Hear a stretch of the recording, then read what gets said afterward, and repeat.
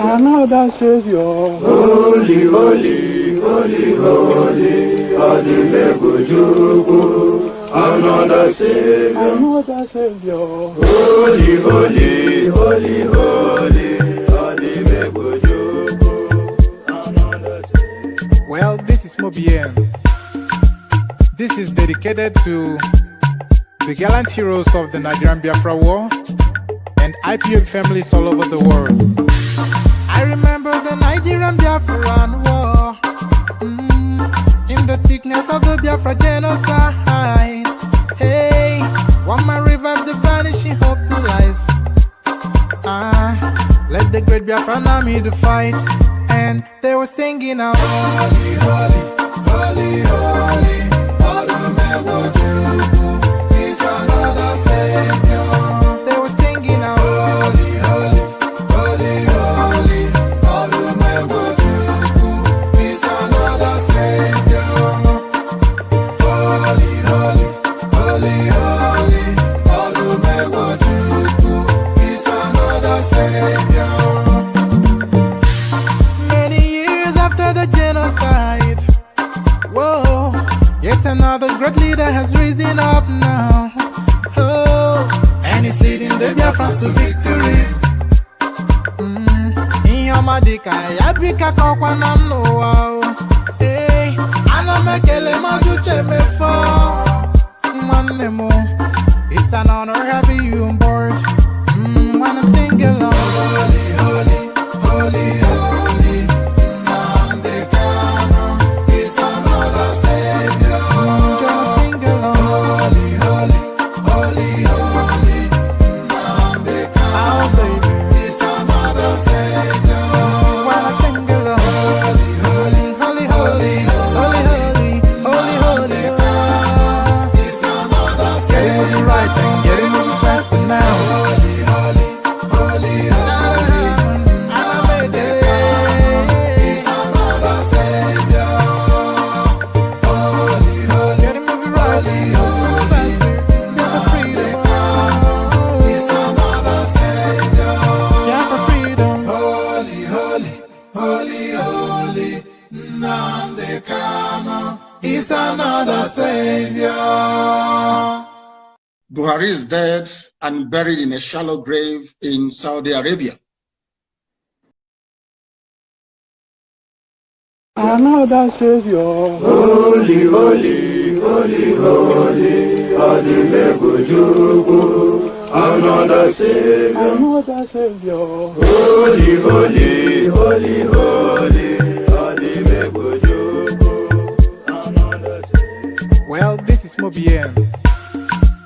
This is dedicated to the gallant heroes of the Nigerian Biafra War and IPOB families all over the world. I remember the Nigerian Biafran War, in the thickness of the Biafra genocide. Hey, one man revived the vanishing hope to life. Let the great Biafran army to fight, and they were singing out, holy, holy, holy, holy, Olumewojuku is another Savior. They were singing out, holy, holy, holy, holy, Olumewojuku is another Savior. Holy, holy, holy, holy, Olumewojuku is another Savior.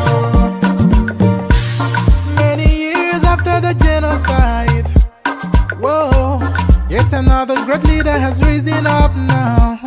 Oh, and he's leading the Biafrans to victory. Inyamadika yabika kwa namno wao. Hey, anamekele mazuche mefo. Mwanemo, it's an honor having you on board. When I'm singing along, holy, holy, holy, holy, Nnamdi Kanu is another Savior. Just sing along, holy, holy, holy, holy, Nnamdi Kanu is another Savior. When I sing along, holy, holy, holy, holy, holy, holy, holy, holy, is another Savior. Getting moving right and getting moving faster now.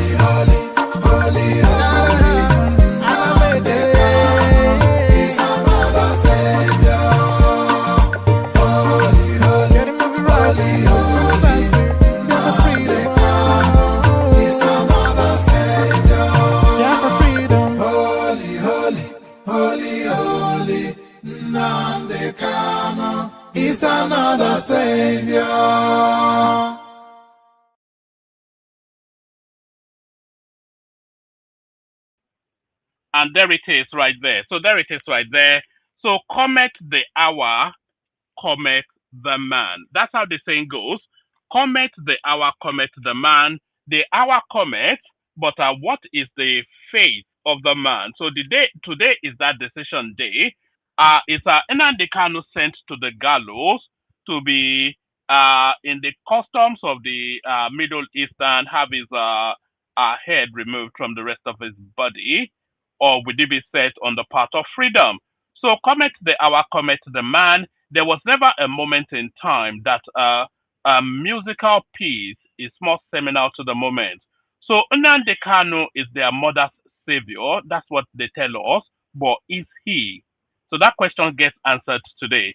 So late to the space for reasons of having a life, but we're now in the throes of the Nnamdi Kanu decision day.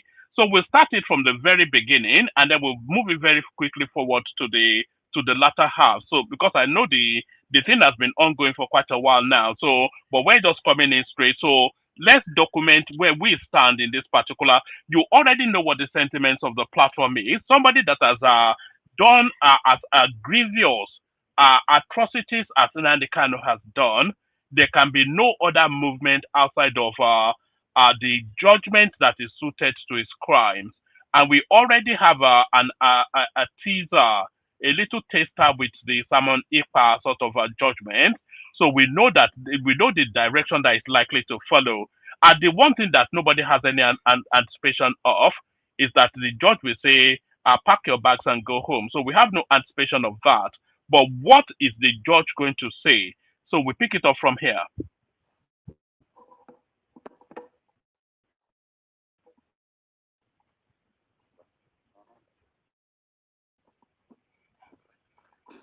I am most grateful, my Lord. So we're going to pick it up from what Nnamdi Kanu says here, and then we'll move it very quickly to where the moment is now, because I know we're very much back in the course of events. My Lord, I am the defendant, applicant, appearing for myself in person, and I most respectfully adopt as my argument in support of this very motion on notice the following processes which I personally filed and served on the prosecution. An order, this motion, my Lord, was filed on the 12th day of November, praying this honorable court for the following reliefs. An order referring the substantial constitutional questions raised in this trial to the Court of Appeal pursuant to Section 2952 of the Constitution of the Federal Republic of Nigeria, and an order staying further proceedings pending the determination of those referred questions. The supporting affidavit was deposed to by my younger brother, Prince Emmanuel Kanu, together with all annexures. My Lord, my written address filed in support of the motion, wherein I adopted and argued the 3 jurisdictional issues submitted to your Lordship for your determination. There was also a further and better affidavit and my reply on points of law filed in answer to the respondent's counter affidavit and written address. My Lord, I respectfully urge your Lordship to deem all these processes as argued and to grant the reliefs exactly as set out on the motion paper. A brief overview of what is contained in my motion, my Lord. My contention is very simple. That ab initio, this court lacks jurisdiction to try me. That this very court is a material defiance of an appellate court judgment, the Supreme Court. I'm aware that the platform is asking me to go very quickly to the moment, but we are just going to document what Nnamdi Kanu's opening statement, and we go immediately to the moment, and then later on, almost Yes, maybe in this night session, we go through the whole thing. With specific regards to count 7, which does not exist in the laws of this very country, and which the Supreme Court mandated this very court to amend. That hasn't happened. The presence of count 7 on this charge sheet, my lord, nullifies this entire proceedings completely and totally, because count 7, my lord, does not exist in the laws of this very country. One of the current points of law, I will make specific references to the ratio that came down from the Supreme Court, where my lord Lawal Garba explicitly stated that count 7 should be changed. That hasn't been done, my lord, and this court is in contempt of the Supreme Court binding order. My lord, All right, so that's Nnamdi Kanu pretending to be a lawyer, but we cannot wait on that. Let's move very quickly to, let's fast it forward very quickly to where the judgment starts to come in. Orlando. Any self-determination not done in accordance with the Constitution and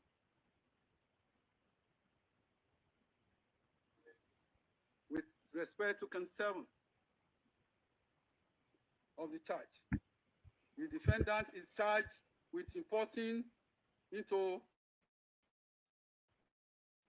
Nigeria and keeping in Ubuluzo in local government of Anambra State within jurisdiction of this honorable court a radio transmitter known as Tram 50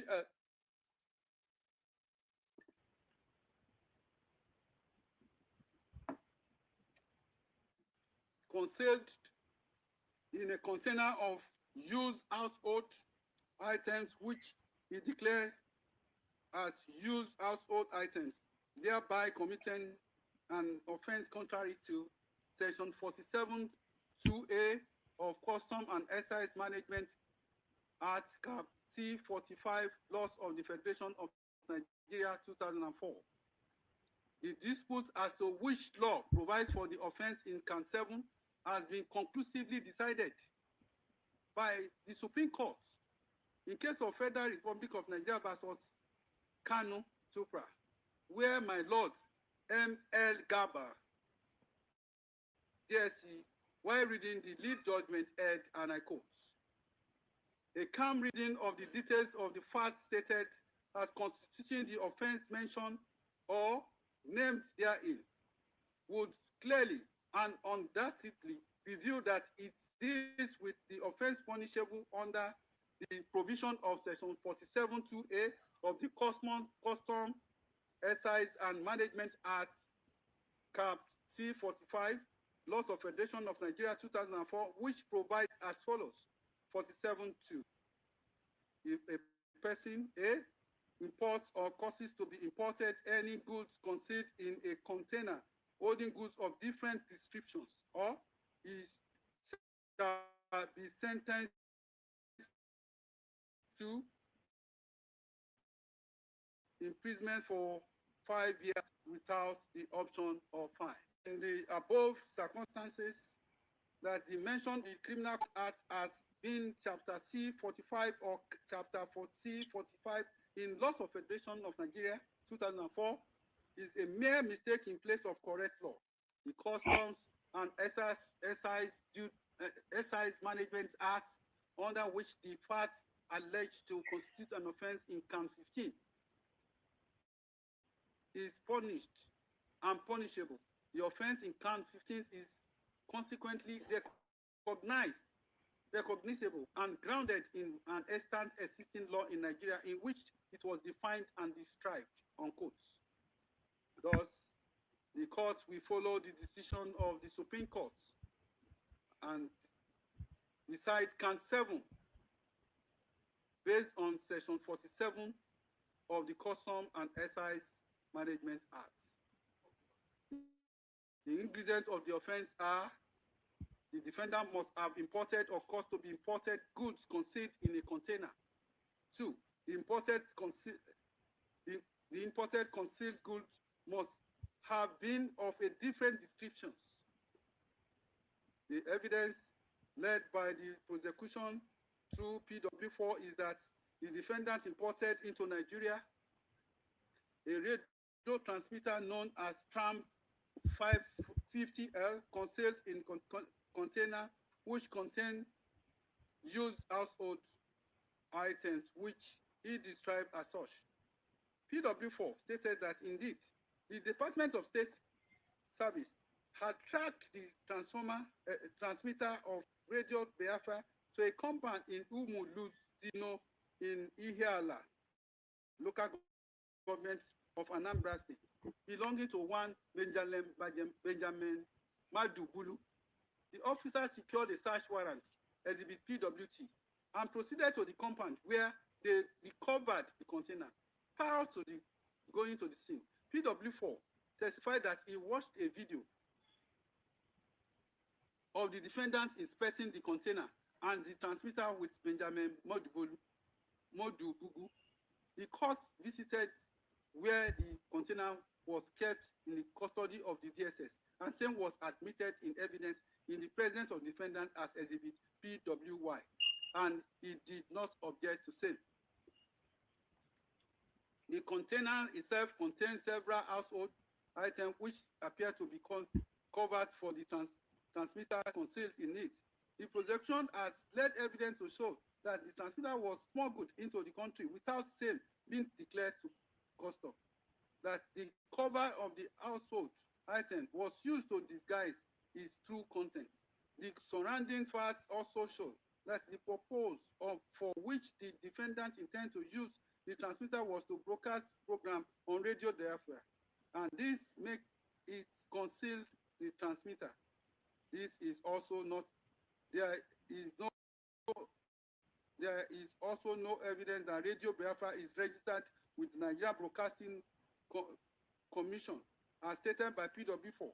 Thus, it is safe to conclude that the concealment of transmitter is in furtherance of the illegal operation of Radio Biafra by the defendants. The defendants, as a consequence of resting his case on the prosecution, did not call any witness to report the evidence of the prosecution, neither did he lead any evidence to counter the evidence of the prosecution. There is no evidence before this court stating the transmitter was lawfully imported into Nigeria. The defendants had the duty to present evidence and facts to report the allegation made against him. But he failed and deliberately refused to do same. The court is therefore bound to believe the evidence of the prosecution. Consequently, the court hereby convicts the defendant of count 7 of the charge. I must say here that defendants have always claimed to be a freedom fighter. He is only seeking justice for his people. Indeed, this is known in law as the right to self-determination. The right to self-determination is a political right recognized in several international instruments.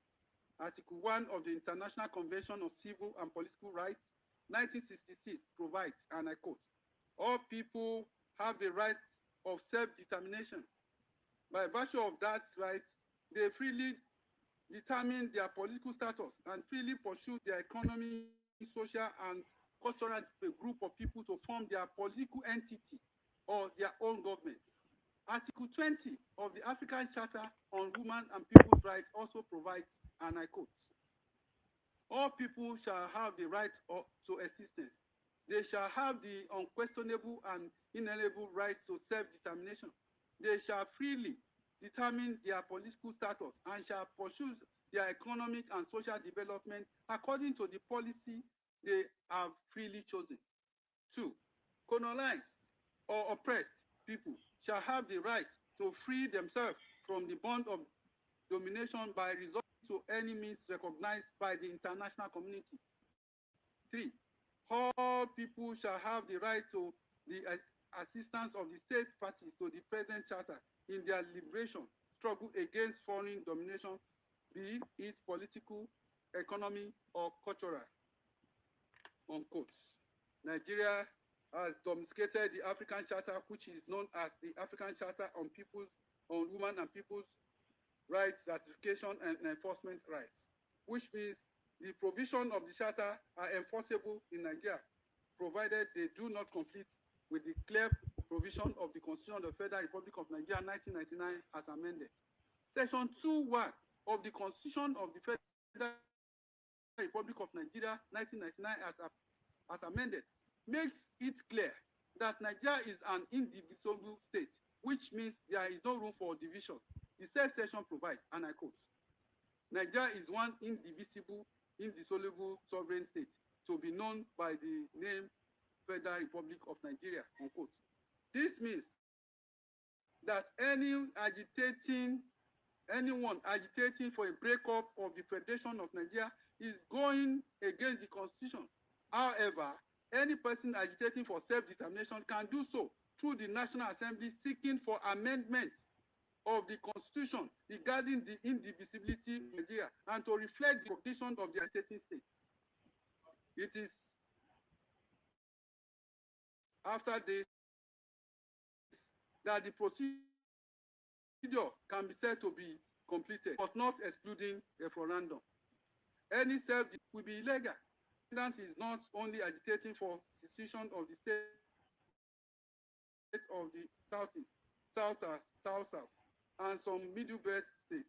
Is doing so using terrorism as a weapon. Terrorism has become a monster in the world today, and several groups have continued to use this weapon form of weapon to form separate governments. In Nigeria, groups like Boko Haram, Lakurawa, IPOP have in recent years troubled Nigeria with terrorist activities. This terror group, by their activities, has denied innocent people the enjoyment of their fundamental rights. The action of the defendant and his terrorist organization have led to the bloodshed of innocent citizens, as well as security personnel who were going about their legitimate duty.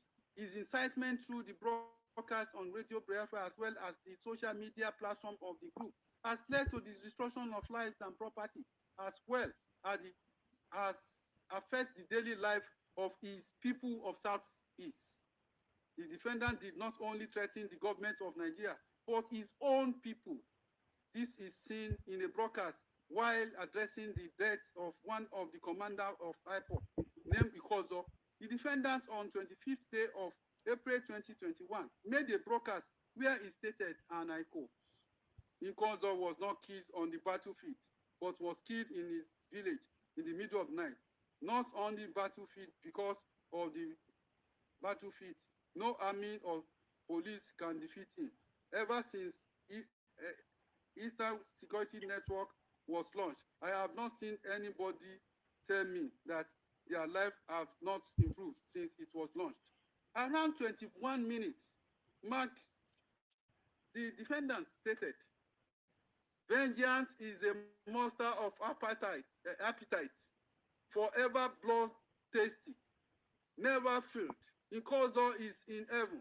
He is going to be revenged, and by God, he will be revenged. All those who had hand in Ikozo death are all dead. People walking, all of them. He also stated that Ikozo will be mourned in a special way, just like how the Oba of Benin is buried with human heads. That the said Ikozo is more than an Oba.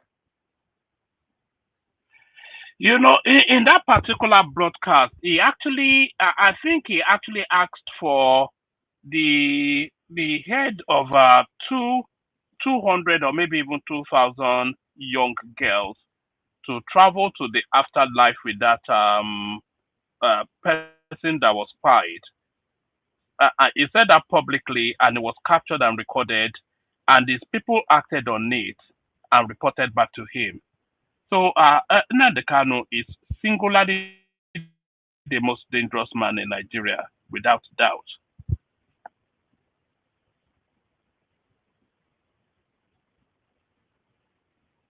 Thank you. There is no for that purpose. Corroboration refers to supporting or additional piece of evidence that supports another evidence. See Ogunbayo and the state citation supplied, where the Supreme Court held, and I quote, corroboration having been held not to be a technical term of all, means no more than evidence tending to confirm support, and strengthen other evidence sought to be corroborated. This evidence is to corroborate the evidence, the statements of the defendants. I must say here that the prosecution witnesses were consistent and calm in the giving of the evidence. Their calm demeanor, despite provocative questions under cross-examination, shows that them to be witness of truth. I carefully observed them, and the only conclusion to reach is that they are witness of truth. And these courts readily believe them.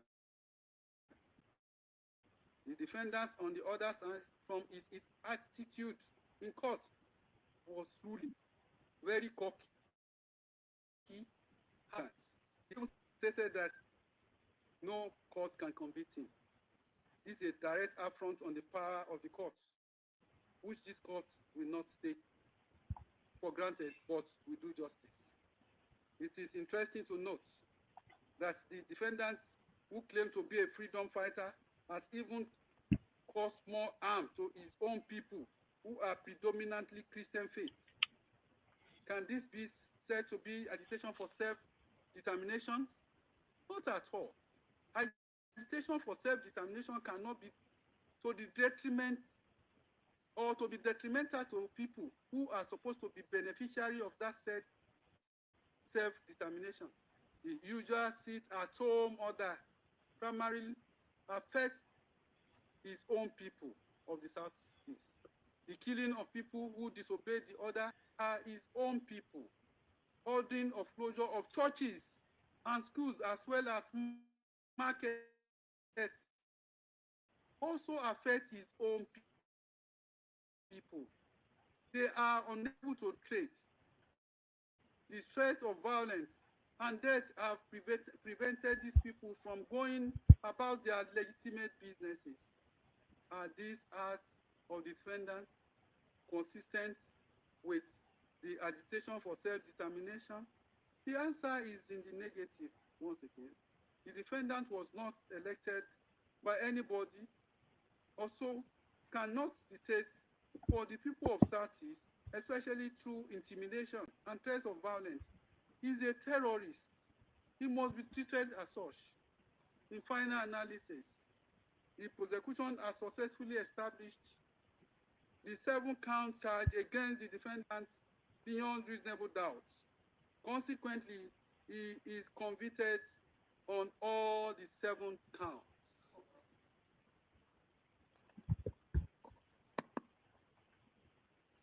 By the time the next just 30 minutes I go to the chambers, anybody is free to come and get a certified 2 copy of the judgment. All right, we're going to fast forward quickly. I think the judgment is about to come, so we want to hear that judgment. That's really all we're interested in. As the court pleases, The minute I get to the chambers, the next 30 minutes, it will be signed. Thank you, my lord. To note that the company has shown neither remorse. He has friends, but no one can say the true. And that Nigeria has both the power and the capacity to punish anyone who, through deliberate, reckless acts of terrorism, seek to divide the country by attempting to create the so-called Republic of Biafra by force out of the Federal Republic of Nigeria. My lord, We must still give him opportunity. Your lordship may give him a right to acquire any, but with the permission, with the authority of National Security Advisor and the Controller General of the correctional facility that he may be put. Therefore, my lord, it's not an absolute or free right for him to begin to acquire those digital devices that may encourage him to reenact or to begin to commit the same or similar offense under his right to freedom of speech. So we are saying, my lord, that your lordship should restrict it. My lord, considering that the company has to be in in a custodial facility. We're asking your Lordship to direct that for the safety of the convict, for his safety, for his security, and for the protection of his life until your sentence is executed. I respectfully, sir, as prosecutor, plead with your Lordship to direct that he be kept in the safest custodial center anywhere in Nigeria, because his safety is very important. Your Lordship need to take judicial notice of what happened when Simon Ekpa was sentenced in Finland. There were lots and lots and lots and lots of talks and talks. The convict has enemies. He has friends. But no one can say the volume or the number of his enemies who may want to eliminate him. So we're asking, my Lord, that your Lordship order the government of the Federal Republic of Nigeria to keep him in the safest custodial center anywhere in Nigeria. You know, and if I may say with all sincerity, I am not too sure that Kuje, where there have been jailbreaks, will be the ideal place. So I'm urging your Lordship, with all sense of responsibility, to preserve his life until he answers his sentence. So I thank your Lordship, and I pray that the incidents of terrorism will cease from Nigeria, from north to east, to northwest, to north central, and as we see, may God spare Nigeria of disintegration. I want to thank you. I want to appreciate you on behalf of my colleague, Adebayo Ojo and Suraj Saida. We're grateful to your Lordship for a well-researched, a well-reasoned, and a courageous judgment. Thank you, my Lord.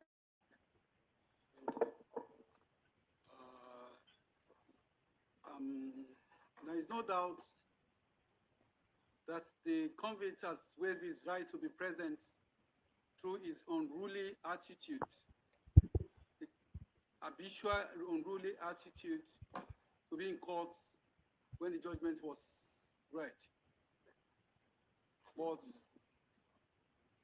we must still give him opportunity to hear one or two things from him, but not personal, through his person.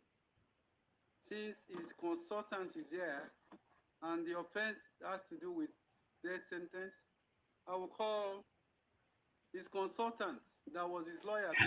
Not that, or not the sentencing, the offense, because this is what Nigerians want. This guy has done too much, taken too many lives.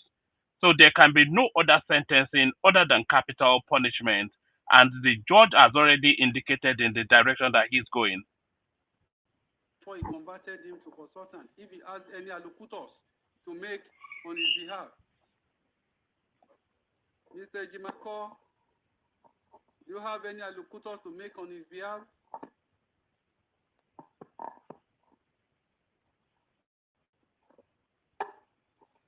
My Lord, being an officer in this temple of justice and not being properly dressed and not being his counsel of record, I will yield this very task to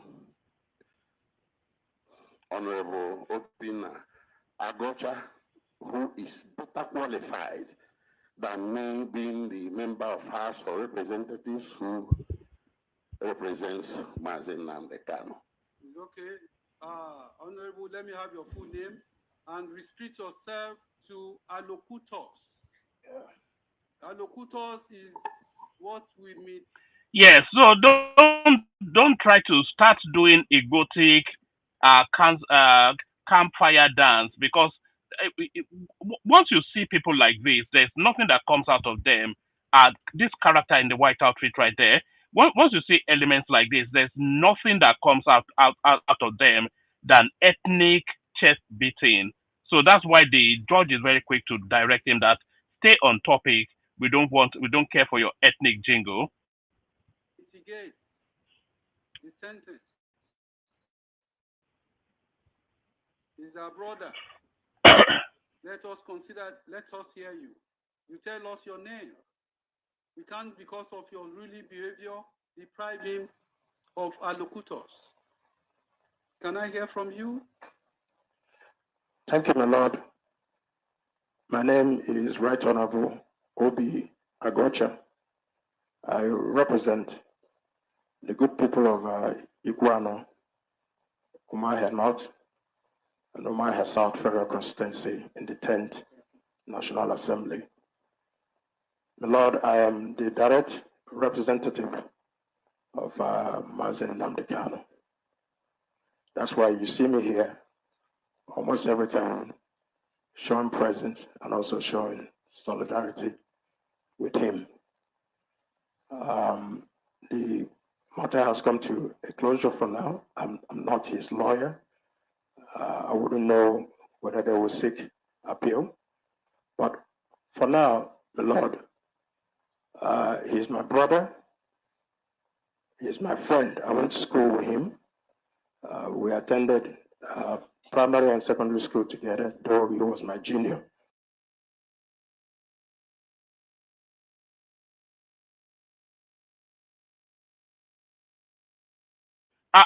So now I'm not quite sure if this is going to be a plea for clemency, but we don't want to hear the backstories of how you were chasing babes when you were younger. Nobody cares about. We all chased babes when we were younger. So what mitigation are you asking the court to give consideration to? That's where the question is. What mitigation are you asking the court to give consideration to? But it is my responsibility and obligation as a member of the National Assembly to represent him as well. The Lord, I plead for mercy, I plead for clemency, and I appeal for peace and for stability of not just the Southeast, but as well as Nigeria.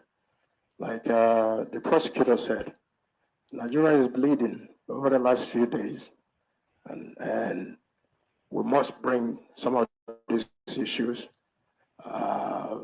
to bear and to understand how to find common solutions to our common problem of terrorism. I also wish to appeal to the prosecution team that it has been done to Nnamdi Kanu. The other people out there also doing more worse than him. Please, Sorry, sir. I asked for a locutor. Yes. You see, and we all knew he was going to go in that direction. No, we want Sunday Igboho hung too, and the bandits in the, what have you done about the bandits in the north and all that? So forget about the bandits in the north and Sunday Igboho. Speak to the bandits that we have changed to the desk in DSS facilities. Sir, please don't. So I apologize, sir. So I want the court to take judicial notice of that this trial has gone on for almost 10 years. Nnamdi Kanu is almost 56 to 57 years old now. He has been absent in his family life, his children, his community, his family. So as a result of Nnamdi Kanu's activities, there are thousands and tens of thousands of people that are permanently now absent in the lives of their families, all as a result of Nnamdi Kanu interfering with their life and seeing them to the ground. So forget him being absent from his family, he's still alive. What about the tens of thousands of people that he had pied? So I plead for the Lord to show mercy, to temper justice with mercy. And as we move forward, it shall be great for our country. Thank you very much for the opportunity. I'm a friend of the court, having come from... They did temper justice with mercy when he was ordering the sacrificing of 2,000 young girls because his friend was spied. Where's the mercy there? When he was saying burn out Lagos, slaughter them all, where was the mercy then? On the other side of the government. So thank you for giving me the opportunity to address the court. Thank you, sir. Thank you. I will consider all this, and I will rise and come back by 10 minutes to 4. You may go and come back 10 minutes to 4 for the sentencing. I will rise and come back. The good people of So he will rise and come back at 10 minutes to 4. So we will continue at the moment. So I'll send the link into the comment section again. This is a big moment in time in the course of the life of the Nigerian state. So are very important for you to document your thoughts. So the link in the comment section, if you have any thoughts. The body language of the court tells us already the direction of travel, but what is your anticipation? And what do you think the sentencing will be? And what do you think the after spill of that sentencing will be as well? So we've got our Rugby Gidigba with us at the moment. We've got our King Emeka with us as well. So still plenty of spaces. Anybody else to come in, come in. So let's start it off, kick it off with you, Aro. So a lot of people anticipated that there'll be a deferment. People didn't actually expect the judgment to come in today, but the judgment is coming in today, and the body language of the court, it gives us no equivocation on the direction that judgment is likely to follow. So what are you making then of what is transpiring before our very eyes? Okay. Good afternoon, one man. Can you hear me clearly? Yeah, we can hear you quickly, but if you stay within that consistency, then that will be fine. What about now? Is it much better now? Yeah, it's marginally better. Carry on. Okay. So one man, good afternoon.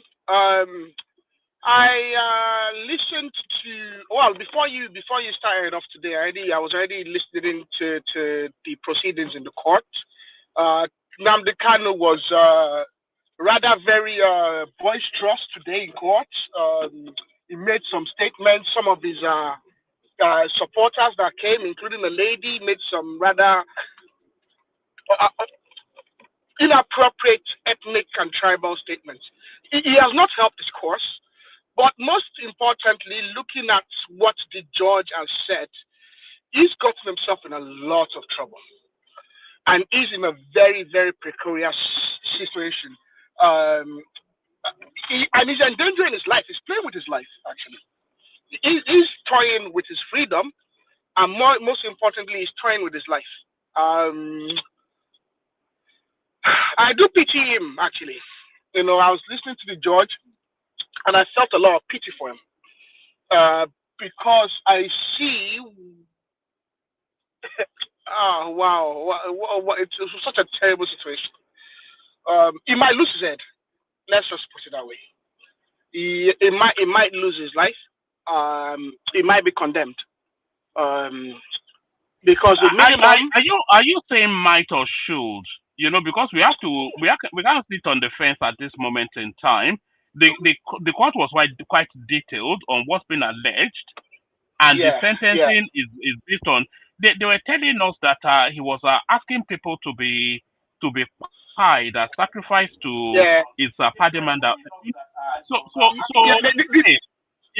no ifs and buts here. You have to be clear in what you're saying. So he's decided to defend himself, which is a terrible decision. And the prosecution have been able to bring forward evidence that he committed a crime, that he is the leader of the IPOB, that indeed IPOB has been prescribed as a terrorist organization, and that indeed they have actually gone out and committed homicide and murder. And that he was integral to that planning and to that organization and in furtherance of that. I don't know why he opted to defend himself. Because right now, the minimum he can get is 21 years. Now, if you remove the 8 or so years or 10 years that he has been in detention, you remove that, you're looking at 11 years minimum. It's the minimum he can get right now as we speak. Like everything is up because right now he has is guilty of all 7 charges. But even if he said the judge is being, yes, it's just, God has just, between now and 3:45 or 3:50, whatever time the judge said he'll be back for judgment. If God miraculously ministers to the judge and, all the angels come down and they tell the judge to be as merciful as he can, the minimum he can get is 21 years. Take away the give or take almost 10 years is been in detention. Well, minus all the years that was away before they got him in Kenya. Okay, let's just say they give him 8 years, okay? You're still looking at a minimum of 11 years he will be incarcerated.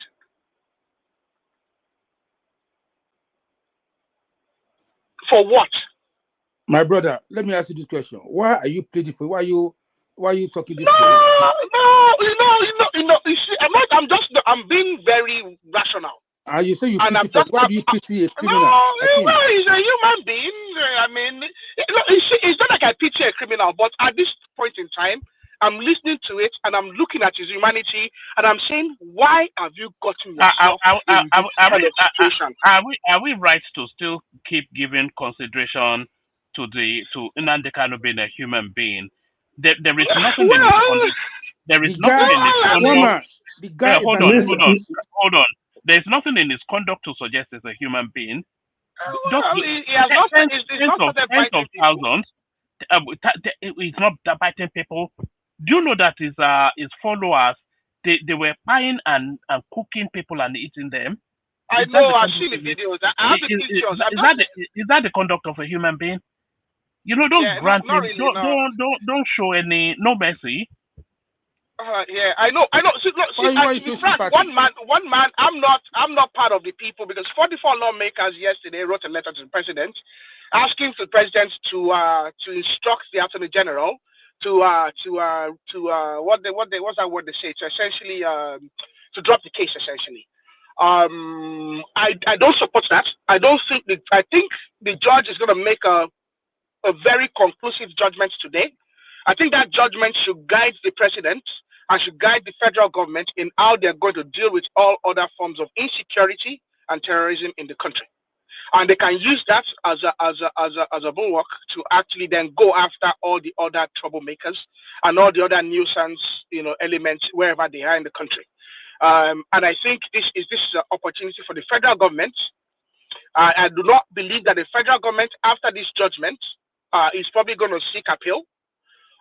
He has a number of days to seek appeal. So he has, I don't even know he's going to do it because he has to get lawyers and then do the appeal, whatnot. I don't want the federal government to grant any form of clemency or any form of pardon. The federal government needs to use this as an opportunity to go after all criminals or terrorists or troublemakers, wherever they are in the country. Okay, and they use this as an example. Sorry, Aro. I don't think the window for clemency is yet open. Because of course he has to exhaust all his legal options before the government can then make a political. So there's still, but I don't want that political solution. Is what I'm saying. But we're still a long way. I think the prospects of a political solution actually comes in 2027 because of course whatever the judgment comes out now, he will go straight to appeal, and then that will take a whole raft of process, and then that appeal will be appealed to the Supreme Court. So ultimately, the government has to wait for the Supreme Court judgment in order then to take a political stand. So I don't think, the judgment will mark the gravity of his crime. So the judgment will mark that, and then we want to see. Yeah. If it goes to appeal, the government can choose not to contest it as well, and that could be a form of political solution as well. No. That will go against the mood of the nation. That will go against the mood. Hold on, Kenny. Now, there's no political. Sorry, Kenny. There's no political expediency to the government granting him clemency now, because the mood of the nation, especially his crimes, one, is wanton disregard for the rule of law, two, is arrogance in the courts, is abuse of the system, all of these things. The nation wants continued arrogance. Arrogance is the nation wants this guy brought to heel, and especially for his crimes. That's what the nation wants. So the political window for clemency is not there now. Well, I think his arrogance is continued, and he's entitled to, like the judge said, and I'm happy the judge said it, that he's entitled to self-determination. It's guaranteed by all conventions that we signed to. However, his continued behavior is quite something to give a lot of worry. You can have conviction, but I mean, it's disregard for the rule of law. It's disregard for the authority of the judge, in fact. I have to salute the judge because it seems like Kanu has dedicated his time to antagonizing the judge at every opportunity.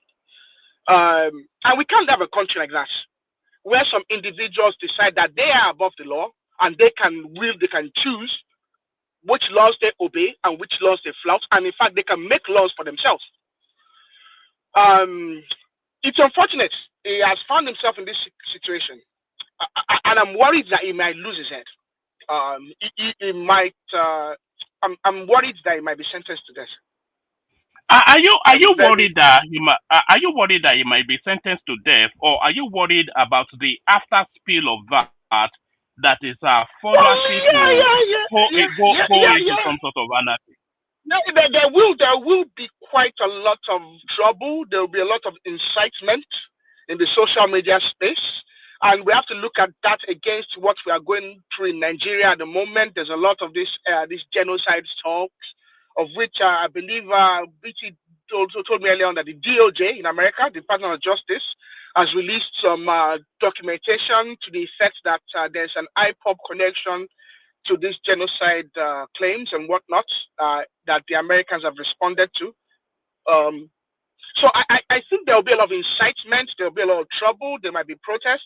Individuals are entitled to protest, actually. They are entitled to freedom of speech. But I believe there will be a lot of incitement. There will be a lot of, and the fact, and I'm very disappointed with the lawmakers and legislators and senators who wrote, 44 of them wrote a letter to the president asking for him to order the Attorney General to drop the case. I think that's very bad of them, and that was done just some days ago. I think in light of the fact that these individuals knew there was a judgment coming down the line, I think they should not have, they should have held up from such a thing. They are responsible. I think we're at a crossroad now, a defining moment in time that will determine if we're a nation state ruled by the rule of law or a banana republic. If for everything that this guy has done, which is well documented, we all know just the tens of thousands that these people have seen off this earth, just the savagery, the brutality, what he has turned the Southeast into, and all of that. If they grant him some sort of opportunity to walk away, then we cannot continue to say, well, some sovereign state ruled by the rule of law. This guy is singularly probably the most evil person in Nigeria yet. There's no window. Give him that judgment, and then the judge should give a short window for him to appeal or have that judgment carried out. Take him to Barbate and do what is necessary, the Lawrence Anene treatment, and then let these people roll on the streets, form anarchy, chop a bit of a bullet, and then everything comes down. We cannot let this guy get away with it. I know one man. I know.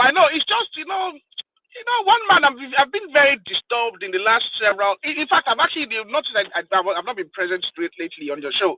I've been very disturbed about the rhetoric in Nigeria lately, and I see some people in the comment section. Someone mentioned earlier that I'm speaking from both sides of the mouth. No, I'm not. I'm being rather very tame these days. I'm being very disturbed, very worried.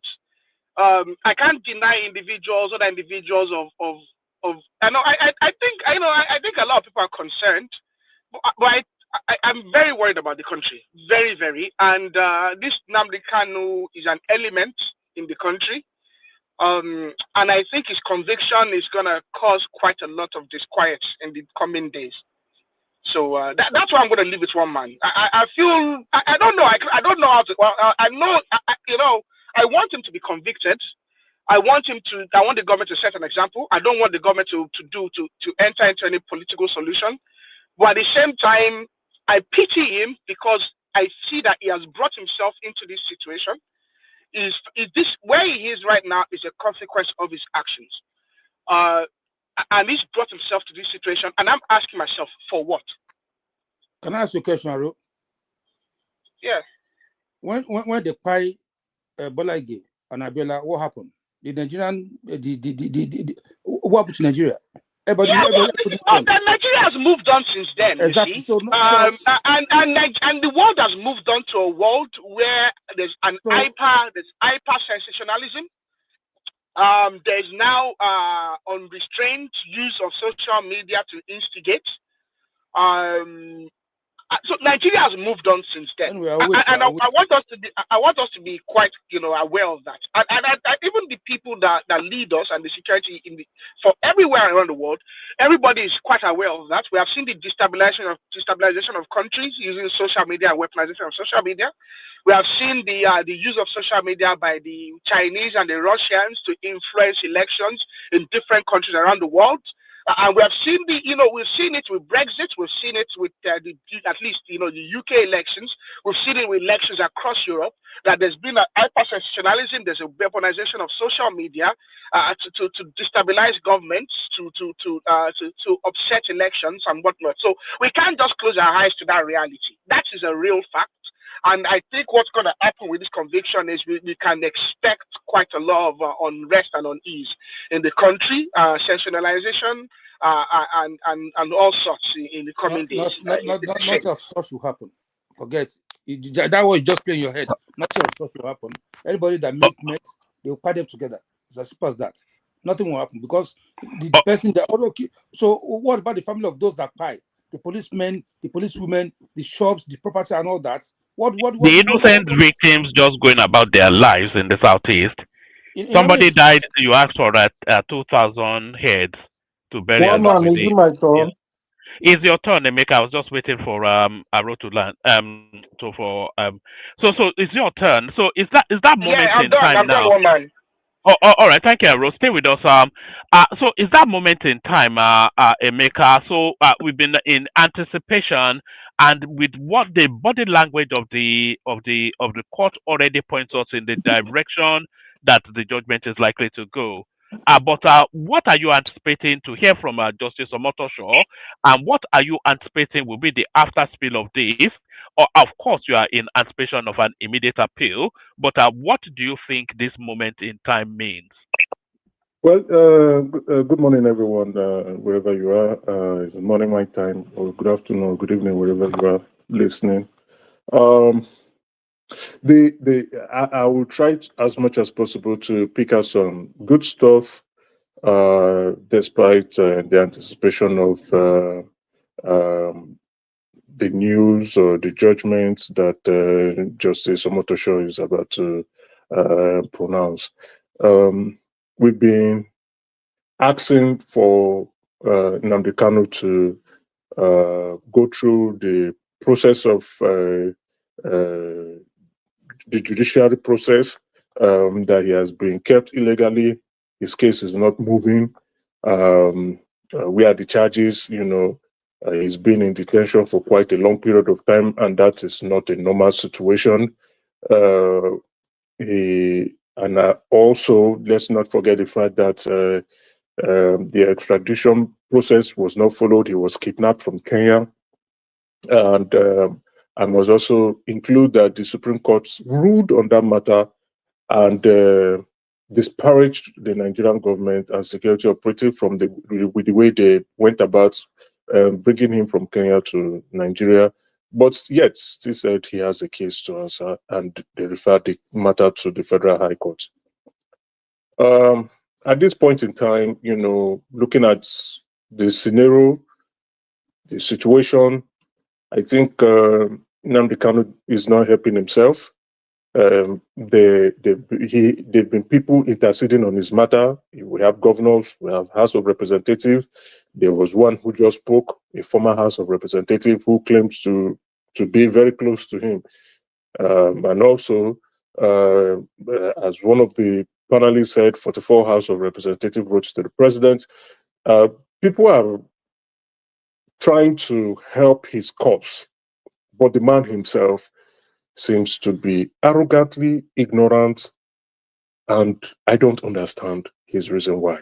Now, this apart from the charges brought before the Honorable Justice, this case is bordered on separationism, terrorism, self-determination, and national security, right? Does Nnamdi Kanu have the right for self-determination and to separate from Nigeria? The justice agreed, according to international law. But according to the Constitution of Nigeria, you have to go through the prescribed procedure to do so. He has not done so, understandably so. And if you look at histories of separations from a sovereign nation, whether from the United States separated from the Great Britain, or Northern Ireland doing the same thing, any form of separation, it doesn't go through a legal process. It doesn't go through a means of justice and peace. It's always been violent. Even that of South Africa, it's always been violent.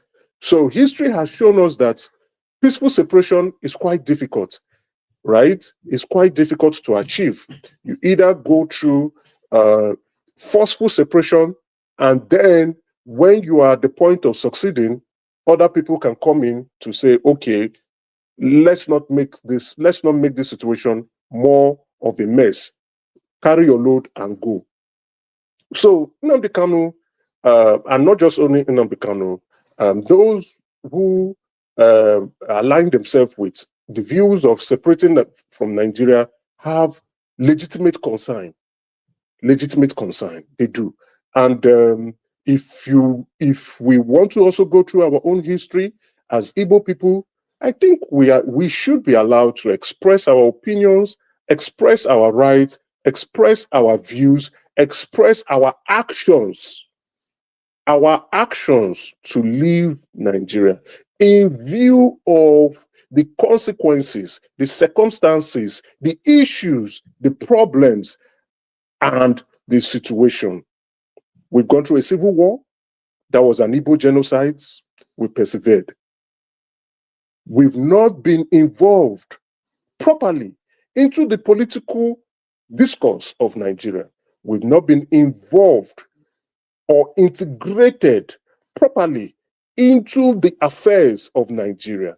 And of late, we can see the alienation of the Southeast in Nigeria affairs. It appears Nigeria wants us to stay, but Nigeria also does not want us to leave.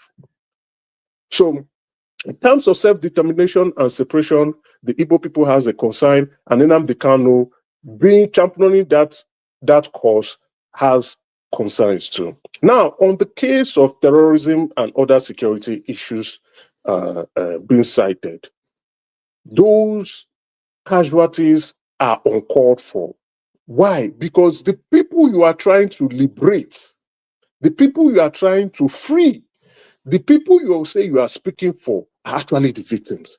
This is where my views about the separations movement, the separations association, the IPOB, and the ESN do not align properly. I am speaking as an Igbo man, not just as an Igbo man, and also a titled person in Igbo land, so that my voice can be recorded. Now, you are fighting for people, you say you are fighting for their freedom. You are also extorting them, you are killing them, you are creating economic loss in Igbo land. And you are also not even providing the grounds where others can be sympathetic to your view. Amekorin. So now, in this view, we have the Monday sit at home, which, in my own estimation and calculation, has resulted to 44 trillion naira loss for just sitting at home. That is restriction of the movement of people. That is not a good look. There are also killing of security operatives, kidnapping of security operatives, kidnapping of some Igbo leaders and some Igbo victims. And that is not a good look. It appears that this movement has been hijacked and exploited by grifters, in my view. So the charges on terrorism, the charges on insecurity, the charges of tension are not frivolous. They are not frivolous. Despite the fact Nnamdi Kanu is saying that the court does not have jurisdiction to try him, I think he is not right in that manner. Now, on national security. Yes, Susan. Yeah, this is what I want to say. Is that he has the right to say they are frivolous. There's nothing you should blame the DSS that conduct this investigation. Everything is all about what he said in the radio. There's nobody, there's nobody to be placed beside it that this thing happened. Nnamdi Kanu give us this direction. Okay, there's fine. nothing like that. Everything is all about the radio. Can I hop on that? I'm not in support of him, but the way I think if you have a lawyer, they will fight. They will reduce the sentence for him, because when I listen to everything the GSA, he gives this. It's just like he can try to say that I'm just joking on my radio. There's nothing tangible. I was going to speak. I was going to speak to that. Let me continue, please, so that I can focus on the. It's morning my time, please. Yeah, it's morning my time. Let me just continue, right? So now, like I said, Nnamdi Kanu did not help himself, right? Did the prosecution or the government lawyers, did they provide evidence of him inciting violence in Nigeria? They did. Now, it is left for Nnamdi Kanu to defend himself via his lawyers, or, like he said, he wants to defend himself. Did he provide evidence of him not inciting violence? The judge also quoted it. No. Did he provide evidence of him not giving instruction?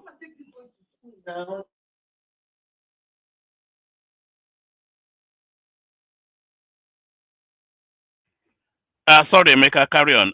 Did you drop? Carry no, on. I'm here. So did he provide views that are different that would give him a fighting chance? No. Again, this morning, he was also saying that the judge does not know the law. So these are body language, communications, arrogant behaviors that are quite unnecessary, that also would kick against him or pit themselves against him. It is not necessary at this point in time. Everybody, even Nnamdi Kanu, has supporters from the Southwest. Nnamdi Kanu has supporters from the South-South. Nnamdi Kanu has supporters from the North. Nnamdi Kanu has supporters from the Middle Belt, because they understand the reason why he is fighting. Maybe the manner he has chosen are not appropriate, because you cannot be liberating your people and at the same time killing them. You cannot be liberating your people and at the same time putting them into squalor. That, for me, I do not agree. Now, on the concerns of national security, which results to post-reaction based on the judgment of the justice, of the Honorable Justice Omotosho, and also including clemency here, he has the right, and I agree with the honorable member who spoke about clemency for him. The judge should look at what the reaction would be based on his pronouncement. how would certain factions in Nigeria react? How would the security condition in Nigeria be? How would the environment and community look like? So, in my view, this is bordered on national security. I hope the judge will sit down, and maybe there might be some pressure from external parties discussing with him on balancing these issues. There are legitimate reasons to charge Nnamdi Kanu to prison, right? I listened to one of the first panelists who said he's afraid that Nnamdi Kanu might lose his life. That is as a result of sentencing him to death, which is part of the charges for terrorism. I would not want the judge to go to that light. I think the judge should avoid that completely, because it will look like, in my view, this is my opinion, every other person may disagree, it may look like an overkill given the current state of the country. Why? Because we've seen what is going on in other regions. We've seen how instead of them being brought to justice, we're talking about peace, we're talking about reintegration, we are talking about government sponsorship and the rest. This happened for the Niger Delta. Let's be fair here. It also happened. It's currently happening with the bandits and terrorist group in the north. Then, if you are going to subject Nnamdi Kanu to a different route, then it will look like an overkill, and it's going to make the country very, very charged. And it will give we, the Igbo people, the right to say that we have been marginalized and that we have not been treated fairly. So I would call on the judge to also look at the route of clemency, because that option is available, and such option has been given to other groups and individuals too. Such option have been given to other groups and individuals in our history and in our judicial precedents. It has happened. So the judge should also look at that route, and if he thinks in his heart that that is a route to go, I don't think Nigerians will disagree with him. Then again, right, the behavior of Nnamdi Kanu is what I do not agree. A lot of people are looking at him. Millions of Nigerians are looking at him, young, old. His posturing, his utterances, his communication style, and his arrogant behavior is not the time for it. Whether he's trying to behave that he's strong and not afraid, so that his supporters can see him as a brave man, it is not the time. Silence would have been the best route for him. Silence would have been the best behavior for him. He would have allowed his lawyers to speak on his behalf. If he feels his lawyers are not good enough, there are other lawyers with good experiences that he would have been able to recruit. He should have allowed his lawyers plead his case. He should have allowed his lawyer defend him properly. He should have allowed his lawyer provide evidence that the need for you saying the court does not have jurisdiction over you, it is wrong in my own view, because the Supreme Court was the one that pushed the case down to the Federal High Court to try the case. So the highest court of the land has passed that case, passed his file to the High Court for discussion and for judicial proceedings to take place. So all these shenanigans, all the behavior, I don't like it. So this is my opinion about this matter. But again, before I move the national security.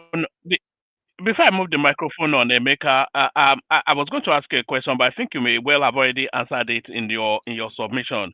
So, taking everything into consideration and boiling it down to the singularity of a judgment, what judgment do you think should come in this particular scenario? That is what I'm saying. The judge should take into factor so many things. Find him guilty, but grant him clemency. Thank you. National security. The post reactions of Nigerians based on his judgment, external factors pleading his case, political class pleading his case, the behaviors of his supporters. And again, he is not doing something. If he's going to look at clemency, if he's going to look at reduction of sentencing, this is not the first time he will be doing this. We have done it for other people, other individuals, and other groups. I would rather plead for clemency. But does he deserve the clemency? He has not shown it, even to today. For clemency, there has to be remorse. Is there remorse Exactly. It is the remorse that we have not seen. If he was remorseful, he doesn't even need to be remorseful. Because he is insisting he's standing on his rights. He just needs to stay quiet. He just needs to stay quiet. If he has stayed quiet, at this point, Nigerians do not need to hear his voice. He has been speaking for long. Okay. Let his lawyers do his bidding. But he is not choosing to become arrogant, disrespecting the judge, disrespecting the court, disrespecting the country. We have not separated from Nigeria yet. Let's be honest. We are still in Nigeria. Yes, we want to separate, but we have not separated. And since Nigeria is still alive, Nigeria has laws. Those laws need to be respected. This is my grievance with him. Other than that, people have done worse than Nnamdi Kanu.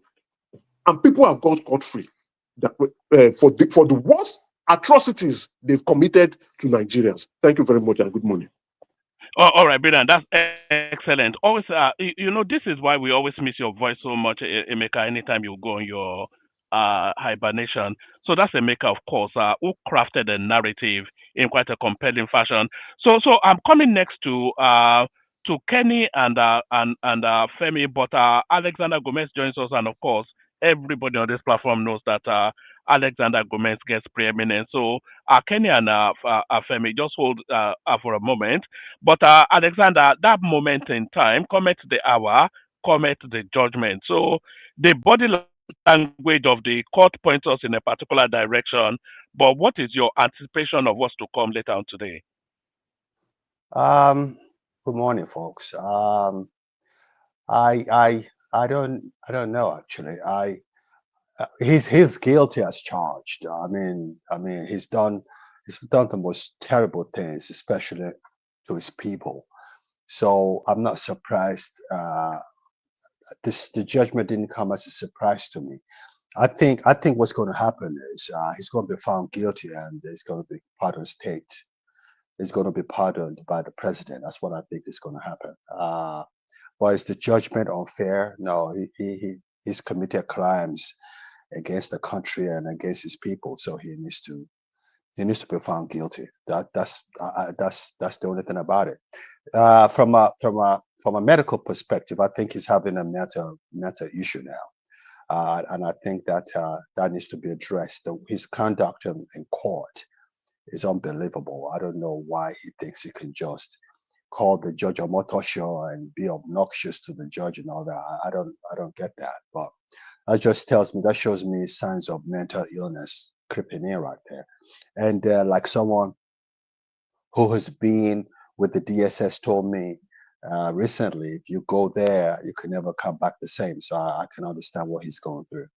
But is he guilty? Of course he's guilty. Is he going to be pardoned? I think that would be the right thing to do. And if it's possible, they need to strip his citizenship away from him and let him go back to England and live with his wife and children. I think he's gone through a lot of pain. He's not the same anymore. So that's my position, unfortunately. Yeah. Do you think the window opens with the judgment we already have in hand against Simon Ekpa, who is presently eating baked beans somewhere in Finland? So how does that window open? That somebody accused of something vastly more egregious is allowed to walk free, whilst his subordinate, is one of his lieutenants, is serving a long sentence. Do you not think that the Simon Ekpa conviction necessitates a conviction and at the very least a custodial sentencing, but really a capital punishment for Nnamdi Kanu? No, I think you need to stop talking about this capital punishment. That's not going to take us anywhere. Ekpa was convicted in a European country where they have laws. Nigeria is a kangaroo state, anything goes. So you can't equate the laws or the judgment in Finland with the one in Nigeria. No, it's not quite the same. So I think that's what's going to happen. He will be. He's been incarcerated. He's been incarcerated for too long right now, and like I said, as an expert, he's already affected his mental health.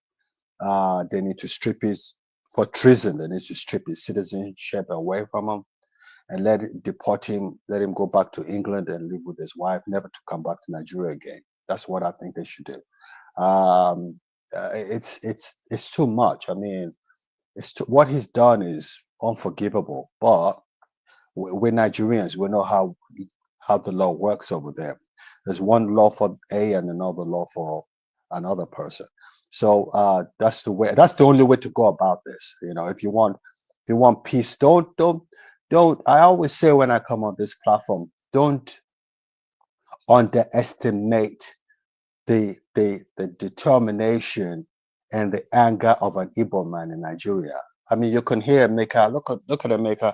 I've listened to Emeka for 3-4 years on this platform, making or doing his analysis. But just listen to him. Today he came across an Igbo man. He says they've been marginalized. They have the right to go their separate ways, and they want to go their separate ways. If I'm quoting him correctly, and that's the average. I live with Igbo people.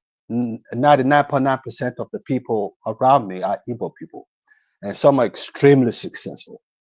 And the common consensus that the Igbos are just tired of being part of Nigeria and they want to go their separate ways. That is the common consensus.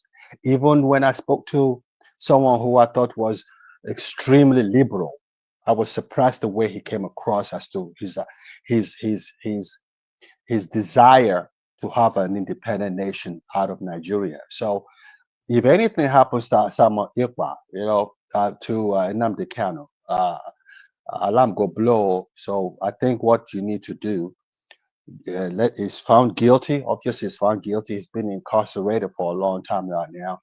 Let the president come in, strip him of his citizenship, let him go back to England where he comes from, let him go reunite with his wife and kids, and never to step foot on Nigerian soil again. I think that would be the right thing to do. Execution or whatever, that is not even an option. What about what would justice for his victims look like? The ones that have the tens of thousands that have lost our family members to Nnamdi Kanu's atrocities. What would justice look like for them? We are sorry as a nation that the people have lost their lives because of the utterances of Nnamdi Kanu. The country's bleeding because of that. We are very sorry, but we have to move on. We have to move on. We have to move on as a nation. We have to move on. And in my final analysis, in the next 3 to 4 weeks, the United States is going to attack Nigeria. Because this atrocities is getting worse by the day. It's getting worse. It's getting worse. So, and Donald Trump never says what he can't do. He's going to do it. So people should brace themselves up. And I hope in the final analysis that these people, I don't know what's happened to my phone. I hope that these people don't enter Lagos, because then that would be very dangerous, for everybody. But listen, one man, thank you for having me. My phone is acting up. We'll talk later, okay? Oh, all right, thank you. So that's Alexander Gomez, of course, the CEO of the platform. So thank you for all that. I will take the conversation or move it in the direction of Kenny, who patiently and elegantly yielded to Alexander right there. So the moment we've been waiting for is now upon us. The judgment comes in roughly about an hour and a half. But what does this mean? What's your assessment of what's been going on? Thank you very much, woman. Right now, I'm very, very angry for some things I've been listening to. I mean, is actually is an insult on Nigerians and for those that die during his useless utterances that he used. I don't care about anybody emotion at this time. I don't care. I don't even care about any Igbo at this time. You understand? You know what I mean? I don't. I care less of any one of them right now. People pay, people business law, people business damages. You know what I mean? And someone is here and say they be marginalized because they want to sentence some idiot, some criminal.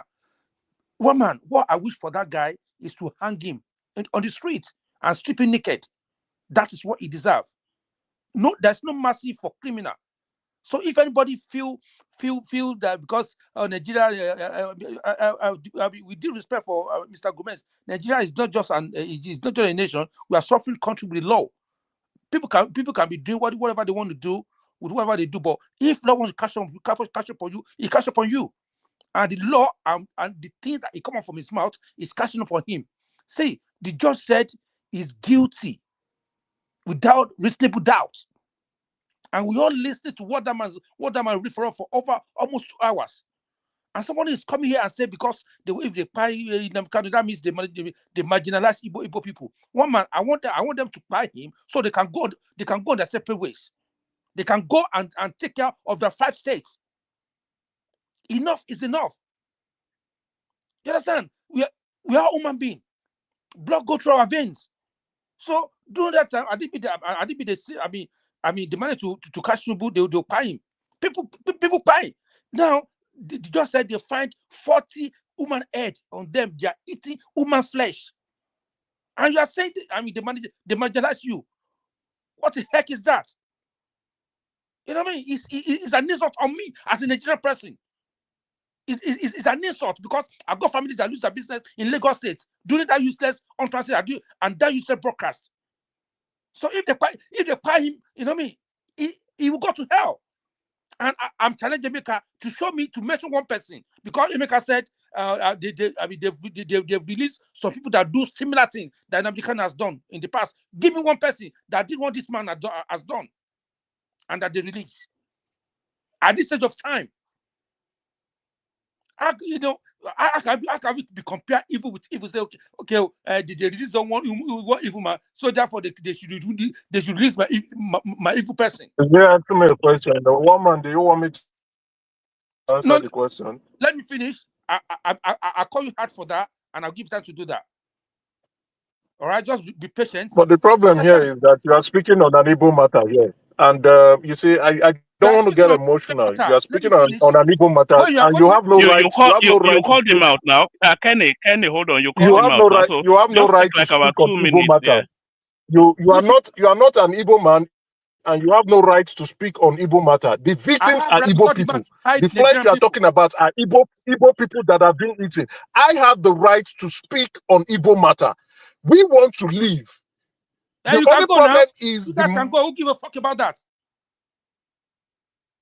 To speak on Igbo matter. If we are killing ourselves, we can go in-house and discuss that. If you are pained that we are killing ourselves, that is your business. It's not you coming up, you are saying you are vexed. That's not your business. It's not your business. Hello, sir. It's not your business. It's not your business to put your tongue. It's not your business to put your tongue. It's not your business to put your tongue on Igbo matter. So that's why you need to be very careful. When the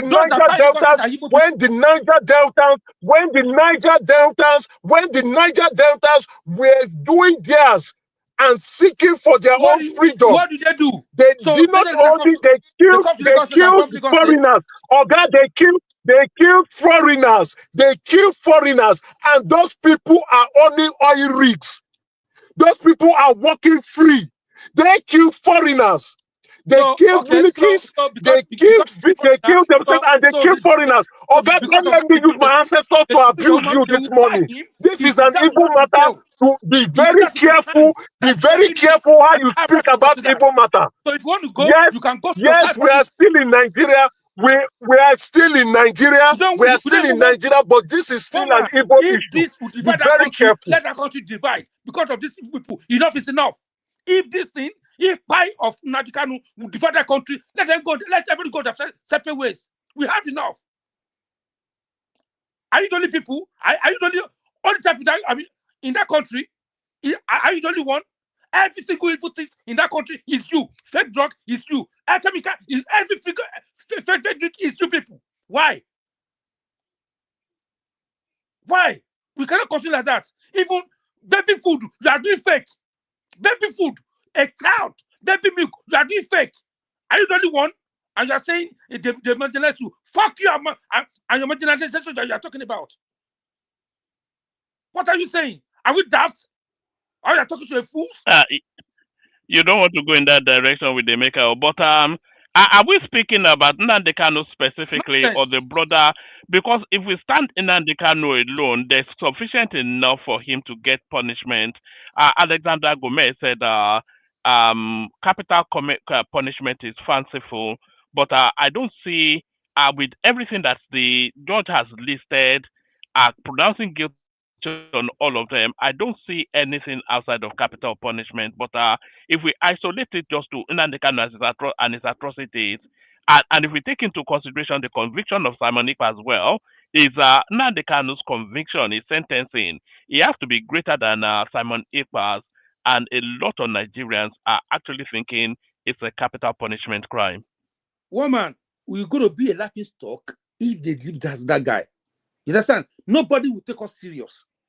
That somebody like that, even my uncle was saying they should take him back to UK. Do you think if he comes to UK, he's going to face his own judgment because he has them to go and bob British embassy now? Is even talking against the UK itself? So what are we saying? You know what, man?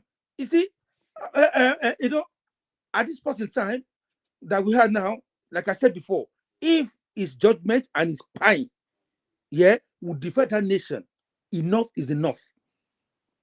See, I'm saying what I'm saying is not just because of him. In the last 1 week now, you see what is happening. One man, and all because of some tribes, and it's these two tribes that giving us parliament in that country. I want my nation to stand on its own as well at this point. Woman, let them continue eating themselves in the southeast. Kenny, let me ask you this. Sorry, Kenny. Let me ask you this. Are you asking for the punishment of Nnamdi Kanu as a general punishment for his ethnic space or for his crime? Are you wanting them to give him capital punishment to signal to the southeast or to punish him for his crime? I want him to be punished for his crime, but you hear what Mr. Gomez said. You hear what Emeka said. Two of them aligned together that these people, they sing the same tune. It's agitating for his people to go. Right? And Emeka said if they punish him beyond what they expected in the southeast, he will look as if they've been marginalized or marginalized or something like that. You understand? So definitely it's not look as if we have been marginalized. It's not look as if we have gone. You see, you are not a victim in this. We have gone through a civil war. We have gone through a civil war. You are not a victim. You have not seen the scars of war before. It is wrong of you to speak. That's why I say you are not an Igbo man. You will never understand. You have not passed through war. You are not a victim of war. You are not a victim of marginalization. You have not gone to your village and seen the scars of war written on the walls of it. You have not seen the bombs on the land. You have not seen the landmines. That is why you are speaking like this. It is pitiful that you be speaking this way. You are not a victim of war. We have been marginalized. We have been killed. There's been a genocide of Igbo people. And here you are again. Here you are again, spitting on us. Here you are again, telling us nonsense. Even when we have said we want to leave, you are spitting on us. My brother, it will not be well with you. It will not be well with your father. It will not be well with you and your mother. At this point, may I come in, one man? No, Kenny. I don't like the language of the two parties. So maybe I can bring moderation into it. I'm capable of that. You tell you know where with me for what? All right, because woman. The choice of words matters. The choice of words matters. See, if we want to look at Nnamdi as a criminal, there is a legitimate fact for that. If we want to look at Nnamdi Kanu as a freedom fighter, there is also a legitimate fact for that. The judge said so. But when you are coming to come and spit on us, that is wrong. I will not go and spit on Sunday Igbo because he's a victim. I won't do that. I will not go and spit on the Niger Deltas because they are victims. I know they are fighting for their rights and they got it. So why would somebody come and spit on us? One man, please tell me and tell Igbo people that we do not have a right for self-determination. Tell us, and none of this ethnic group have been a victim of war. If have they gone to their village, at least the Niger Delta can fight. Hold on. No, guys, let's not turn it into a shouting match. Everybody has the right to self-determination. It's the pursuit of it that is really the contention. But I think the judge is about to come back now. The pursuit of it is what has landed Nnamdi Kanu to this problem, and that is what we are debating here. That's why I said he is not an Igbo man, and it is wrong of him to begin to speak about Igbo issues like we just don't care, like we just don't matter. It is wrong, extremely wrong, extremely wrong.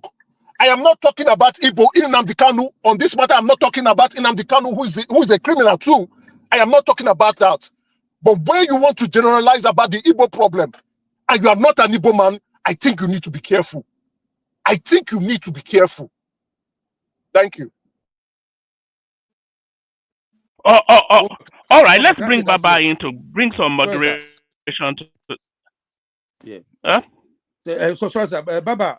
Yeah, but don't go after him. Otherwise, he might have to come back. But say that last word, and then we go. Yeah. I always appreciate the space and the time you give to me the opportunity. You understand? I really appreciate that. My brother Emeka is somebody that you're breaking up. Oh, sorry.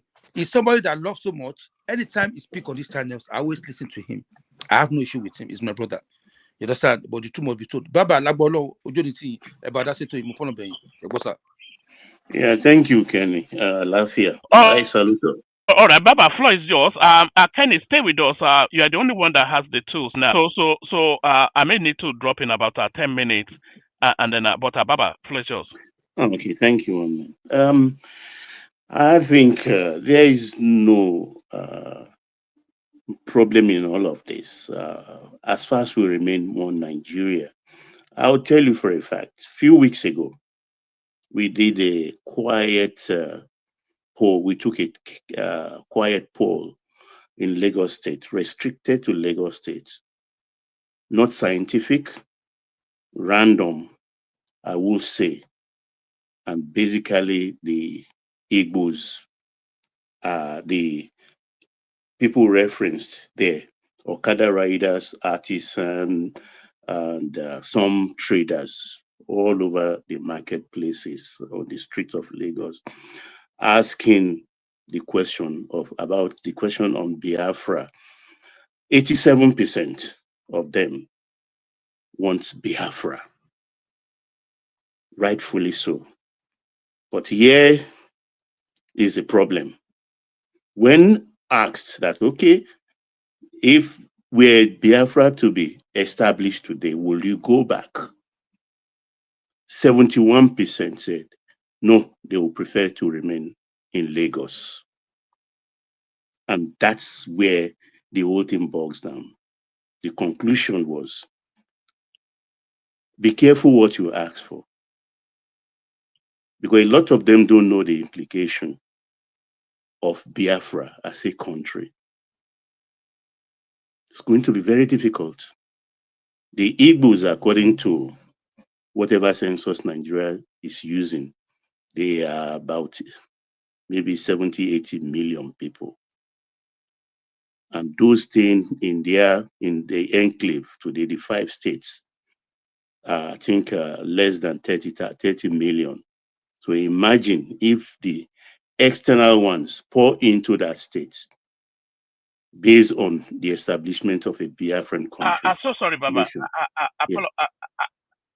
The judge is back? Baba, sorry. I want to bail. So I leave Kenny. No. We're waiting for him to come back, but I have to go and do school runs. So Kenny, when the judge comes back, just unmute. This thing is already playing, but it's muted. So just unmute it so we can hear the judgment, and then we carry on from there. Okay, one minute. All right, back to you, Baba. Yeah. So the thing is, there is a lot of implication here. How will they Whatever happens there actually doesn't concern me, but that is the key, the problem when they all pour into that state before they start getting themselves. Because to go back to the other states you are used to before, you're going to come on paperwork. You don't just drive in, drive out. The status will change automatically. Automatically. So what will be your relationship with those states surrounding you called South today? Are you going to go to war with them to be able to access the sea? And if you have your gas pipeline, you need cross river ports. How are you going to do it? So they have to think this out. They have to, it's a grounding negotiation they have to do. It takes years. You don't bat a nation overnight. So, but the thing is, I don't like being threatened by anybody, even my own household. No, we'll talk about my neighbor or another country. I don't like being threatened. Being threatened in the sense that Nnamdi Kanu will be sentenced, fine. It doesn't concern me. A few days ago, I talked about the terrorists in the north, and I said, look, I don't give a damn whether they, as far as they are killing themselves, so be it. They reduce in population. The less the less terrorists, the better for me. But when they now started coming, making an incursion into my own neck of the wood, that is where I have problem. So if Nnamdi Kanu is Igbo and Igbo crime, I don't care. But then the threat there is when Awolowo was jailed, what happened? Nothing. Sarawiwa was killed. Nothing happened. Abiola died in custody. Nothing happened. Nnamdi Kanu will go down and nothing will happen. Let the the Biafra agitation, let it be structured along civilized line. There are templates of other nations that have been battered all over the world. Because at the end of after World War, you have to judge.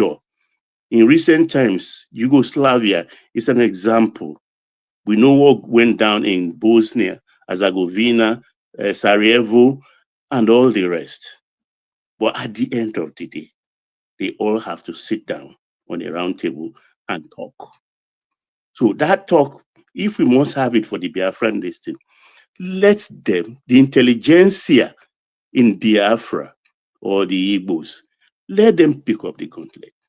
Let them present a bill boldly. Show your face, show your chest.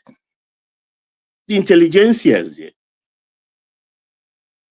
And present a bill demanding that they want out of Nigeria. Simple as that. There is no difficulty in that, even though it is entrenched in our constitution that Nigeria is indivisible. I don't think there is anything indivisible about Nigeria. Let them present their case. But they are not doing that. So how do you want? You don't just stay in your house and start broadcasting Biafra without actioning it. Judgment is starting. Okay, let me pause then, Kenny. So take the floor back. Thank you. All right, sir. Okay, yeah. Let's listen to the program. I think it's played automatically now. I can't hear it. Can anybody hear it? No, I can't hear anything. One more, if you are still there, I think you need to press the button because I've mute, but it's not playing. No, we cannot even vet whether the judge has started speaking because it looks like some of the senior sons are still pressing their phone. Maybe the judge is not back yet. Okay, then let me carry on. You understand? To bat a nation is not a matter of rascality. My own people too are marginalized. Everybody is marginalized. Even when we now even take it state by state in the same geographical zone. Well, we still talk about marginalization. It's part of life. It's part of life, so no problem. And Papa, yes, Papa, sir. can I come in there? Can I Yes, come go if ahead. you permit Go me? ahead, please. See, my brother, thank you for your presentation. You know, sometimes when you present things, It gives a lot of education if somebody really want to listen and digest it properly. You see, the only thing is this: Nigeria have reached what I call a crossroad, and if we go into any violence, history will remember Tinubu. To be frankly speaking, all these beautiful policies they are cracking their brain to bring in, there is no foundation to put them.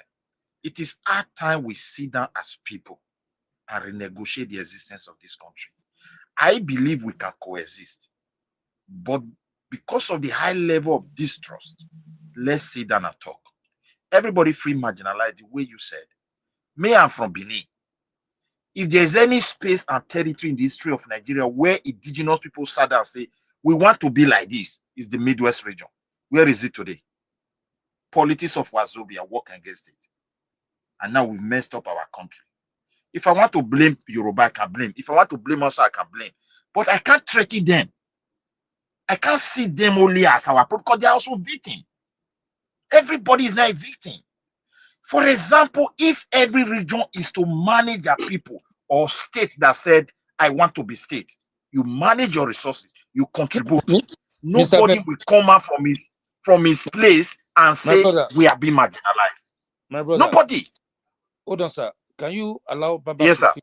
Let Baba submit his own submission there? I can call you after him, please. Okay, no problem. It's just Baba, because I'm a little bit busy, I just wanted to. Okay, thank you. Sorry, Baba. AY, thank you, Kenny. So, like I was saying, I had people actually don't analyze the Civil War dispassionately. I, not an Igbo, but I lost two uncles. One in Abagana under the command of Chua, who later made general in the army, and the other one while crossing from Asaba to Onitsha. He died on the river Niger. These are my uncles. So there are losses from both sides. And I didn't ask the Biafra as a nation to attack my own neck of the wood. They attacked. They want to come through Ore and capture the West. They came. They bombed even Lagos 3 times: Casino, Marine Beach, and Farrer Palace. They exploded bombs there. So it was an aggression. So we all suffered during the war. So let's put that into perspective. So, but those who want to go, I don't see any reason why they cannot go. Marriage is not by force. Nation building is not by force. So if they want to go, let them do the needful in a structured and civilized manner. It is very simple. Very, very simple. Make a bill. There is a National Assembly. You have legislators. I think 58 House of Rep and how many senators? Three times, 15 senators. Let them present a common front. Put a bill there. Let's debate it robustly, and let's see how the other parts of the country will react. It is their right. There is a map to be drawn. Baba, big go me 2 minutes, sir. So we can go to the other speaker, so they don't wait for too long, sir. Yeah. So these things have to be drafted. We don't need to fight a war again to establish Biafra. But one thing the Biafrans will note is that the moment that success comes, all Biafrans, notably in all parts of the country, have to go back to Biafra nation and come back in a structured manner, well documented. Well documented. And if they left and the nations may be fragmented, even the worse or the better for everybody. So there is no problem. I personally have nothing to lose. During the war, the Yorubas in the east, in the north, lost less because as of 1966, very, very few. I don't know of any Yoruba that has what, let me put it in a Nigerian language, that have upstairs in the north. The best most Yoruba people traders have was just bungalow, just to put their head in. So the losses were minimal. The Yorubas don't go out. They stay in their enclave. So I have nothing to lose. Nothing absolutely to lose.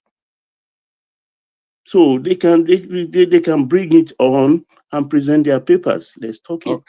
Is that right? Thank you, Kenny. Thank you. Can take over for your submission. I really appreciate that.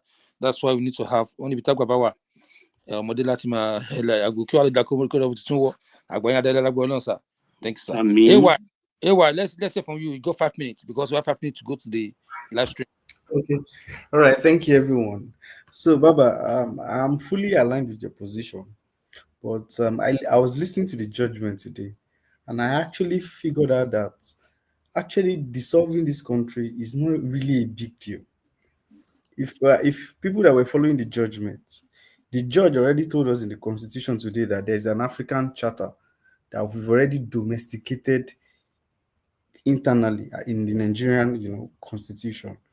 And if there's a need for any grievance and any part of Nigeria wants to go, the judge even said it emphatically today that it should go through the legal means, which has to be your National Assembly. Call your lawmakers, propose a bill, send it to the National Assembly. They will do a referendum, according to what the judge said today, but it must include a referendum. They will conduct a referendum. And when that one is done, everybody says bye-bye. But I don't like the fact that people from that part of the country are appropriating and reprobating. IPOB will tell you it's not limited to their 5 states. Benue is there, but Port Harcourt is there, all these places is there. Why are you going forward and also going backwards? You will say at some point, because I was listening to the evidences today, Nnamdi Kanu shot himself in the leg. He did not put a defense. That means you did not tell the court, simply saying you did not tell the court your own version of the incidents, of the story of what happened. You didn't put any evidence, you didn't put any witness, you didn't even put any way to give us a very accurate perspective of what really happened. As the judge was reading the statements side by, as the judge was citing the statements the way he said it. And if you don't tell your own version of the story, there's no way we can weigh the two perspectives and see the fine lines of the truth. So now he should actually have an introspection. And I felt bad again for him today because I can come to a conclusion that I think he's getting mentally unstable. Because see the way he was unruly to the judge today, calling the judge by name, and yet your people are still seeking for clemency and mercy. I don't think he's going to, though people are saying that, okay, they're going to convict him, then the Tinubu is going to pardon him. I think for me, it's not going to happen. I think it's not going to happen. And if I'm looking at the politics of what's going on, I think if I want to do politics, look at politics, I think Tinubu is going to use Nnamdi Kanu's conviction as a pretext to deal with terrorist sponsors in the north. Because it looks like in Nigeria, there has not been a standard for terrorist punishment. We've not really seen examples of people we deal with that have committed the act of terrorism. I mean, prominent people. Most times you will see people, they say, oh, he's our son. Please don't convict him. Can give him mercy, just pardon him and all of that. But we need, if you want to stay as a country, we need to have examples, clear examples of people that have committed this act and how they are decisively dealt with. If we will stay together as a country, the way we are dealing with our economic reforms, we need to deal with our security challenges that way, without emotions. That's my own position. But on Nnamdi Kanu today, Baba, I don't know, Baba. Yeah, go ahead. I'm even looking at it. He didn't put up a defense at the Federal High Court. If he wants to appeal, on what basis will he appeal? Because there's You no look, defense. my surprise here, sorry to just watch you. The trouble why? Let me put just 5 seconds of my own on to contribute. Look, the intelligent thing to do as a freedom fighter, when you are arraigned like that, don't say anything. Don't take your plea, whether you are guilty or not. Just be mute from day one to the day you are sentenced. Then you have a case internationally, locally, regionally, because nobody has had anything. You did not take a plea. It would have been very difficult. But in this one, you've gone through the gamut of the process and then you are reversing yourself to stage one. It's not going to work. Thank you. Okay. You see, that's what I wanted to get a clarity about, because so that when there's a chances for people to appeal again, people need to know. Meanwhile, 2 minutes more, sir. 2 minutes more, sir. Okay, you don't know. Yes, I'll round up. So that people need to understand, the way electoral cases is. You submit your evidences. When you get a judgment that is not favorable to you, you go to the court of appeal, and you build on the foundation you've laid at the High Court. Now, if you've not laid any foundation, you didn't put up any defense. If you get to the court of appeal, now, what do you want to build on? The judge has returned. That's it. And when it's not emotional, it's fact. Let's listen to the judge, please. Okay, yes, let's go ahead and listen to the judge.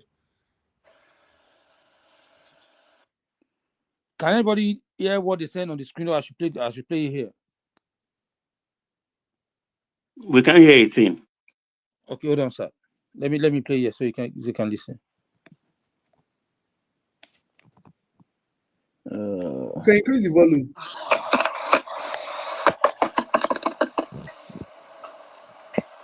Can you hear? No. Hold on, sir. You haven't spoken yet.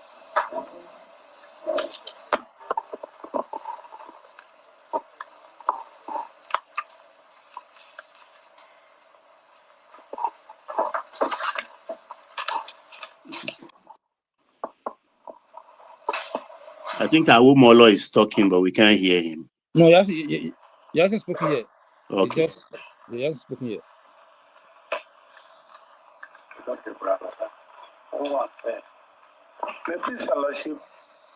Hello, my name is Adegboyega Awumolo. Can you hear it? Yeah, thanks. Siraj Saida, SAN, Mutalubi Ojo Adebayo, SAN, SH Bakrum, Abbas A. Olaiwola, Akiyosori Arosoyin, Ayodeji Afolabi. My Lord, we are preparing for the prosecution, my Lord. Thank you, sir. Thank you. Let me say this. How many people are here as consultants to the convicts? Can you stand up before I call you? You have 3 or 4? Okay. Can I meet you? Give them the microphone. You are legal consultants to the convicts. They were lawyers to the convicts before he converted them to consultants. Yes, my Lord. What is your name? My name is Dr. Maxwell Opara. Yes, the next person. Alon Jumako is my name, Lord. Thank you. P-A-N-A-J-O-4. Yes. Prince Mandela. Thank you. I just want it to be a record that it has a representative in court that will go and tell him, please, sit down. Sorry, my Lord. My Lord, I don't have his brief to represent him here. It's okay, you may sit down. As a please. My Lord, sorry, we don't have his brief. Why are you here?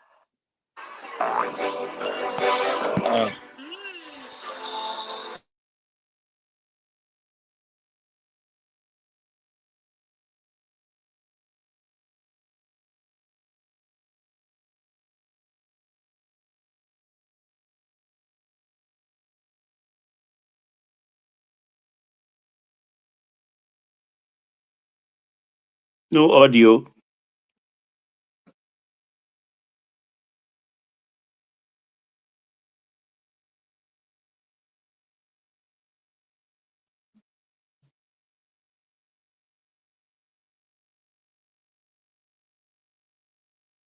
Talk.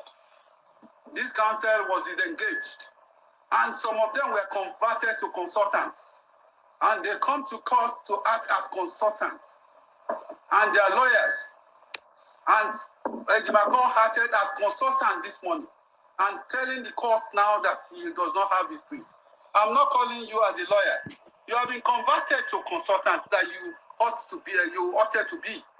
Please, I'm just telling you, get the sentence to him. That is an order from this court. Very well, my lord. You are already here. Your name is on the list as consultants. As consultants all along. While he disengaged you, most of you have been coming as consultants. And I have it on record. It's not that the defendant has no legal access. He has access to legal experts. Please, you may sit down. Thank you. Yeah, my lord, we're just concerned that we're not being put in some kind of legal jeopardy. You may sit down, please. Thank you, my lord. Thank you. Sentence.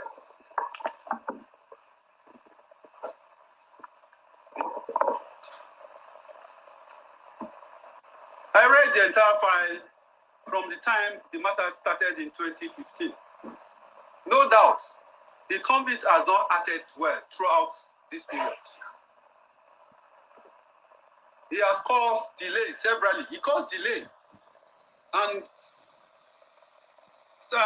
started crying that he's held unlawfully without trial.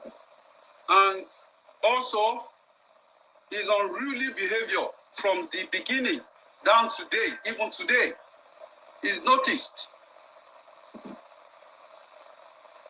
However, this court will not consider that in sentencing, as our God himself is merciful. He has been convicted, and this court is only being merciful to him because we have to be merciful as enjoined by our Lord Christ, Jesus Christ. The court is minded to sentence the convicts to death due to the atrocity he committed. The convict has not shown any remorse whatever for his actions. He remained arrogant, cocky, and full of himself without realizing the magnitude of his crime and the effect of what he has done against his people in the Southeast. I've listened to the allocutors made by the member of House of Representatives representing the constituency of the convict. Although I'm not really persuaded, but I must temper justice with mercy. The court is moved by chapter 23, verse 23 of Matthew, in the book of Matthew, to the fact that who unto you, scribes and Pharisees, hypocrites, for you pay tithe of meat and cumin, and has committed the weightier matter of the law, judgment, mercy, and faith. This ought you ought to have done, particularly, and must notice the words in Matthew 23 and verse 23, the word mercy. Our Lord himself is merciful. No matter what we do, is a merciful God. It is on that note that because we follow this above admonition of Jesus Christ in the Apostles' passage and show mercy to the convict. In addition, the death penalty globally is now being frowned upon by the international community. Consequently, and in the interest of justice,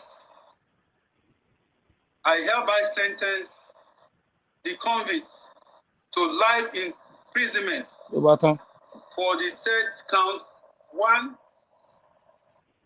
4, 5, and 6 instead of death sentence. Life is sacred to God. With respect to count 3, he is hereby sentenced to 20 years imprisonment without no option of fine. For count 7, he is sentenced to 5 years imprisonment without no option of fine.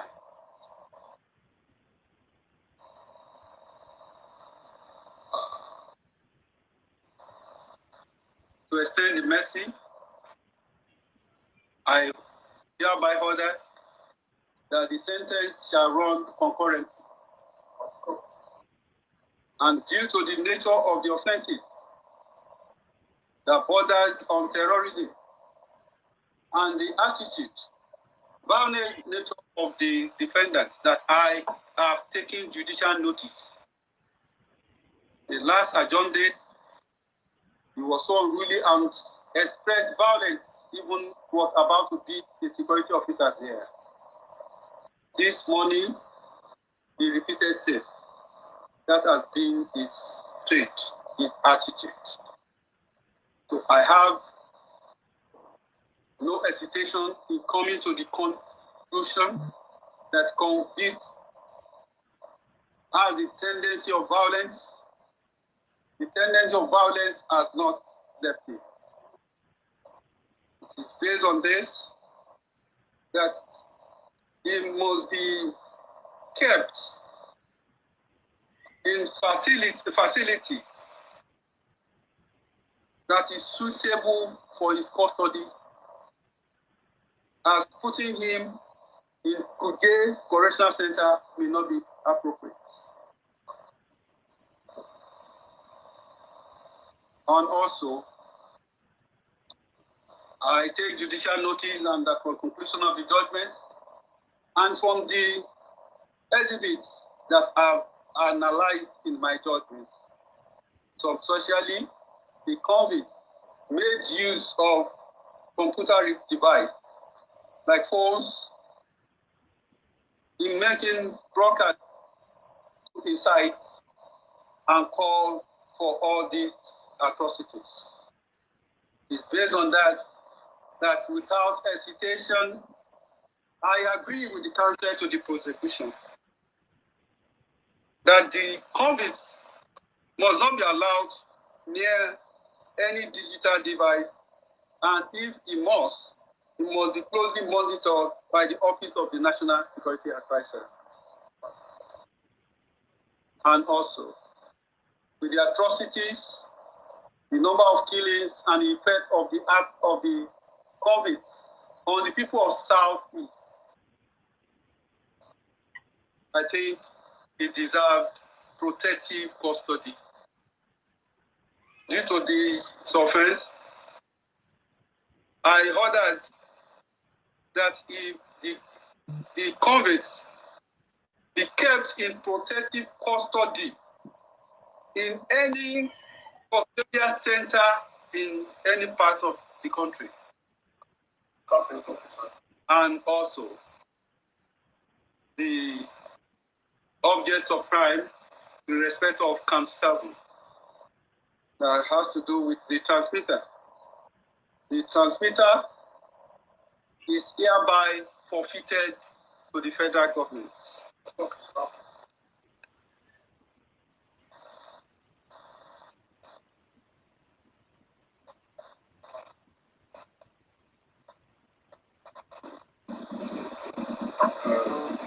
Thank you.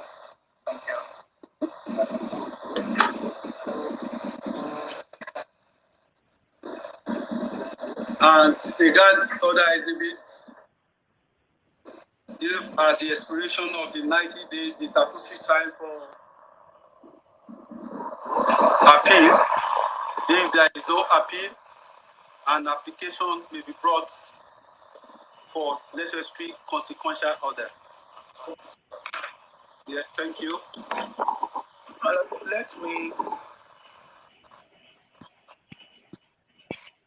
Let me again, on behalf of the people of Nigeria, thank the judiciary for this development.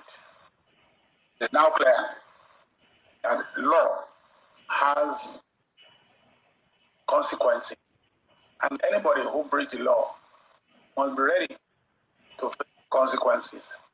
And besides, law must be obeyed for society. Law and judicial institutions must be respected. Avoid anarchy and lawlessness. I want to thank you again on behalf of the people of Nigeria, the judiciary, for this judgment. I hope and pray that many others will sit down from this decision, and I pray also that the Lord will give you health, strength, and advancement in your career. My Lord, 9 months have been very challenging. So you're telling me I can straighten my teeth Okay. in as little as 4 to 6 months from just 38 So, guys, a month? Yeah. All right. Okay. Mr. that's Kevin.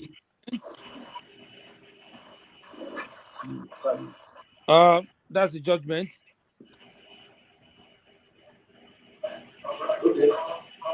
Okay. Okay, let me So, just speak AY, you can briefly. continue. You can continue. Hey, You've Sorry, got 3 minutes. I was let me speak briefly. Mr. Let me speak briefly for just 1 minute. Yeah. Okay, AY, can you permit Emeka, Well, please? Just give Emeka, please. Emeka, 3 minutes, please. Yeah. okay, thank you. Thank you very much. Thank you, AY. What can I say? On the context of the judgments, the contravention of the law, the gravity of the offenses and the charges, I would rather say the judge showed mercy. And I would thank the judge for sparing his life, because life is sacrosanct. I like the way the judge went about it, also quoting the gospel, and also, discussing that in international spaces, um, taking one's life through the judiciary process is not being frowned upon. I would thank the judge for sparing his life, because if he had sentenced him to death, though a lot of people would scream, but he has only acted in his capacity and the charges brought before him. Then I also want to appreciate the judge for bringing up his behavior in court. And I felt, we've all talked about it. I don't agree with such kind of behavior. There's nothing to prove.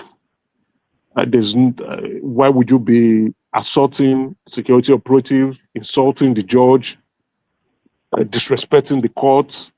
There was just nothing to prove. And I'm happy the judge didn't put that into context. The judge would have, because when you disrespect the courts, you go to jail for it too. The judge didn't do that, and I appreciate the judge not doing that. I appreciate the judge expressing some form of mercy. Solitary confinement. Also, if the judge was going through, I understand the judge is an intelligent man and would have done his research. There have been cries against solitary confinement because of the mental state of the prisoner, what it will cause the prisoner.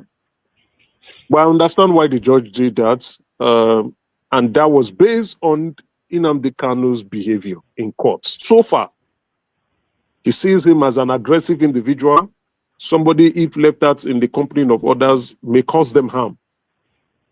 And that is the reason why Nnamdi Kanu should have been well behaved. His silence would have spoken more than his behavior.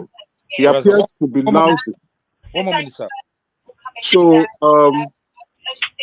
I don't know what he's going to appeal. He didn't defend himself. the appeal court would look at if the judge. And then Somebody is talking, please. yesterday, the consultation papers. So I thought it would be good for us all to come together on a weekly basis. I recognise that there are a lot of people going out director meetings, staff briefings. Can you? Hello. Kenny, mute yourself. Mute yourself, Kenny. It's not me. It's not me. This will be your space to ask questions. John and I. Okay, so I don't know if I don't think the Court of Appeal would overrule any of the. I don't think the Court of Appeal will overrule the judgment of Justice Omotosho. It looked like a fair judgment, in my view. Others But can I think tell. Emeka, I think one of his contentions was that the judge didn't have what they call it again? Jurisdiction. Jurisdiction.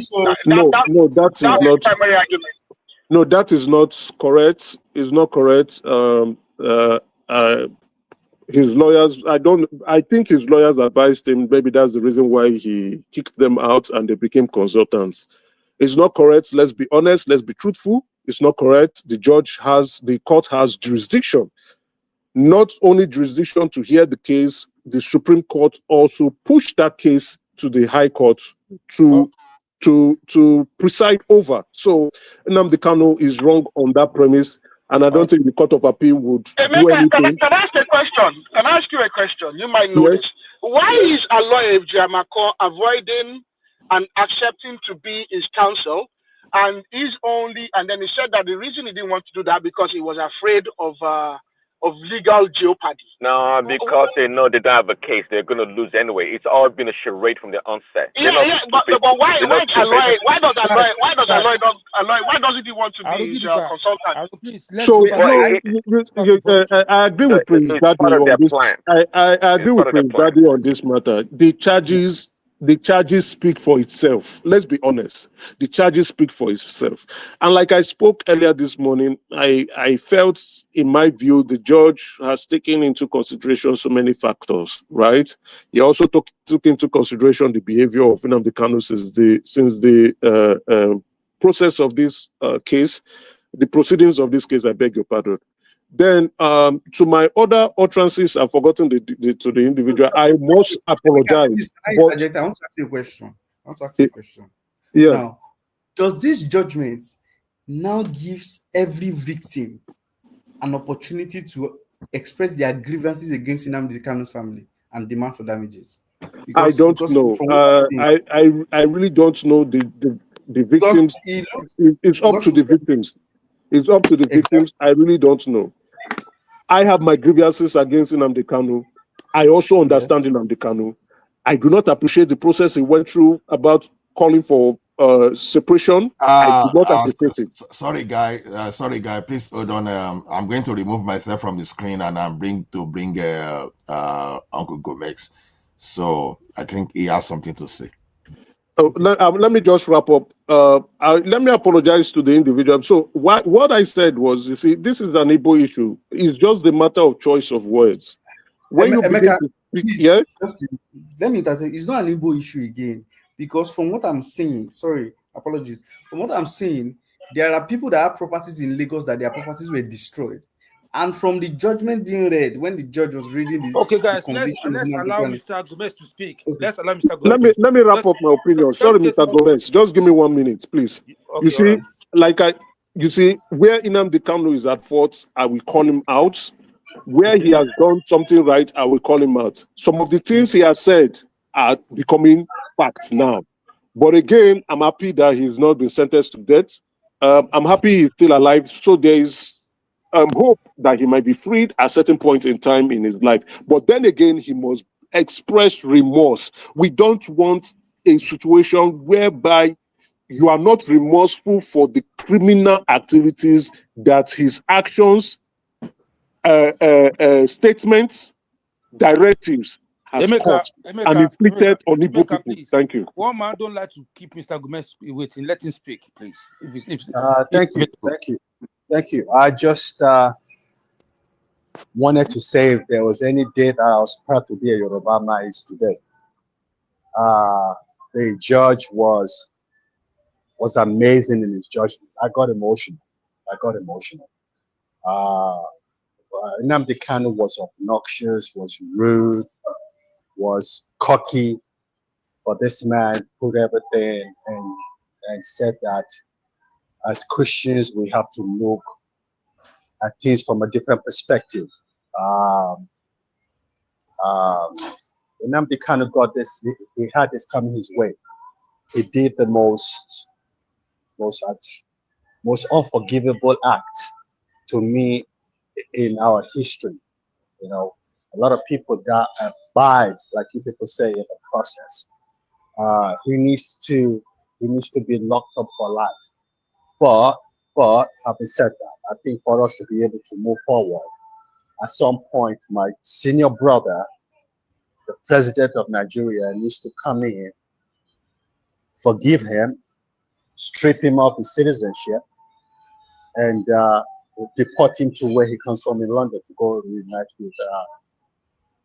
with his family and friends in the United Kingdom.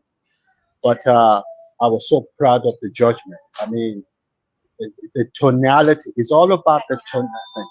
It's all about the tonality. The tonality of the judge gave the impression that it was nothing personal. It was just doing his job, and I was very touched by that. So it's a new day. Let's hope that we move forward as a nation, and let's be united. I've never seen this kind of division in Nigeria before, and I think it's going to get worse, not better. So that's what I have to say. I called him because I thought the judge was amazing in his submission and judgment. Amazing. I was proud of what the man did. He made an amazing, you know, he forgave him. He could have sentenced him to death easily, but he looked past that. So that's all I have to say. That's all I have to say. I want us to listen to one of his defense. They are actually say something. I want you guys to listen to it. Evidence laid before the court. The sentence is overbroad, cruel, and unusual. How can you convict a man for making mere broadcasts from a location that was never named, and he never tied that broadcast to any single incident of violence, or even someone slapping someone, not to talk of terrorism? You did all this. This whole verdict can be grounded in law, logic of.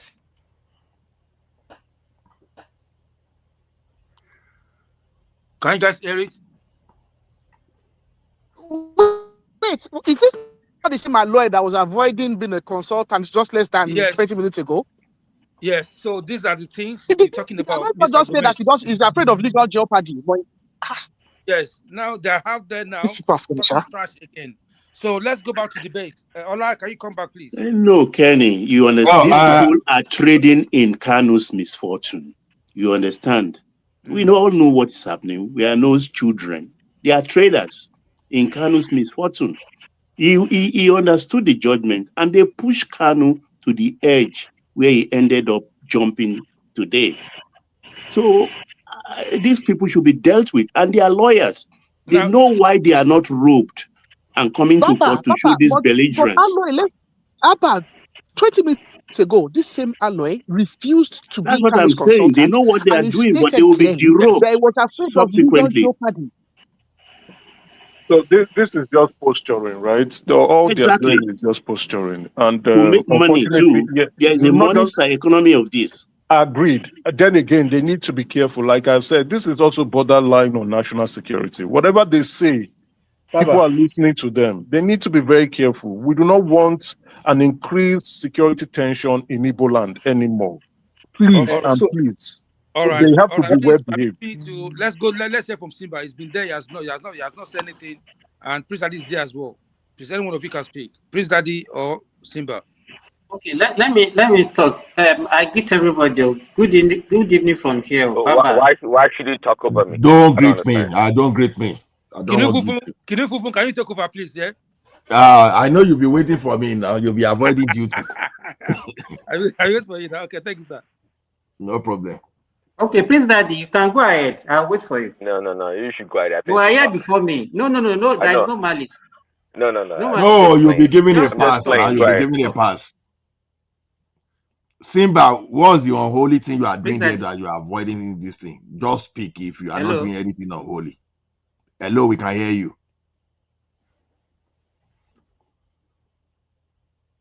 Hello, Simba. Can anybody hear me? Okay, can you hear me? Simba, sorry, Simba, sir. Before you go, let me apologize to my brother Emeka for the outburst. I mean, I have the other time. He's somebody that I love so much. I like to hear his voice and his view as well.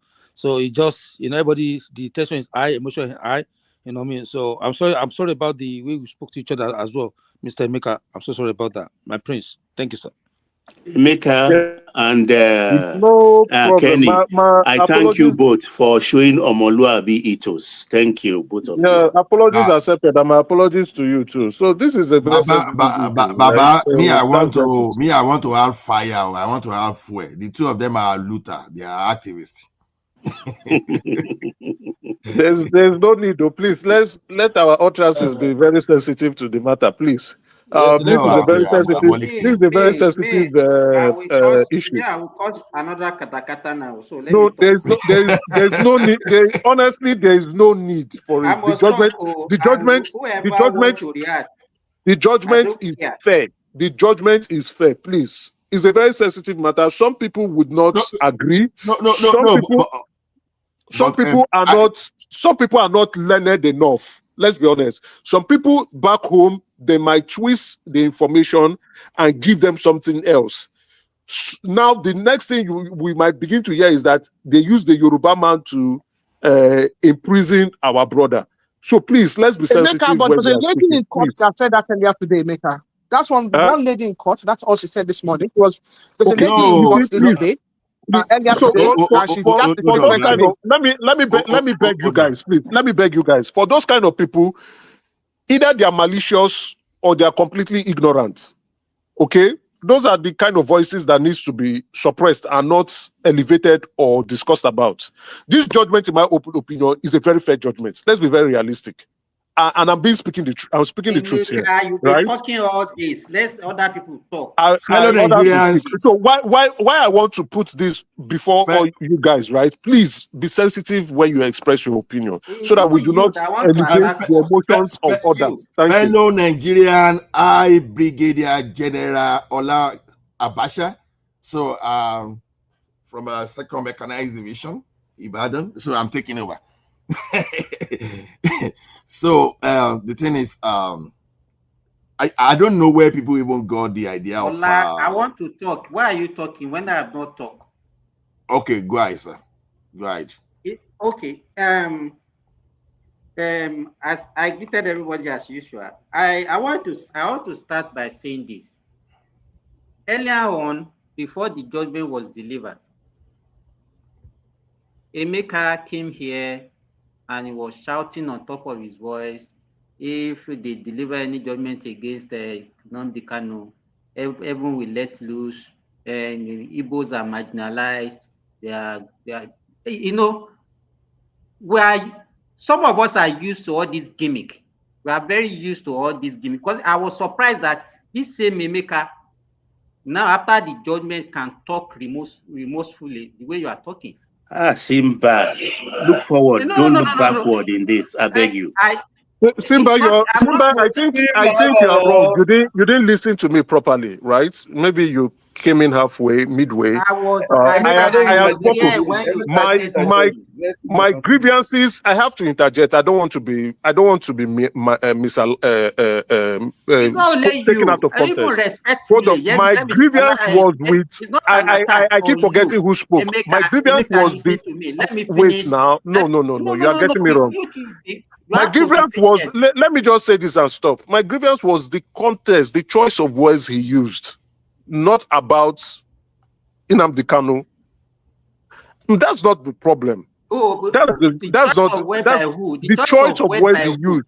He was saying, he was trying to say, like, Igbo people do not matter. Before Kenny talk, your earlier statement, when one man asked you to talk, that was when you are talking about marginalization, victimization Oh yes, of the we've been marginalized. Let's be honest. The let me evidence tell is you, there. you have to, let me tell you, you can't be using marginalization, victimization on any issue that pertaining to Nigeria. When you We've are been looking for marginalized. The evidence is anything, the evidence is there. No, you are not being honest. You see that this is Baba. Please, I need you to step in here, right? You know, you come in with great wisdom and maturity.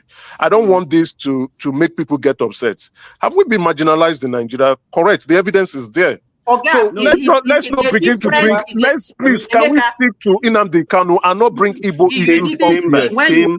Please, maturity comes in play here. Don't bring Igbo issues. Dr. Please, Simba, please, let's talk please. on the judgment. Leave Talk that on the judgment. behind, Talk on please. Nnamdi Kanu. Okay? Don't bring Igbo issues. Please. Mhm. This is Now, where the we judgment, will disagree. let me tell you, whatever anybody wanted to do, let me tell you, the judgment has been delivered. People can twist it. Okay, they use a Yoruba man to deliver judgment on an Igbo person. Is a rhetorical that everybody's used to it. You understand? We are not looking at how the whole country will look in the international community if you are now saying, okay, because Nnamdi Kanu, because of what will be the repercussion of killing him, maybe because of the security of the country, we now say, okay, we free him. So what precedent do you want to even use that one to set? How do you want us to look in the eye of the international community? It doesn't portray us as being good as a country, that the country that has a law and order. You understand? So everybody that has talked, I'm very surprised that everybody that talked before the judgment, they are not coming back now to say, okay, they like the judgment, but they were not looking at it in that way. No, I was not in love with them, Simba. I was not in love with them. Those everybody. Yes. So so for how long are we going to continue this way as people? When we cannot tell ourselves the truth, we always look sentiment, put sentiment into whatever we want to say as a country, and then we'll now be blaming the country. The country is this. Are we good ourselves when we cannot say the truth? Okay, activist, Dr. Simba. Yeah. Can I speak now? So have I told you that I finished, or you want to stop me? Okay, go ahead, sir. Go ahead. No, you can't. I know you don't want the way. I don't want the way I'm going, so you can continue whatever you want. No. Continue your statement. I've said what I want to say, because I don't like the way Nnamdi. We like blaming ourselves, but on our own, are we really be truthful to ourselves? Okay. What I'm about to say is this: I listened to the reading of the judgment, and as they were convicting the man. So when people were saying they were waiting for the final judgment, I was just what? Well, the judgment was so glaring in that the delivery of that judgment, and I never for once heard where they refer to something that it have to be like a death sentence. So I was surprised to hear people even to start debating something like death sentence. That said, it's good at least that for people now can reason that okay, the judgment seems to be okay, because if this judgment had gone the other way, how do you express yourself or explain that you're a serious country where Samuel Epa that was somewhere away was even sentenced, and Nigeria will now take another dimension? So it is not uncommon that some people will want to cash out politically, especially those people that will start saying rubbish online. Hola, sir. I'm sorry, I want to call Ogbeni out today. That the last time he was here, he said they will not judge, they will not sentence. Kenny, Ogbeni is in the comment section. Yeah. You can come in. Yeah, so yes, it's right as a legal mind. Explain what you said. Prof, please come in. Prof, come in, please. Hold on. He said they will not, that the judge will not make a judgment, that the judge will give him chance to to do something for the big judgment. That's what everybody said. Yeah, maybe final address or motion like that. He said he will not give So I want government to come back and redeem himself because it's our lawyer here that we trust. No, I know. I think you heard him wrongly. You understand? No, that's what because I said at that now. time. That's what No, this guy. No, it was not wrong. He said it. He said they will not deliver judgment. He said it emphatically. That's what he said now. He said just no judgment. That's what he said here now. Well, because the one thing I know that no, that when I asked the question, Kenny, I remember very well, Kenny. Wait, he's my brother, and he responded to me by saying that because of those frivolous motions filed in the Supreme Court and the Appeal Court, that he doesn't think the judge will go ahead. He will have to wait for the outcome. But the judge didn't wait for that outcome. Maybe they didn't file properly, because he gave also some judgment, or ruling rather, before he proceeded with reading his judgment on motions even filed before his own court. That is Justice Omotosho's court. Baba, yeah, he's in the comment section, so I've invited him in. No, if the prof is well disposed, let him come in and maybe throw light into all of this. Thank you. No need for dragging. I listen to how people construct the statements sometimes. You understand? If you are saying something as a matter of opinion, when you are having if and all those stuff, you understand? No, we're not that's dragging opinion. It's not being affirmative. It's not being explicit. So I don't really see why we should drag him into this, because no, nobody's dragging him. See, that day we're not the only one that listen. He hasn't lost. Don't argue. Don't just. We are all here. So anyway, the way everybody understands it, Ola can say he doesn't see it, but we are all here and we understand what happened that day. So don't drag it with Ola. Let's move forward. So I want to ask Ogeni. Sorry for interjection. I want to ask Ogeni some question. Ogeni is not here. Ogeni is not here. Okay. So if he comes here, because my own question is, I'm a victim of Nnamdi Kanu's atrocities. Now, how do I claim damages? Because court has convicted him. So is it right for me to sue him? Yes. Okay. Let me give you an idea. If you want to claim, because Chief Rebecca is here, so he's the son of the land. So let's sue him so that. No,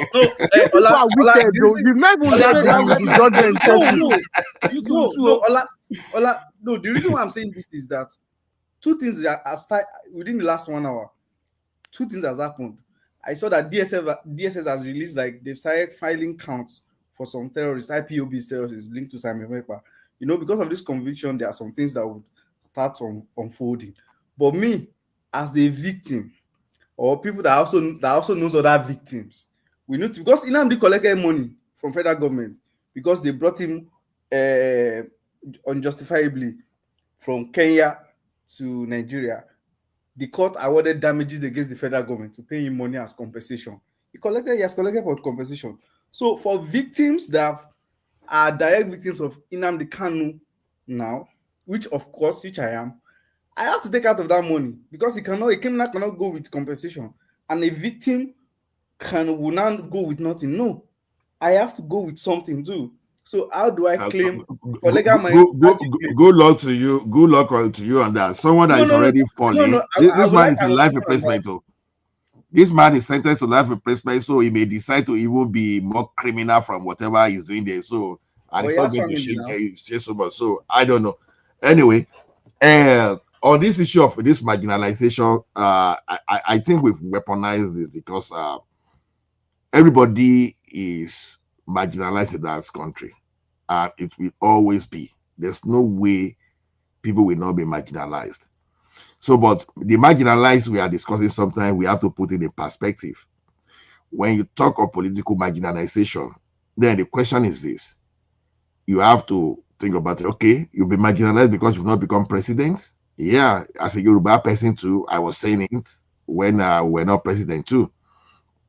But the thing is this: we have more than. To add to what you just said, I think someone was also asking that I should explain how. We are the only regional group with 5 states, and that gives us less representation than other regions in the country.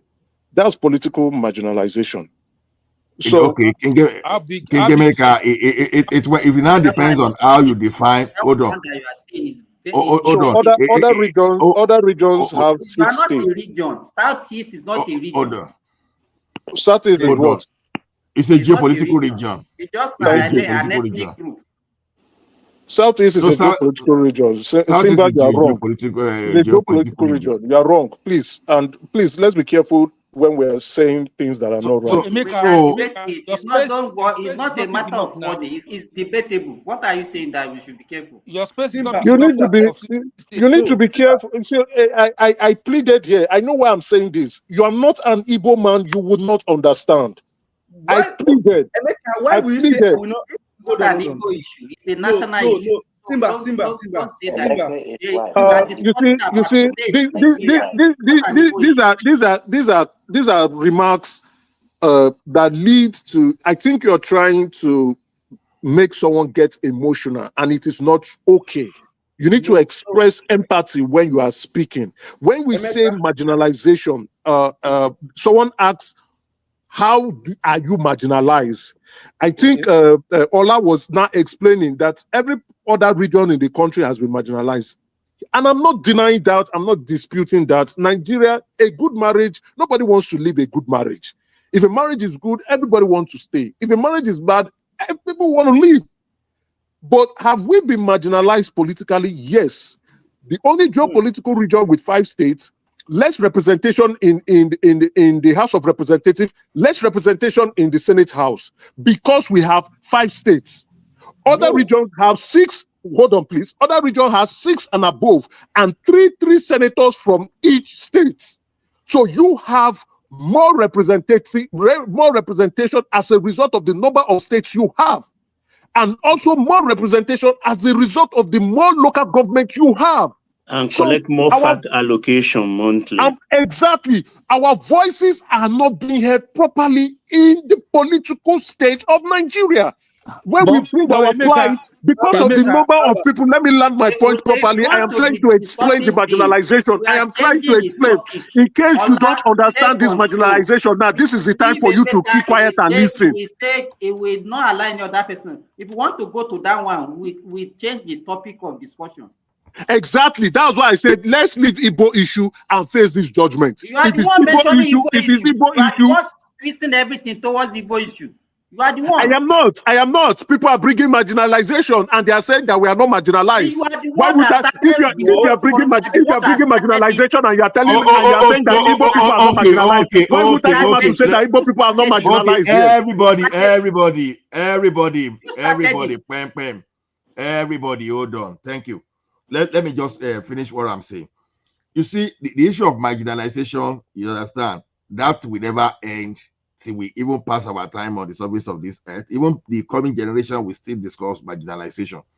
Let me tell you something. In Canada, because it depends on different political space, left to me, I want Southeast to have equal number of states as others. It's so simple. I want the South to balance out the North, because they've shifted the country over time. So they have a representation, so that just to override others. So where's the space for them? Where's the space now? Hold on now. It's not about space. I'm just telling you why. It just I'm thinking of numbers. I'm thinking of numbers in the National Assembly. And so you have to balance the number. Why must it go to the Southeast? Just hold on. Let me like.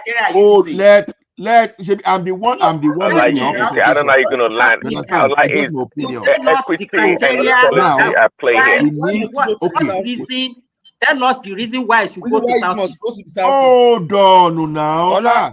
Ola, Mike is on the background. Put me to the back. Put me back up. I can come back later. I can come on later. Ola, so you are suggesting they should have 7 states. Is that what you're saying? Okay, hold on. Let me make my presentation. You understand? Okay. Now, you cannot do whatever you want to do with information. The issue of marginalization is tending towards infinity. Is that till the end of this world, people will always talk of marginalization, and we never get everything. Even economics teaches marginalization. That's why you don't have infinite resources. You have finite resources. So you just have to balance out. But I have my own idea of marginalization. My idea of marginalization is different from that of Simba and it's different from that of Emeka. My idea of marginalization is this: the number of representation between the South and the North, we have to balance out, just because of the type of impunity we've seen in our country where some people want to dominate.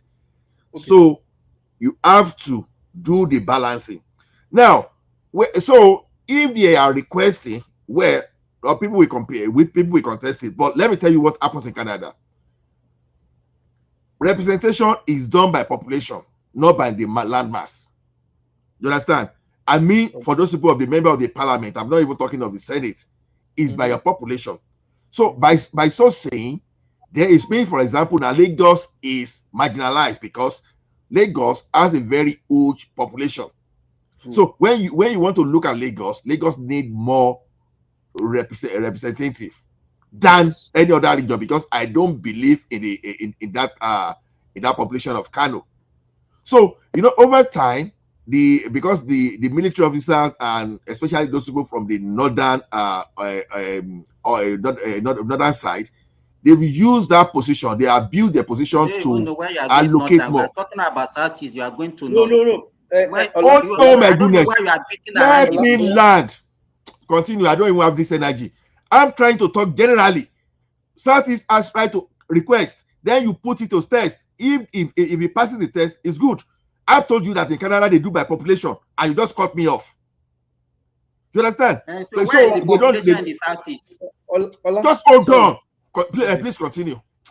I can't be doing all this argument of. There are several people that want to talk now. Why are you behaving like a woman? Just go ahead. I don't have energy. I have limited energy for. If you don't have energy, why do you come on the platform? Go and sleep. No, I want. Let Mr. Land talk now. I want to be productive. Ola, can I come real quick? I think what people are saying is, if you want to discuss, you have to discuss in a context. You understand? Are you discussing ethnic marginalization or regional marginalization? Exactly. Those are two different things. You understand? So you have to have the argument, conversation in context, not just all over the place and broadly and things. So that way we can understand. No, Mr. Mike, Mr. Mike, the Southwest and the Southeast are peculiar in Nigeria because both of those things are the same. Ethnic and regional are both and the same in the Southwest and the Southeast. Now let me say this very important. Give me 1 second. Let me say this very important.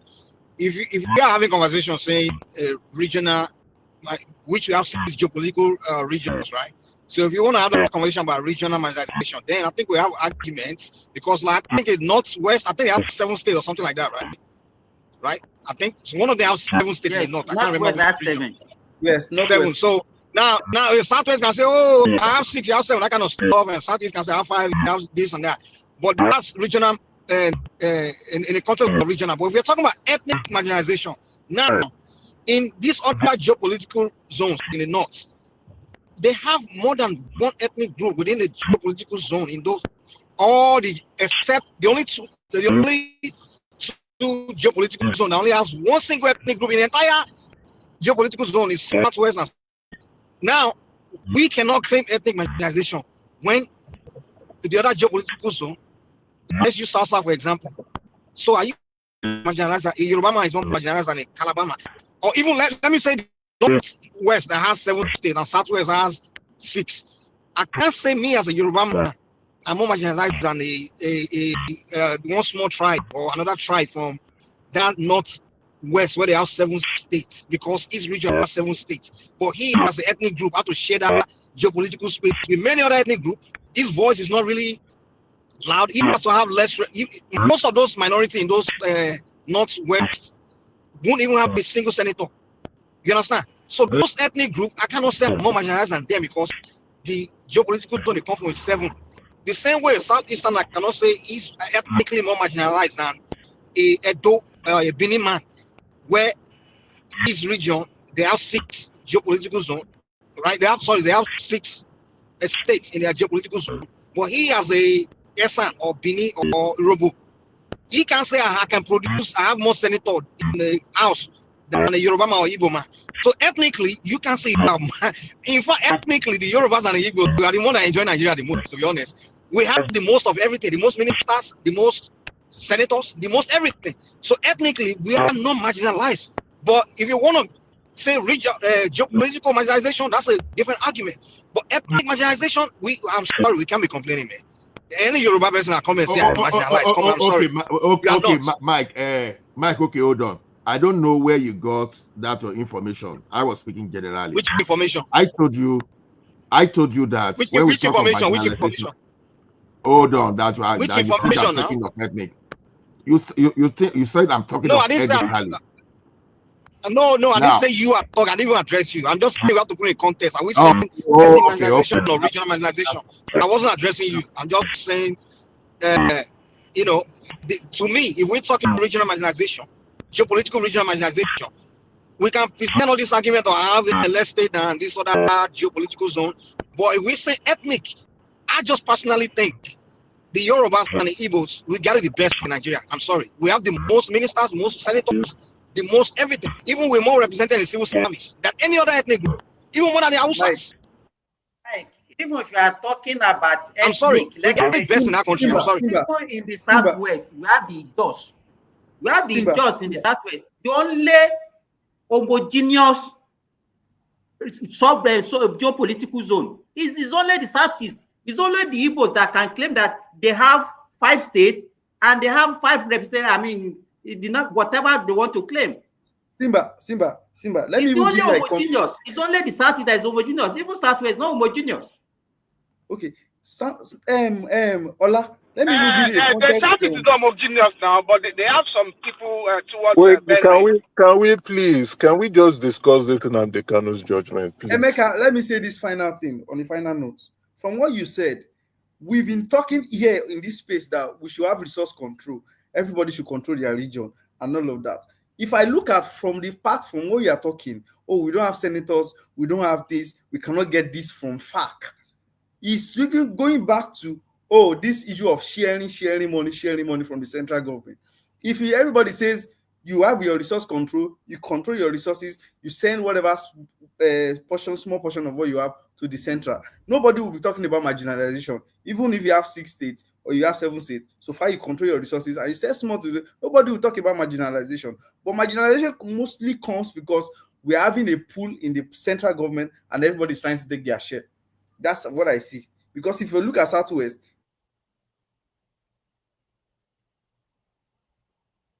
AY, I can't hear you again. Can anybody hear him? Or is it my microphone? From 3 days ago, we can't complain in Southwest, but we are financially marginalized too. But let's see how it goes too. What I just said in this thing is the issue of marginalization is infinite. So it's not going to, it's something that is going to be forever. You can be marginalized through resources, you can be marginalized through representation, just anything. So it is not something that is going to end. But as far as I'm concerned, anything that can balance out North and the West, that someone will not dominate or that is okay. But like in Canada, as I was saying, representation is based on population, not based on land mass. It's population. So to me, like I was saying, if you want to use that population, then Lagos is marginalized, no doubt about that. But Mr. Ola, population can fluctuate very, very wildly. No. What I'm just giving an example of how it's done here. I don't know how it's even done in the US. I'm giving an example. So, but I'm saying that population can fluctuate very wildly because of several different things: insecurity, natural disasters, general migrations, social economic issues. So, I mean, do you keep adjusting the representation every time? You know, is it every 10 years you do an adjustment, or how does that work? Well, I don't know whether they do adjustment, but now the fluctuation of Lagos state population, I doubt it. Even the fluctuation of Ogun state population is always going to increase. So, to me, I think it should be based on. I believe, as far as Nigeria is concerned, if I would suggest, representation should be based on population, because how do I mean? If you develop your state, people will rush to your state. So you cannot decide your state, for example. Maybe you used to have 10 million. 2 million move from your state to let's say Ogun State. Okay. Another 2 million move from another state to that place. So you are overpopulating a region. So okay, you Allah, should not be enjoying. Is your conclusion is that the Southeast deserve an additional state or 2 more states? Is their conclusion? It's just my opinion. You understand? Yeah, what I'm saying generally is this: Southeast can fight for whatever they want to fight for, but what I want a situation whereby a particular region will not have, what I mean that between South and North, the North would not have a voting advantage when it comes to decision making in the National Assembly over the South. That's all I'm particular about in totality. Now, in the North, now, for example, Nigeria still seen as not? Is Nigeria still seen as North and South, or just? Like you said, marginalization is a natural thing. I think that's in essence that's what you're saying. Some group or so always going to be marginalized. So, so you think right now in the Senate or in the House of Assembly that the Southeasterners are marginalized? Is that what you're saying? No. I won't say that. I said Southeast can fight for this.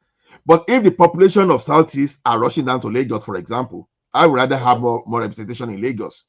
Because now, there's this reason that people are rushing from Southeast to let's say to Lagos. So if you cannot develop your space for people to rush there and use population to have representation, my question is that's my own definition, in my opinion. Okay, I got your point. So, you're just penalizing them then. You're penalizing them. Hold on. Which region has the most states in that country? South, northwest, right? Northwest. Is that right?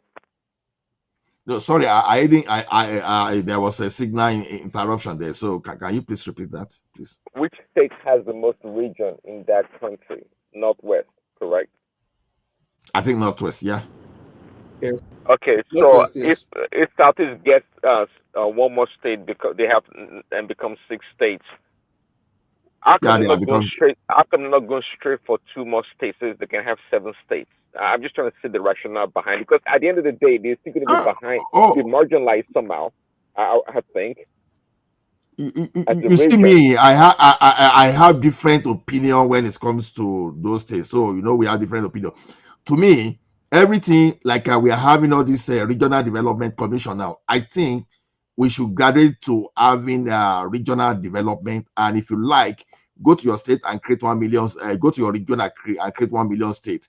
The resources should be shared based on the geopolitical region. So they've used state before to steal. People were using the state to state and more local government to just to draw resources. So that's what all this state and local government creation was all about, just to access more resources from the central. When people started aggregating for resource control, that's one of the reasons, because they look at what the northern leader was doing majorly was just to use all those things to cut more resources away. Let me even address this. Sorry, let me say this real quick. When people say like one geopolitical zone, like they go into the Senate to represent that geopolitical zone, I don't think that's really what the case is. Like, for example, Benue is in the northeast. Borno is also in the northeast. I don't think a Benue senator, a TV man, you really go there to be speaking for the interest of the Canaries in Borno. I don't think they have anything in common, to be honest. So Benue I don't think their vote. No. That's not what I'm saying. Benue is not in northeast. Benue is not north. I'm saying that Benue is not central. Not central. Oh, it's not northeast. Oh, okay. I thought it was northeast. I think Mr. Mark was talking about Borno. It's confusing Borno for Benue. Yeah. No. See, my idea. Let me use South for example. Let me say Cross River, right? I don't think Cross River senator would really be there for the same interest as Delta State senator, because it's like the reality is different, and they really don't. Even this time between the states is really far apart.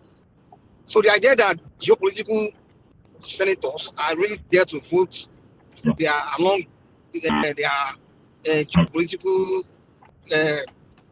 reality or whatever. I don't think that's the case. I think when you have that, it's like maybe Southwest or Southeast go there. Yeah, because their political space is homogeneous. So when they go there, they see themselves as maybe your senator good now. If you speaking, of course, you want to go for the interest of the Yorubas.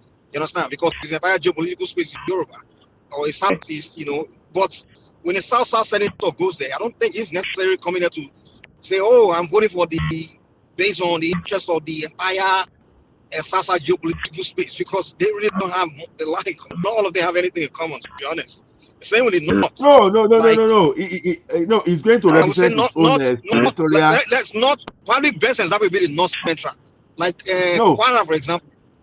The Yoruba, the Kwara people really don't have much in common with maybe let's say which other states. Zamfara is some northern people in the same geopolitical space are from maybe Zamfara or something. They really don't have it. So their representation based on geopolitical space is the senatorial representation. I don't think that stuff is a reality, to be honest.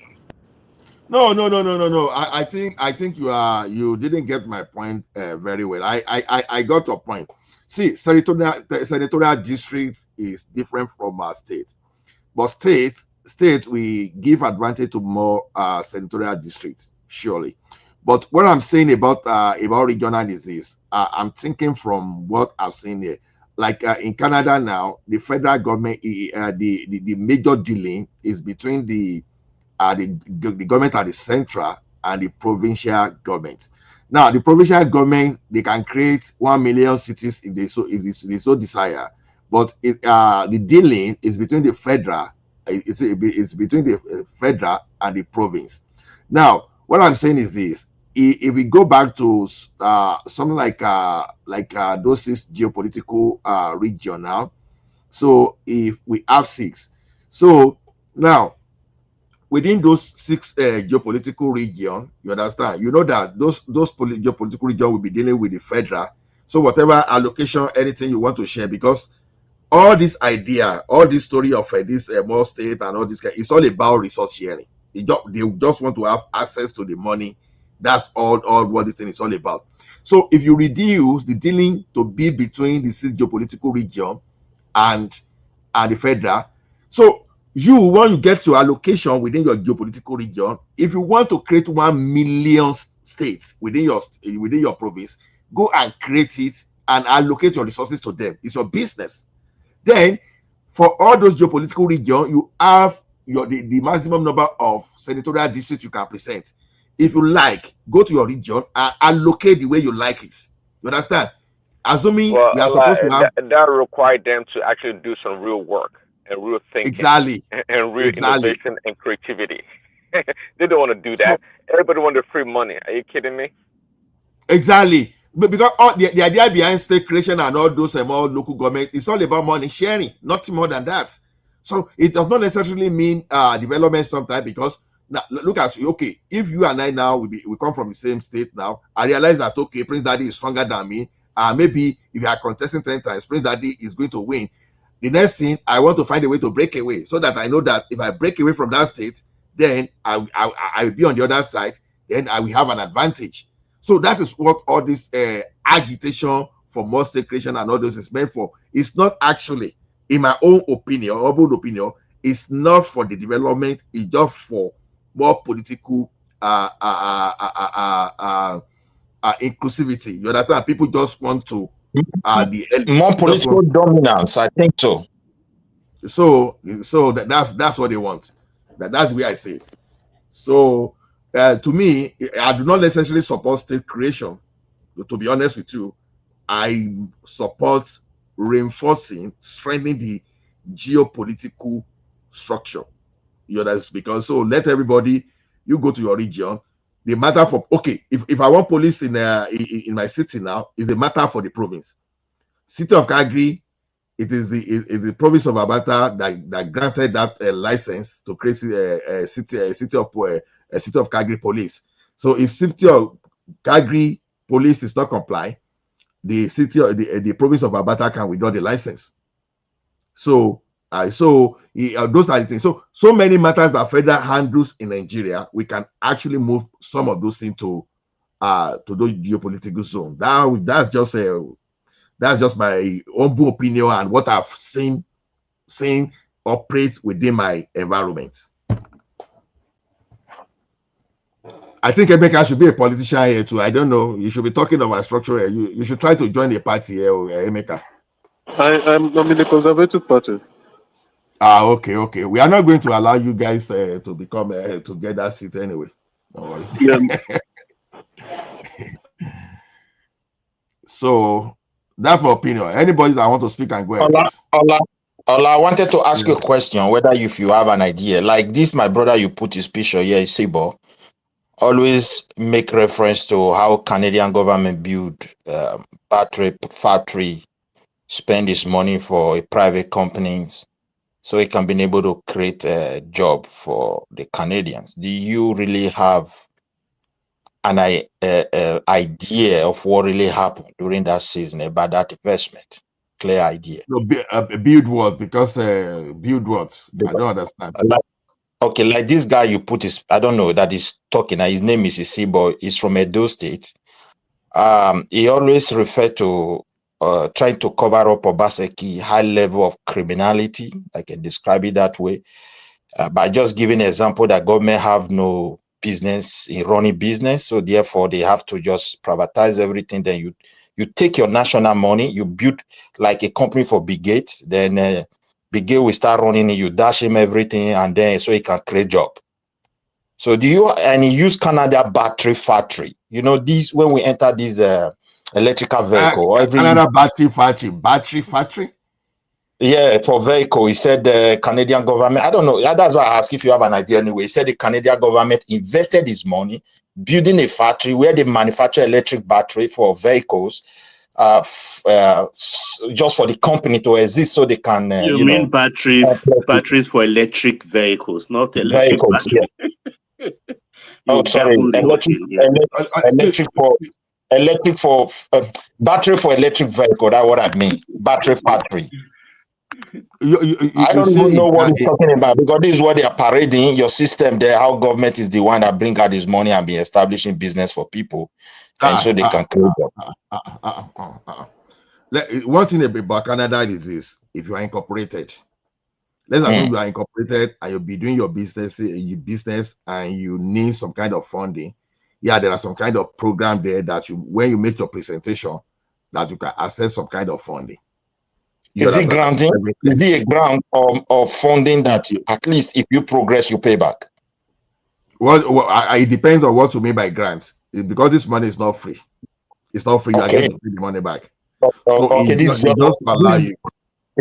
what I just want to put in there, because where I live, we have it also. And God forbid that company didn't bankrupt, they must surely pay.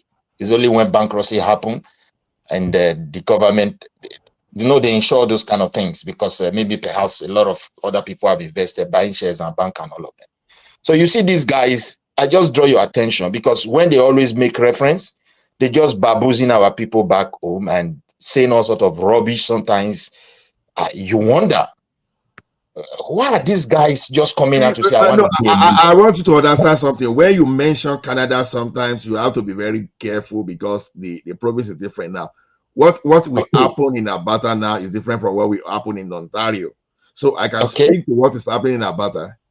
I may not be able to as divisive as a country like that.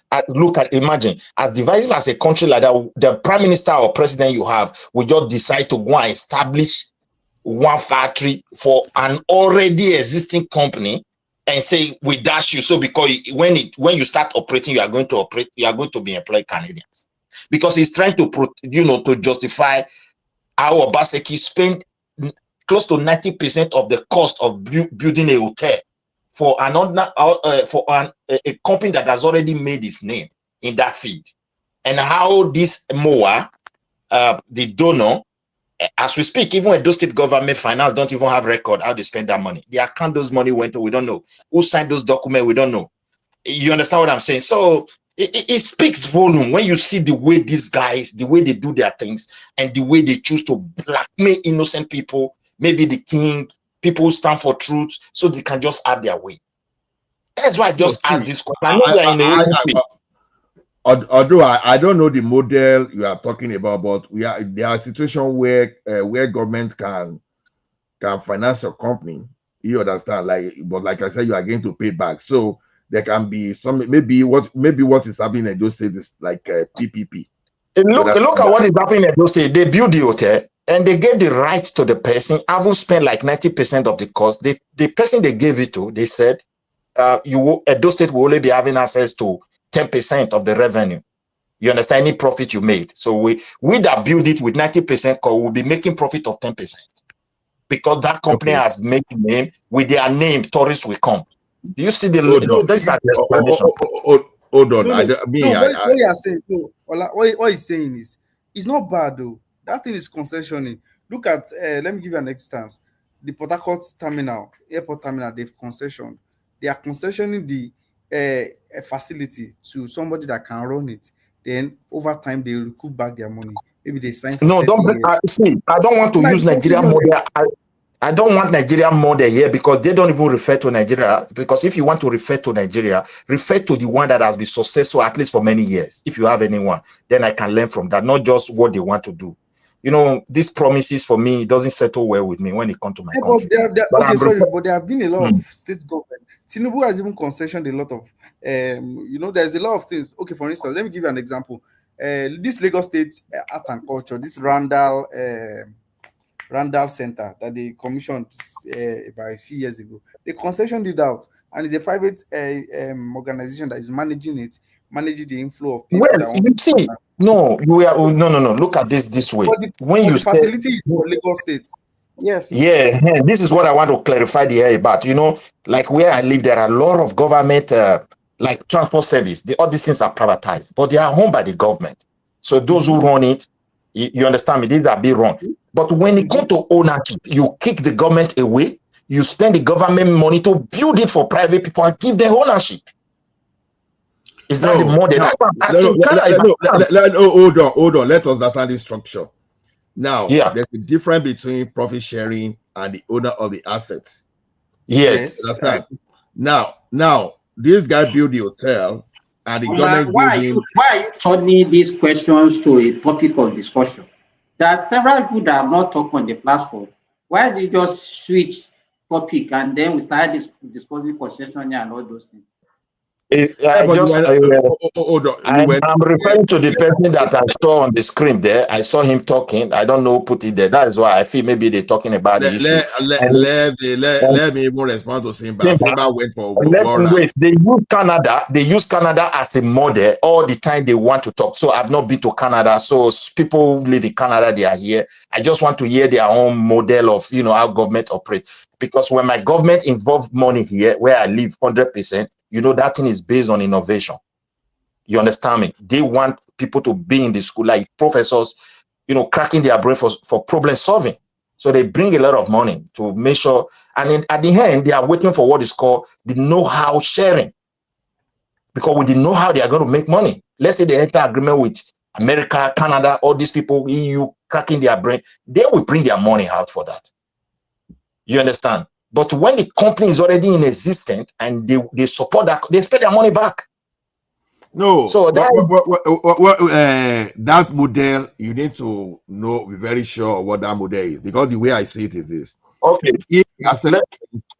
Assuming the asset itself is 100 billion, and the government of Edo now put the shareholder contribution and invest in that asset. You understand? In that asset. So that means that the entirety of the company, the government is holding that particular asset to 90%, while the other guy is holding 10%. So profit sharing now is different from asset now. The operational, look at it from this angle. The government is the one that invested 90% of the cost. Now, when it comes to ownership, it belongs to those people, but we should be expecting 10% as a profit. This is the model on ground. No, I have to see the document before because let me tell you something. Because Okay, anyway, we can discuss that one later because activist Simba is saying something. Let's forget it. Simba, I'm sorry for that. It's just because of what I saw on TV. So Simba, what did you want to say? I'm not saying anything, but yeah, I don't want us to start discussing a Edo issue, whether somebody is actually government that is actually sponsoring business or funding business for private people and all those things. We have a topic that we are discussing, and I don't want us to actually switch to another topic. Okay, take us back to the topic. AY is there. I don't think AY has not talked since the inception of this. Well, I have talked now. I've said my point. Where I came into the conversation was because of this court judgment and all of that. And it was Emeka that wanted that I came here for, that I logged in for, because he was trying to, pacify me also emotionally and all of that. And at this point, I don't take it anymore, because we just need to be factual. And when Ola was raising the issue of marginalization, like, okay, we are marginalized. The truth is, we need to redesign the structure of Nigeria, the way Nigeria is currently.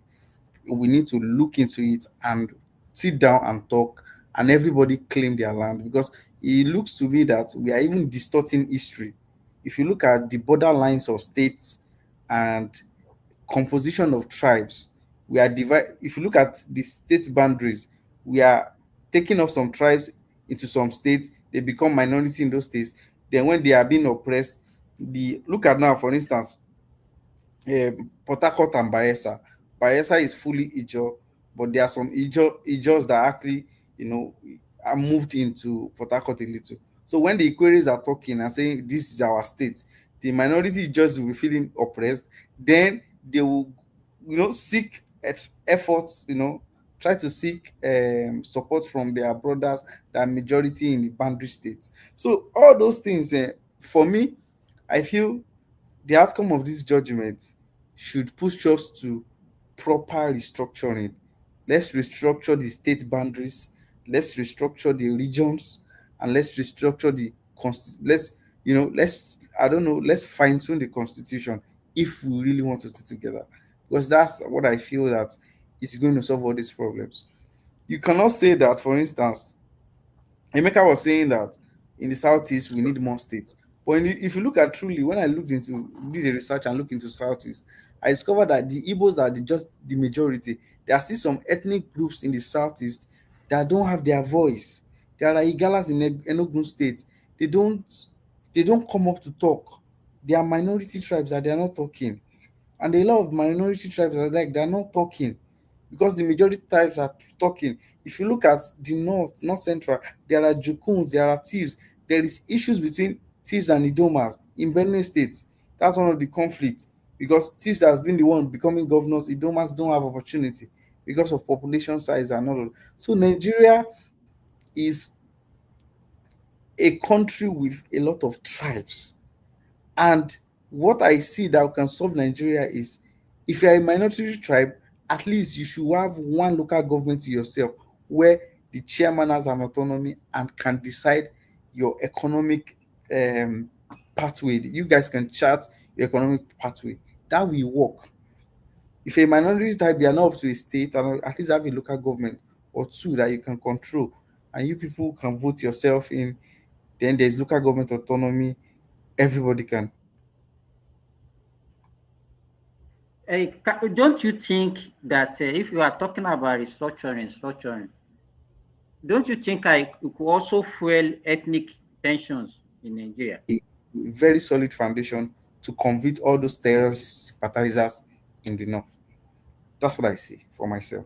That it's a good start. Okay, AY. So if you want to restructure now, you understand. I'm looking for how I'm just going to carve where Simba live and just throw Simba away from Yoruba land. No, you don't need to trust. No, Let me also come in, AY. Thank you very much for that submission.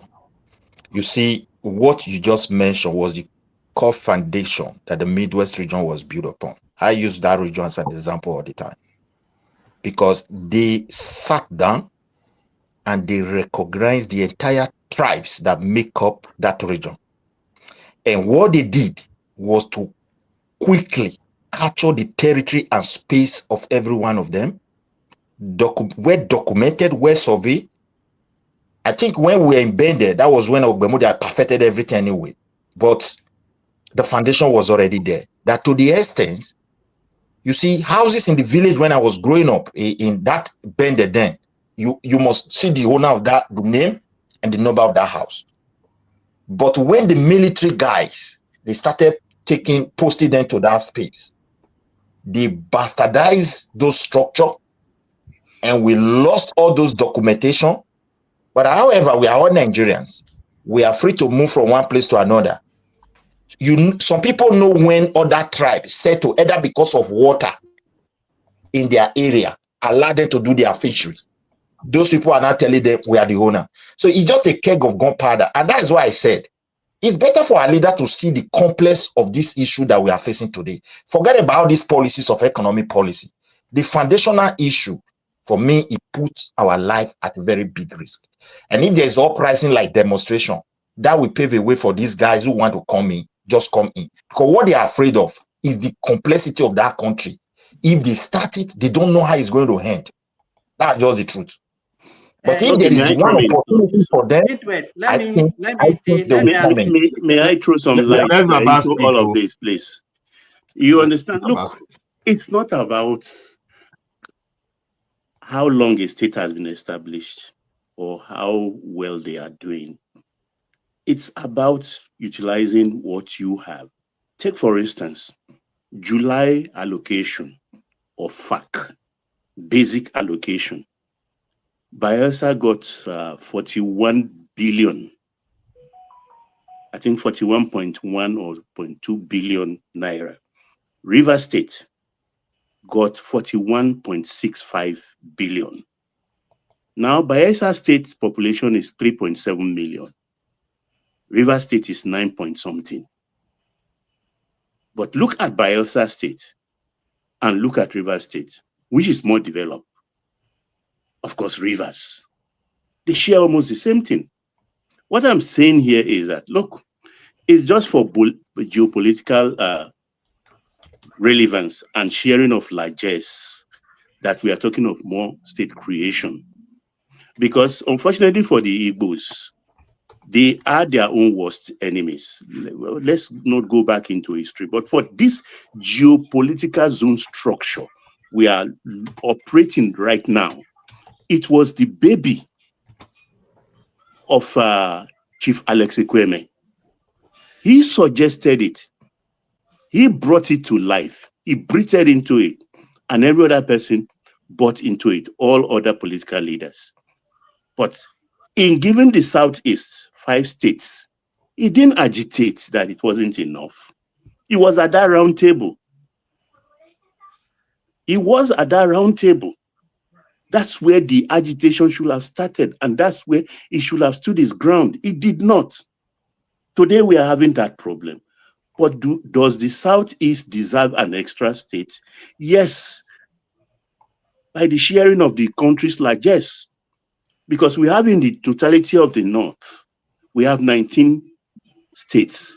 In the South, we have 17, so 36. And the North even have an up more advantage, because where we call Abuja today, I mean, it's a no-brainer to anybody by saying it is in the North.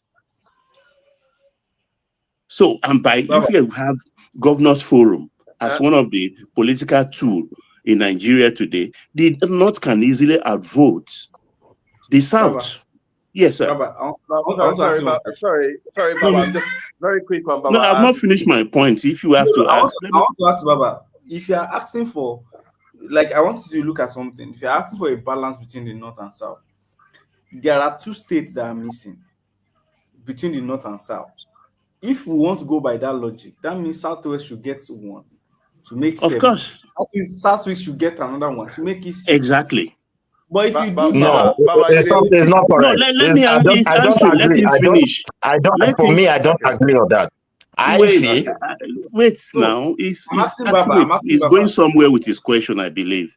Okay. Yes. So that means that to have a balanced representation between the North and the South, we need 2 states more in the South. So, and if you would go by the logic of what is currently at play in the north, we need one in the southwest and we need one in the southeast for it to have a balance. But the problem I'm now seeing is if you had states like that, other regions in the south will still agitate and the agitation will not subside. What do you think about that? Okay, what do you, by virtue of, look at Southeast now. If the combination of the Northwest, for instance, they share monthly about, let's say, for the sake of this enlightenment, they share 50 million naira. The Southeast, because of the 5 states they have, will share less. But if they have 6 states also, they will share more. They will have more governors. They will have more senators, 3 extra senators, and House of Representatives. And with that comes a lot of revenue. It doesn't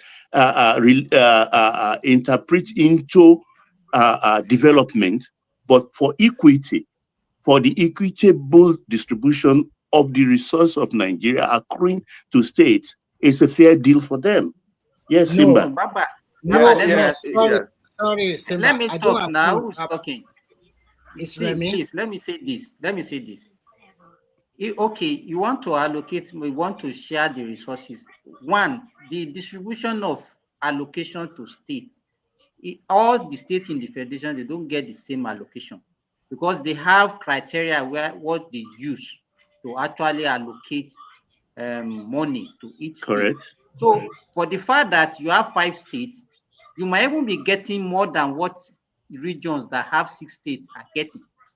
I can bet you if you look at what the Southeast is getting now, and look at maybe probably what the North Central is getting, it might be close, where they even have 6 states.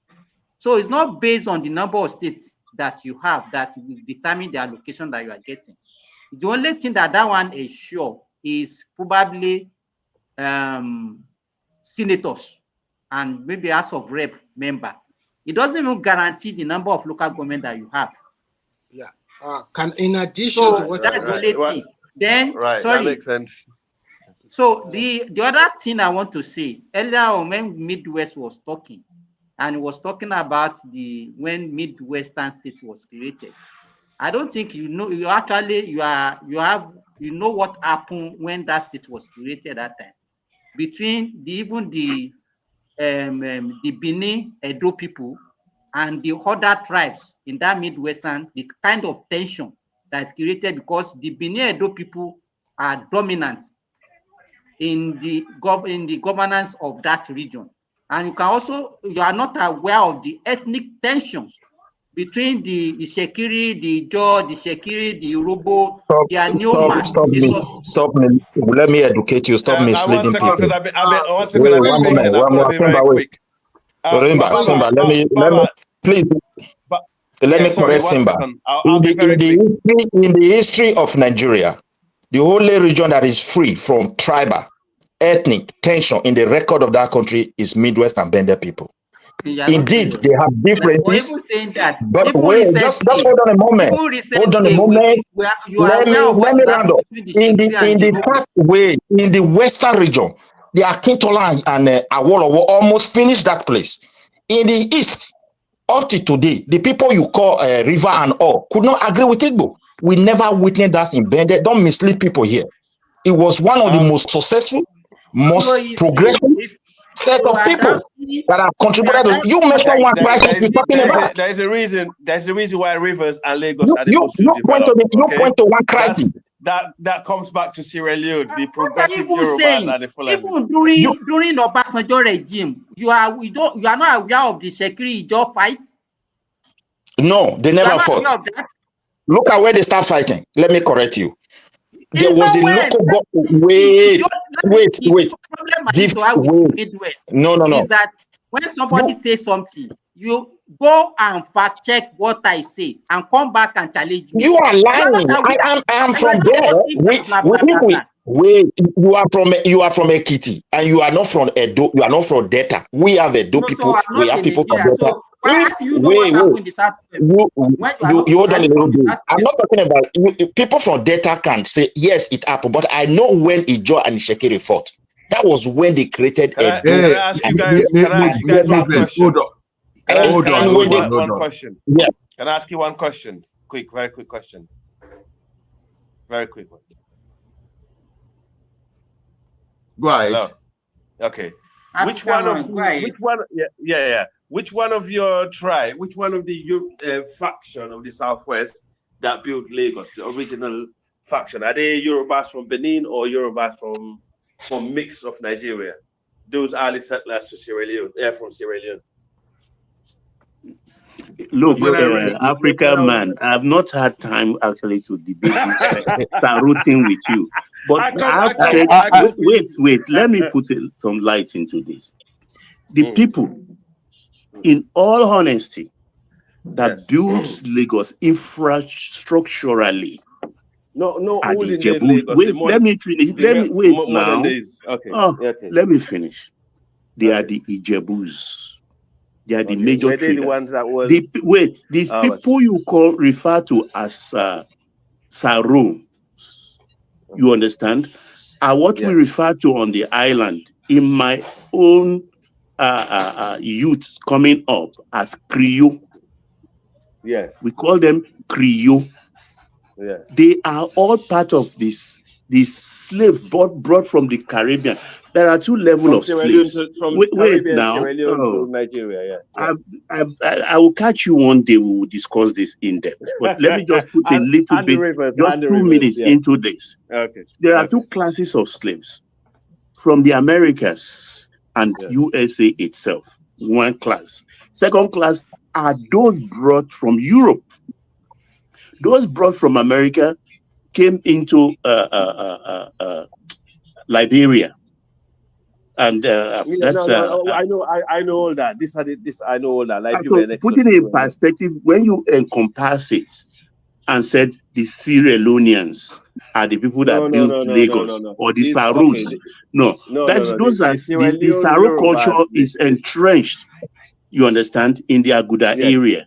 There is no doubt about that. According to all the documents, there's no one that actually argue otherwise. It's the Sierra Leone Yorubas who resettled to Lagos, who were resettled from Sierra Leone to Lagos and Rivers, who built the modern day Lagos. Okay, I don't know how you. No, you didn't build. What we people brought? All of them are coming. The foundation of modern day Lagos. They brought flair. They brought political sagacity into the island. You get my point, but to say they built Lagos infrastructurally, no, the Ijebus built Lagos. No, from the foundation to what it is, as that's according to it does include infrastructure that you see today. But I don't know, because you know much about the branches of Yorubas that you got in Nigeria. We are digressing in Africa, so don't let's disturb other people. I'll catch you one day. We'll go into this, because I am a Lagosian. I'm very proud of that, and I'm a Yoruba man. Yoruba man, father and mother. I love that. I want to quickly add this one. Look, Simba, just a moment. Sorry. Yeah, wait one moment. Midwest, you have been talking now. Let other people talk. I'm not talking. I just replied Simba. When I was talking, I gave him space. Look, Simba, indeed, Ijo and Ishakiri fought. It's in record, and it happened when Delta State was created, and the local government was moved either from one of the tribe to another one, and most of the parties that were in Warri, many moved to Asaba. It created joblessness and a lot of tension. So they were not conscious of the diversity of the people and component of those areas that led to that crisis. But when we were in Bende, it never happened. So don't bring those lies here and try to. Can I take my turn after you now? Okay. Can I get to the topic, because I come here to discuss something else? Is that right? No, we are not changing it now. What do you want to talk about? Look, let me, Remy, just give me 30 seconds. Look, a lot of mistakes have been made. Some we don't want to talk about. And it is sad because we don't talk about them, and we don't frame our political heroes in their proper lights. In creation of Midwest, a lot of mistake was made from the Southwest. Because if Baba Awolowo had not appointed Akitola to take over from him, it was a post actually well deserved by Enahoro. Enahoro should have been made the regional what do we call them now? The premier of Southwest.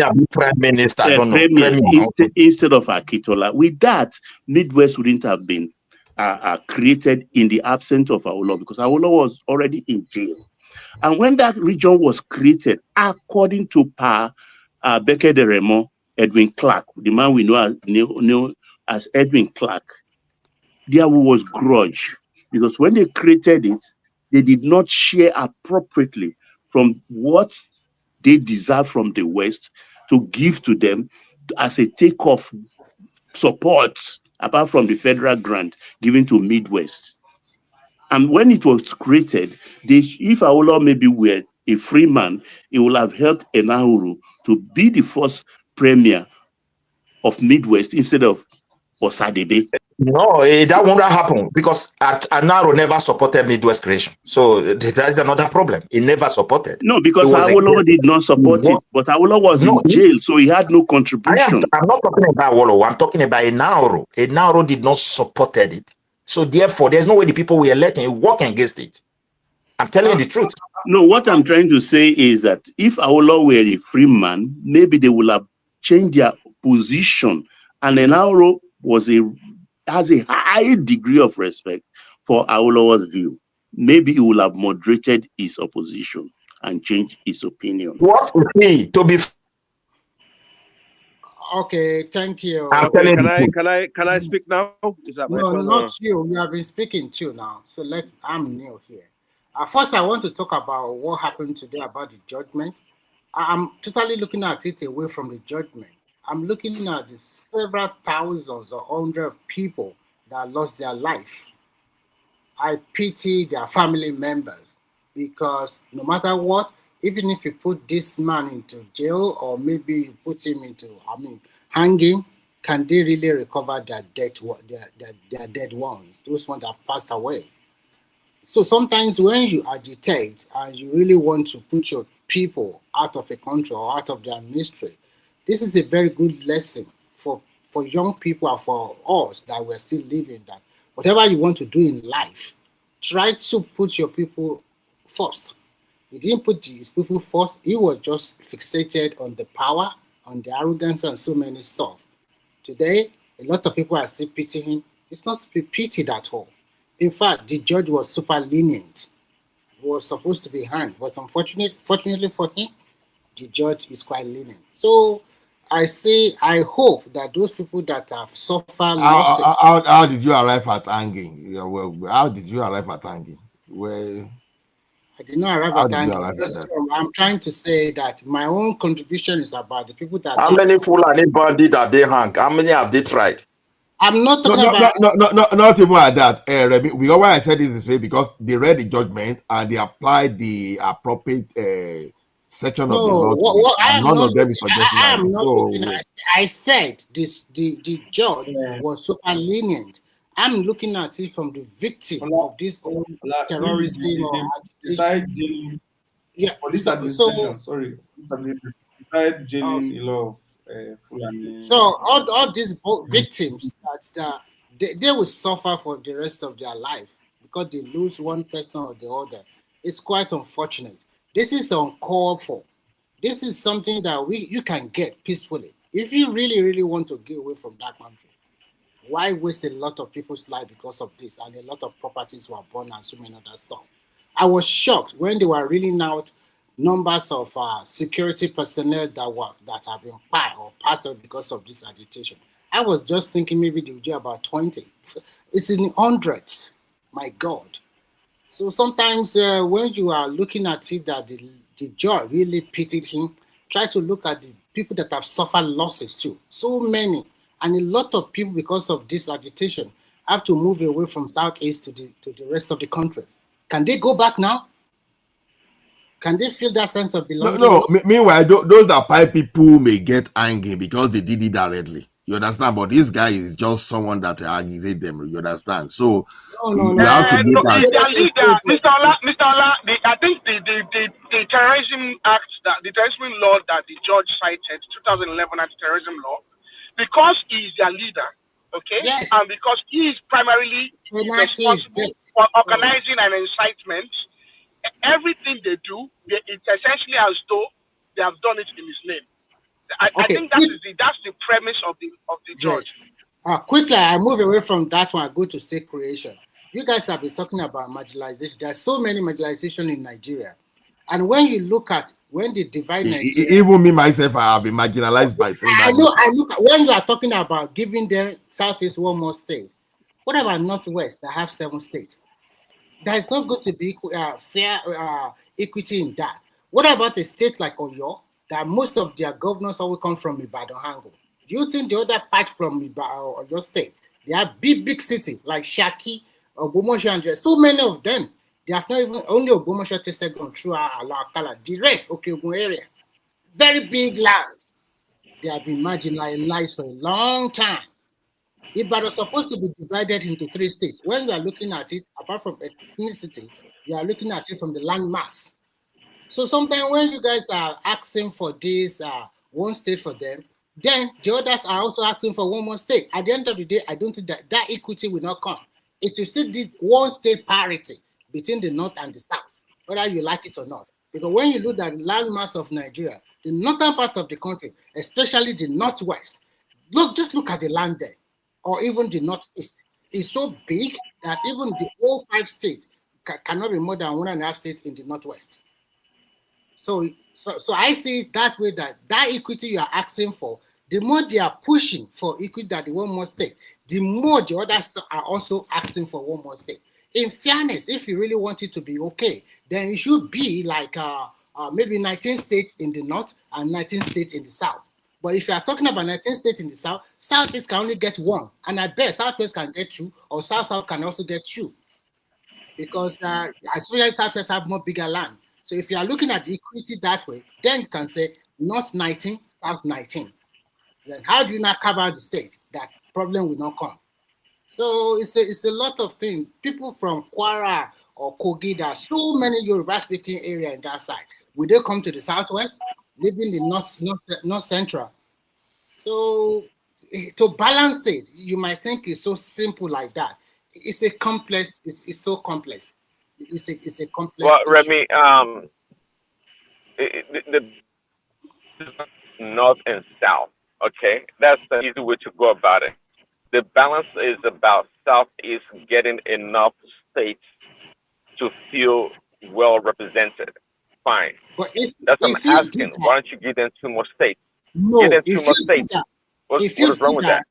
If you do that, more states will agitate for their own. Present as I'm talking to you, there are 12 states from each region, one state or two states from each region that are asking for more state creation. What I'm trying to tell you is that at the end of the day, if they are giving Southeast one more state, they need to give all the other region one more state. Hold on, exactly to the point that I've been making, that there's always going to be, there's always going to be a marginalization based on that state creation. You cannot escape it. Even the so-called big countries like America, it's going to be like that. I just give you a very good example. Remy, it's like if I'm permitted to say something, it is our time we recognize the Midwest region and create 6 states. And that is what we need in Nigeria now. And I will tell you the reason. Landmass. Wait. You wait a little bit. Yeah, it's me. No. Hold on. What you are trying to say, we have South, and they have 6 states. No, I don't need that. I don't need that South, because I will tell you the reason. You see, politically, the people like River and those close area, they are more closer in terms of understanding themselves when it comes to political thinking of the country. Then we in Edo and Delta, we are also close to ourselves because we have lived together. In landmass, we are bigger than Southeast. Population, we are more than them. Resources, we are more than them. So we need 6 states. So are you trying to tell me hold on? Are you saying that Edo and Delta are bigger than the old 5 Southeast states? The whole Southeast landmass were bigger than them. So you see, that's a big trouble. You see complexity of our country. See, instead of them to grant that each people should go and manage their resources, they started creating resources, creating state and taking resources from another people and make everybody lazy now. We lost almost everything. And people are now agitating for more states, more allocation, because more free money will come into their place. With the 5 states, what has taxes been able to do with their money? Their health care, I keep on saying it, the burden lies a huge junk like upon my own state that have nothing. I know where you are coming from. And I think the rest of Nigeria are feeling the same way Midwest is feeling. Because Southeast... The burden of their health care, it lies upon Lagos government. Yeah, I think they are the only set of people that like to move out to other parts of Nigeria. And when they move out to dwell and do business there, that means they are also overstretching the facilities in those states.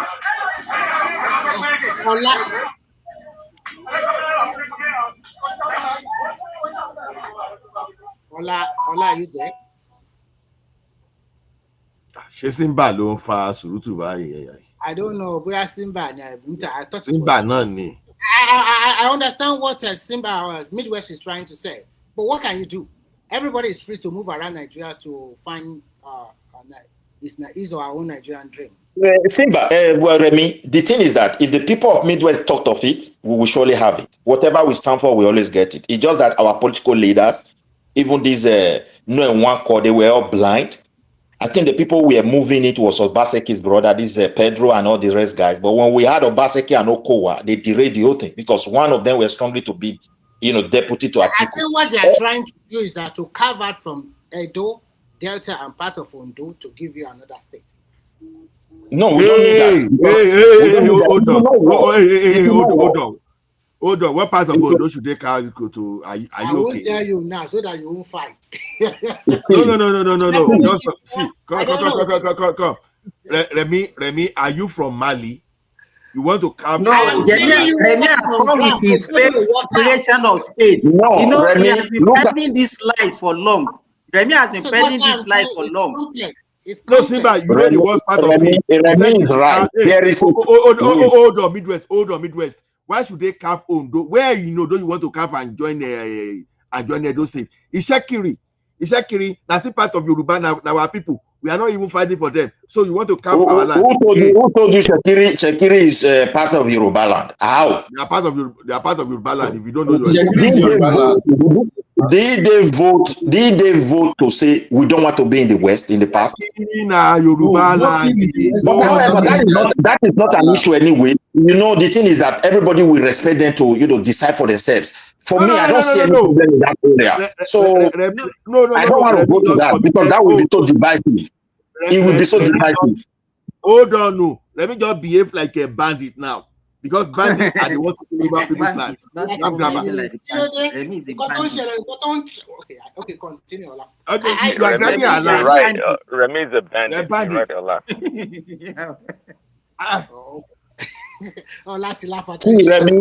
Remy, my submission is this. Anybody that want to create states that made mistake to go and be dragging space in another state will never have that state. Because when the House of Assembly of those people sat down, they will never support it. And that's the foolishness this Nwanko was making, dragging Anioma to Southeast. The way those people do things, my brother, I don't tire. Midwest, don't worry. I'm telling you the truth. Midwest, don't worry. What they are trying to do is to create a little space. Praise Daddy, red alert, Praise Daddy and Simba, Arogidigba. We need to suspend Remy. This Remy is not his name. This man just understand Yoruba because from his statement now, he just like rational mind. He has given himself away. I know that one is not going to work out. But what Remy is not lying. Remy, wait, he's not lying. There is a plan. Where do you want to come from Ondo State? Now let's round up a little bit. They said they will take some part from Ondo. They will take some part from Edo, and they will part of Ondo. I'm just trying to land now. They will wait a little bit. Hold on a little bit. Let me land this one. The suggestion is not from Edo people. The suggestion is not even from Ishekiri. It was from a Yoruba person who want more state for Southeast, Southwest that was suggesting it. Yeah. Let us explain So the person. I don't feel remember the name. I don't feel remember. Wait now. I don't feel remember. Somebody made that suggestion. You know when this state something come out? My brother, almost more than 30 states came out. All those where you know, when you say something Midwest, you have to look at visibility. Okay, which I'm part? I'm not a topper. I'm not sure whether there is a boundary between. I'm not even in a zero. I'm not in any way in support of it. But I am saying that somebody made suggestion for it. I just tell me that part of Ondo State. I'm interested. So I don't even know. Somebody. Wait. I know your plan now. You want to go to Laje and cut our Atlantic Ocean area and cut it and say, what are you talking about? Wait now. Wait. Ola is not Remy. Why I say Remy is not lying. I know you're tricky because they are bringing the refinery to that place. Ola, listen to Midwest. He says the Yoruba Ola, man. you hold on a little bit. I am not support. Hold on, Midwest. So it's a Yoruba man that moved the motion so that the Southwest can have more states. So are you saying now that when the state is eventually created, it's going to be part of the Southwest? Is that what you are saying? Wait, hold on. With what the person submitted, just like as they submitted Anioma, if that is what Romy is taking to, I don't know. Just the way they Southwest two states, Ibadan State and Enugu State. That's what they're trying to do. So when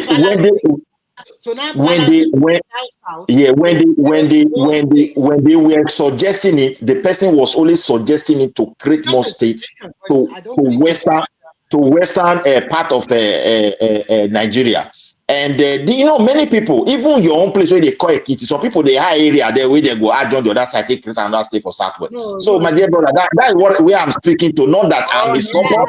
All these Abuja and land grabbers don't even come to. I'm not the I support. I'm not supporting even the I don't need it. It's the state that anyone. They said that Ado Ekiti belongs to Benin. So better they come now. Better they come now. The one that will gain at the end of the day will be a Etiti state, and that Etiti will be covered from Enugu and Abia and a little bit of Remy, the way Anioma is not going to be reality. Forget it. Yeah, if Anioma people need their strength. Anybody that is thinking about creating another state in Nigeria should go and see. We have. No, wait. Simba, if Edo and Delta people could see a vision in what I'm talking about, Nigeria government have no choice. They will address it. I'm just telling you. They will. Listen, this Anioma that Nwenko came in. The problem with these people, this Southeastern, when they want to approach people, they don't look at the structure on ground. The one they are bringing, they will tell you is the best. So for me, let me ask you this. Yeah. You know, Midwest. If I say this, I know you will not believe me, but I will tell you what you don't know, because you don't normally agree on what you don't know. When the Midwest was created in 1863, did you ever ask yourself why an Igbo man was made the premier of that region? It was never an Igbo man. That's where you made mistake. Let me clarify you now. When it was created, you listen to me now. You listen to me. This is where people made mistake. When it was created, just the way you capture tribes in Nigeria, 12 tribes were captured in this area.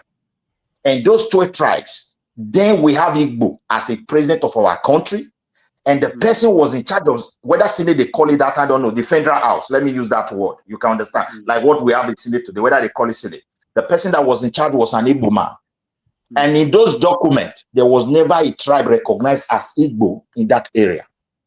I'm telling you, ask anybody. So, but however, there is that affiliation because of Igbos that settle in that place and the indigenous people that live there. At that time, the recognition of indigenous people were still very, very visible. You get what I'm saying? That is why nobody could raise that voice and said anything. Nigeria don't have documents in a do and data that recognize at that time. But however, now, we can say we have people. With anybody, yeah.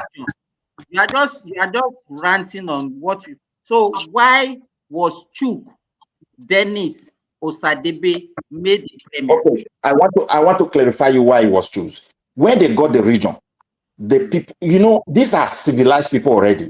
They were so connected without Benin understanding. They would live together. So there's always a conflict resolution, and there was a conflict, and that conflict was, where are we going to put the capital? You see it now. Then, in the process of that conflict resolution, Benin was suggested. Some people said no, it must be go to another place, and they finally agreed based on their own heritage, all of them together, looking at where they are coming from. Chiefs were involved, and elders were involved. They know their history. They choose Benin. Wait, now I'm asking your question. You don't like when somebody is answering your question. This is what I hate about you. You answered the question. Now this story. I want to answer you now. They now agree that Benin must be the capital city. When they agree, they say, okay. About premier, you are talking about capital. Now. I'm telling you. And because of that capital city, they now said, look, what is going to happen? A Doma can never be our premier. It will now look, we created everything for you people. That's why I said conflict resolution matters a lot. And that is why they now said, let's zone into that area. The BTU, who from Benin was, who right for that position, stepped down for Sadebe. I hear you. He stepped down for Sadebe to be the premier. Because Benin was chosen as the capital, so he now decided to give it to an Anioma person. Have you? There's nothing like Anioma that time. The word Anioma was not even in existence. That Anioma came out. Let me. So you know, it's you that doesn't know what is happening. And I will tell you. Okay. Tell me what happened. Zeke was the mastermind of everything. He was the one that made somebody in the name of Chuks, because I don't know whether an Edoma will bear Chuks. Dennis Osadebe, because it is recognized as an Igbo person. Then another thing you have to realize, let me tell you, in 1966, immediately when the Civil War started and Ojukwu invaded the Midwest, who did he make the premier of that region? He installed another Igbo man. Yeah. You understand? So all these things that you are saying, okay, understanding. There is no understanding in the Midwest. I'm telling you, there were a lot of. When you ask me a question, I replied you. Ojukwu idea wasn't what is it called? The first man you mentioned, the first president of our country, Zeke. Ojukwu idea was quite different. So you can't compare the two together, even if they are related. I don't know whether you understand. But when people are able to sit down, think of their future, how they should govern themselves, a way that the peace will reign, you have to commend them for it. I don't know whether you understand. That's what I'm trying to draw before you. You can't say Zeke was, you can't blame them that they said they want a Midwest region. It was an history. And I'm still referring to it. When the people wake up today and say they need state and their region, they will have it. I'm telling you. You can't stop them, or else you manage your resources and run your state. Even like one create 2,000 states for Nigeria. Then everybody will progress and respect one another, because now we fish it. The one you have in Southwest, he says it's not enough because they fish it. The Igbos fish it, they say it's not enough. The South fish it, I fish it. The Northwest, the North-South, the Central. Everybody's trying the same thing. But if we are to generate more, the way it is across the globe, contribute at least even 50% to the Central. By the way, even generated from the natural resource should be like 60% to Central. Then the one you generate through running your economy or tax and others outside the natural resources, you can take 60 for that or 70. Let's do it that way. The poor state, when the federal is really giving them money, they will be silent and they will work hard. Nobody will cry. Just like we don't have anything they do, and we know that Abuja is the one supporting, well documented. Why should we cry for more state? It is the structure that is killing Nigeria today. And if they don't refer it, America and Europe, they are coming. Everywhere is seeking here Tell person where this no we may tell you their economy. Where this will make they tell you where they feel where they Germany. They are coming. Things are changing. Go and mark my word. I don't understand. America are coming, Europe are coming. Well, I don't understand. What exactly are you trying to say? When they come, they just come with their interest and we will lose totally. That's all. This is what I'm trying to present. We better do our homework now since we have breath in our nose. And that's just my summation. So where they are coming, I don't know where they are coming to grab your land or what. I don't understand. My brother, they know better what they are coming. When they were coming from Berlin after drawing line, do they consult anybody? What kind of question is that? You should know how they behave. They are having challenges already. And we are not settled. We are just like people like, okay, if you go to debate here now, you try to point something that is really visible in the Southeast. Someone from there, or something that is visible in Edo, somebody from there will attack you, turn it to ethnic something. You understand me? I know it's not too common in the Southwest when people do wrong in Yoruba person, they go see John even a Yoruba person. And those see they do want to some extent. Okay, when you try to talk about what is going on in the North, somebody from there will attack you. There's already tribal tension. Okay, when you look at dissatisfaction, it's already there. Look at religion now. And they are already campaigning globally that Christians are be this, be that. You think those things are for us? Because of whom we are. We will see storm coming. We will remain where we are until those storms consume us. They are coming and they will come with their plan 100%. And that interest will be first of all be number one. Now we know that we will lose. Not be people they say Southeast though, they don't sentence their brother. Why bandits wave load themselves on rich mount? They did sit down with government officials, they negotiate a few months ago. I understand what the judge did is good though. I'm not saying I'm not condemning it, but when I look at what is going on in my country, I feel like Tinubu just have to do something. He should just set this guy free immediately. There's no need. Let your be executed and let have this balance so that nobody will exploit this situation. Because if there is a demonstration the way it is now, and the federal government is trying to use force, I don't know whether that will be excuse for people we cannot challenge to start coming to our country. Then whatever that happened, we are the one that started it because they are afraid not to start. This is what I believe. They would have been there by now. It's a complex place. They have pure picture of our place. Sorry, let me put in. Forget about somebody coming from Europe to come and take your research. They don't have your time.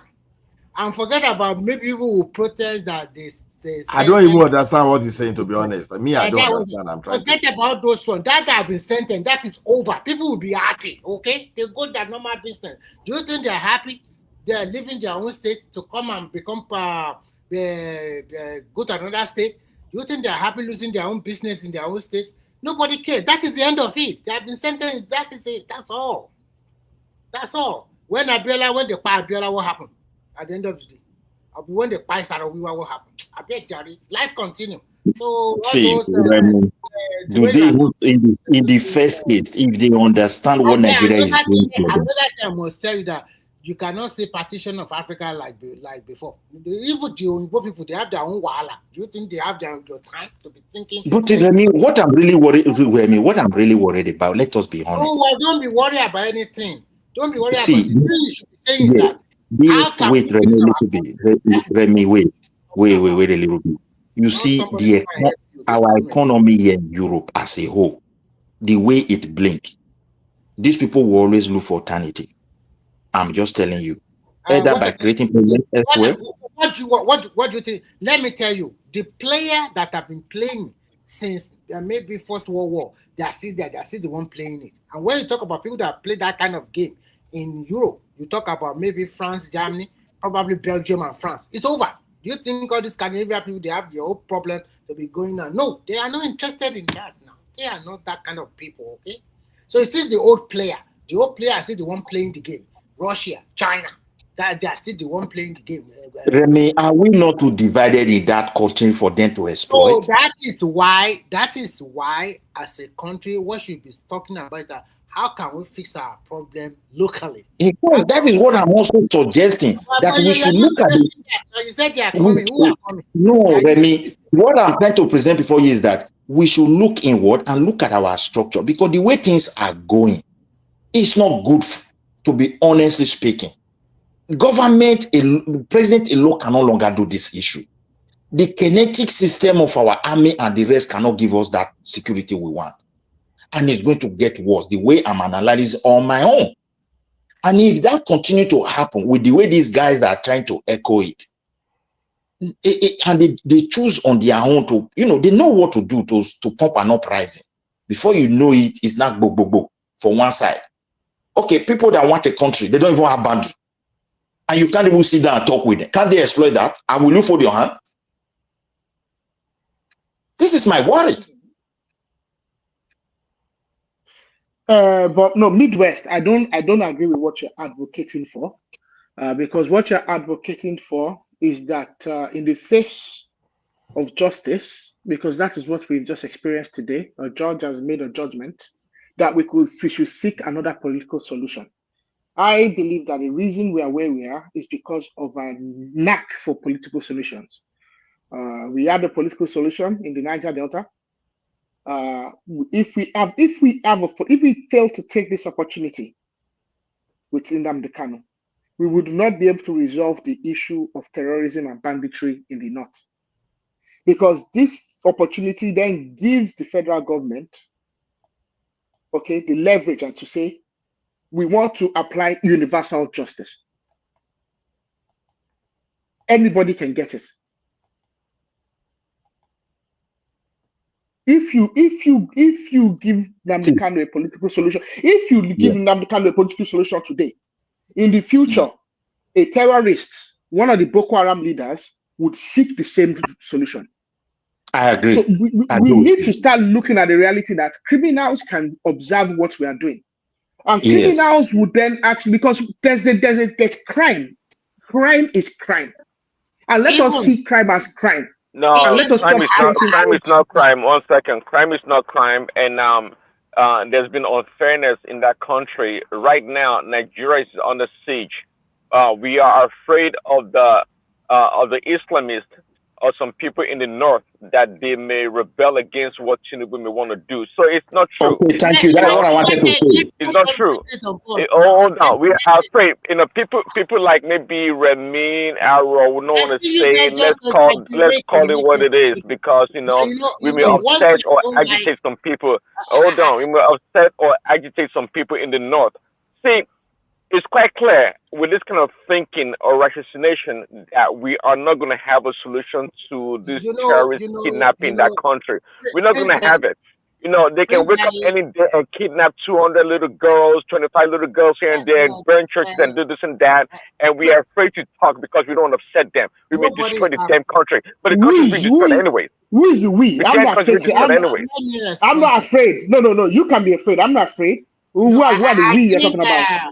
I mentioned before that religious migratory from both sides. Me, I'm afraid. I'm afraid. I'm worried as a Nigerian, so on my own. Remy, I think Prince is underestimating someone like Tinubu in a way when it comes to law and order. Really, one thing about what I see is that there is if you look at Tinubu's trajectory, once your case is on both sides. And there's some people I mentioned this morning. No, let me finish. Sorry. I mentioned it this morning that there's some religious bigotry on both sides. And until maybe some Christian went to probably go to Muslim community and buy some Muslim, that's what they will be happy. And I can see that an average Nigerian like to exaggerate. About 250 people were abducted. During the school girls. Nigeria did not move on. Some of them were released. Some of them, they piled in the captivity. It's an unfortunate event, but the country moved on. No, Remy, you are mistaking something. The country moved on. Are they brought anybody to justice? We move on. Of course, we move on. No, please, you are making. They move on like a country that have no value for human life, so they just continue like that. We move on now. Everybody move on. Then we jump on Nnamdi Kanu's case. We move on. Please. I think, to be honest with us, I think we are speaking from opinions and we're not doing a lot of research.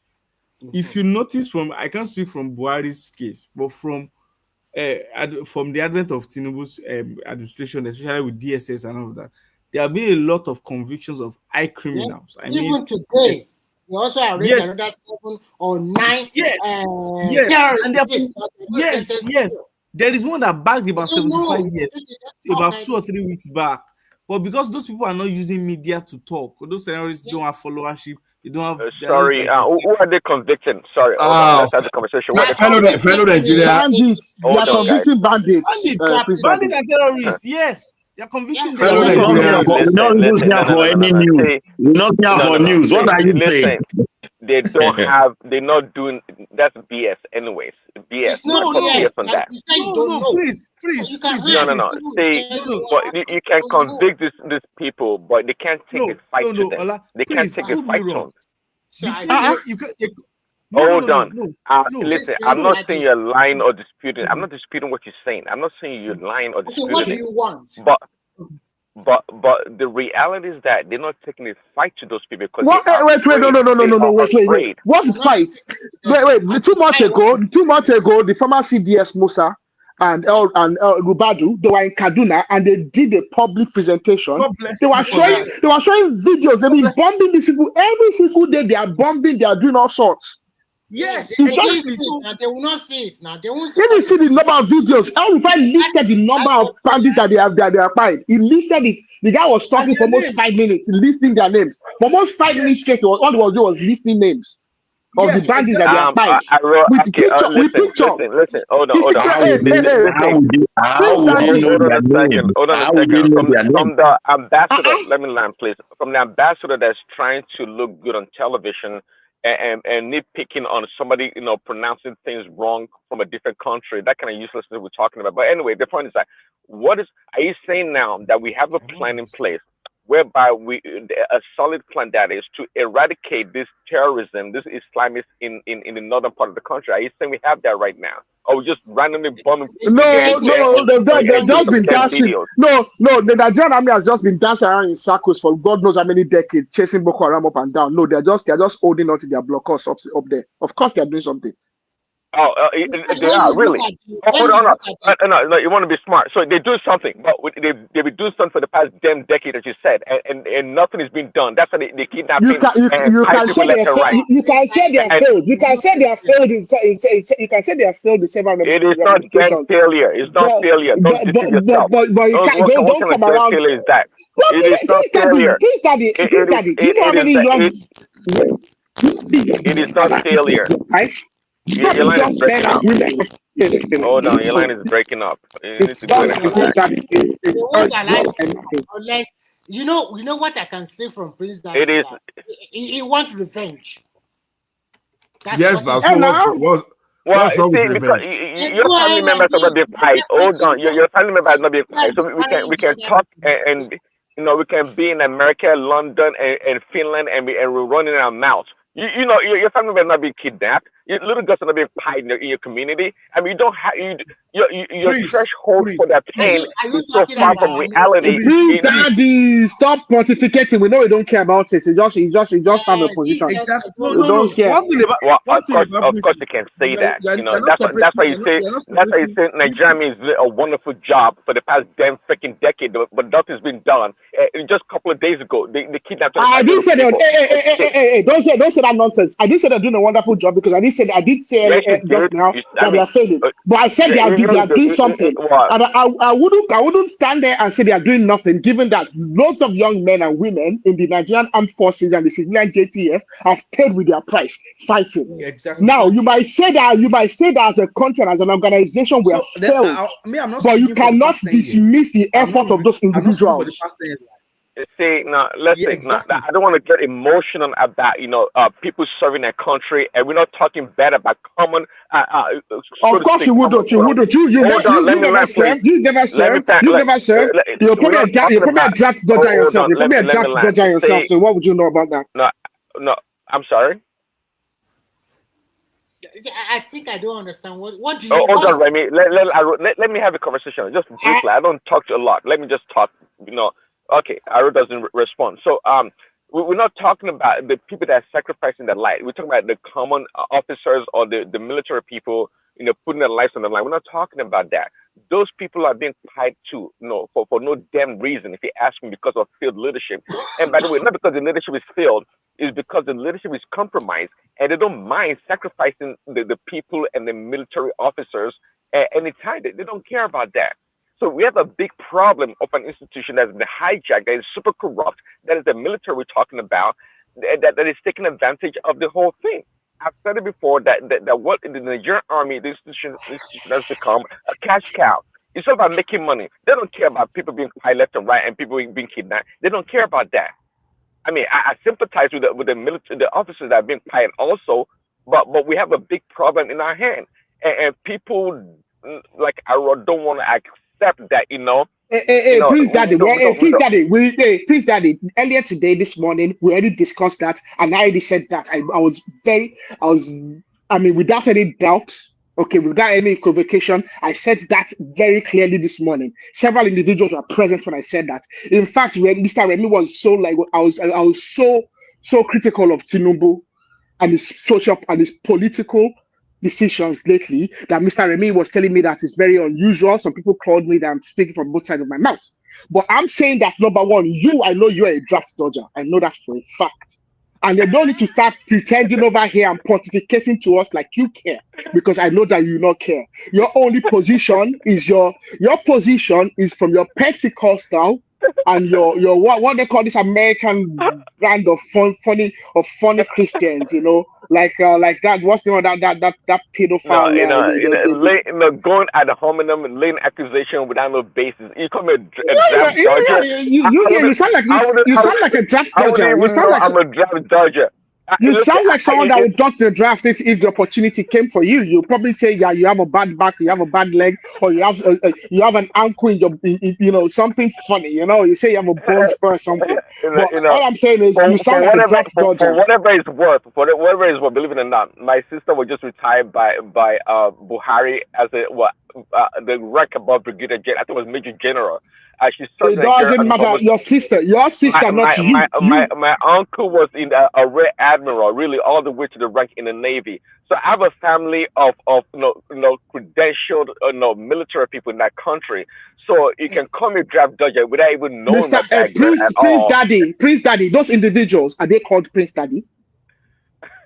No, they're not. You are a draft dodger. Allow me. You are a draft dodger. Hold on. Were you in the military or are you in the military? Are you a reservist? What are you? Those individuals served with merit. You didn't. Okay. Are you a military? Are you in the military, Ara? Hold on. Remy, are you in the military yourself, Ara? Or were you in the military? What were you? No. Okay. Why do you want to know? Why do you care? But I wouldn't dodge the draft. You sound like a draft dodger to me. That's all I know. I'm very convinced about that. He's the Royal Marine. It's not. All right, it's been fun this morning or this afternoon. The soft-spoken Prince Daddy. No, Prince Daddy. I think I'm not saying. Go ahead. I'm not. If we look at it objectively, we are not saying Tinubu is doing fantastic well in area of security. There have been a lot of lags, no doubt about that. But in the real sense of it, you cannot say that looking at the statistics and the convictions that they've not convicted more terrorists in the north than the south. Even if you look at the statistics from Tinubu's administration, from 2 years ago, you see that they've secured more convictions for terrorists in the north compared to south. Why we are saying the one for south is because the person is prominent and the case is prominent. So all of that. So Arise TV cannot witness those kind of persecutions and play it up for Nigerians to see when they try them. Those trials. Exactly. Yeah. What stopped them to broadcast it? And the names are not resonating with us because they are bearing something. So the names don't stick to your memory because you are a South. You know why they are doing it? You know why they are doing it? When they sentence them from backdoor, they set them free, and that is why. No, how you they are not actually persecuted. My brother, those people have been enjoying the privilege of protection for their elite. That's why we're in this mess. And in most cases, they treat them with soft glove. They pay them heavily. No, true. Before you know it, they will start negotiating with them Just look at one of the states. He said they can no longer fund this kind of money that I used to service these people every month. No, without Nigerians let me concede to what you're saying. Let me concede to what you're saying. That when Buhari was there, he did that. Do you think the Tinubu will know he will do that? Don't let's be objective with ourselves. Tinubu, you know. Look at the complexity. Look at the complexity of the country. Sometimes the state governor can grant his own pardon. Whether Tinubu is there or not.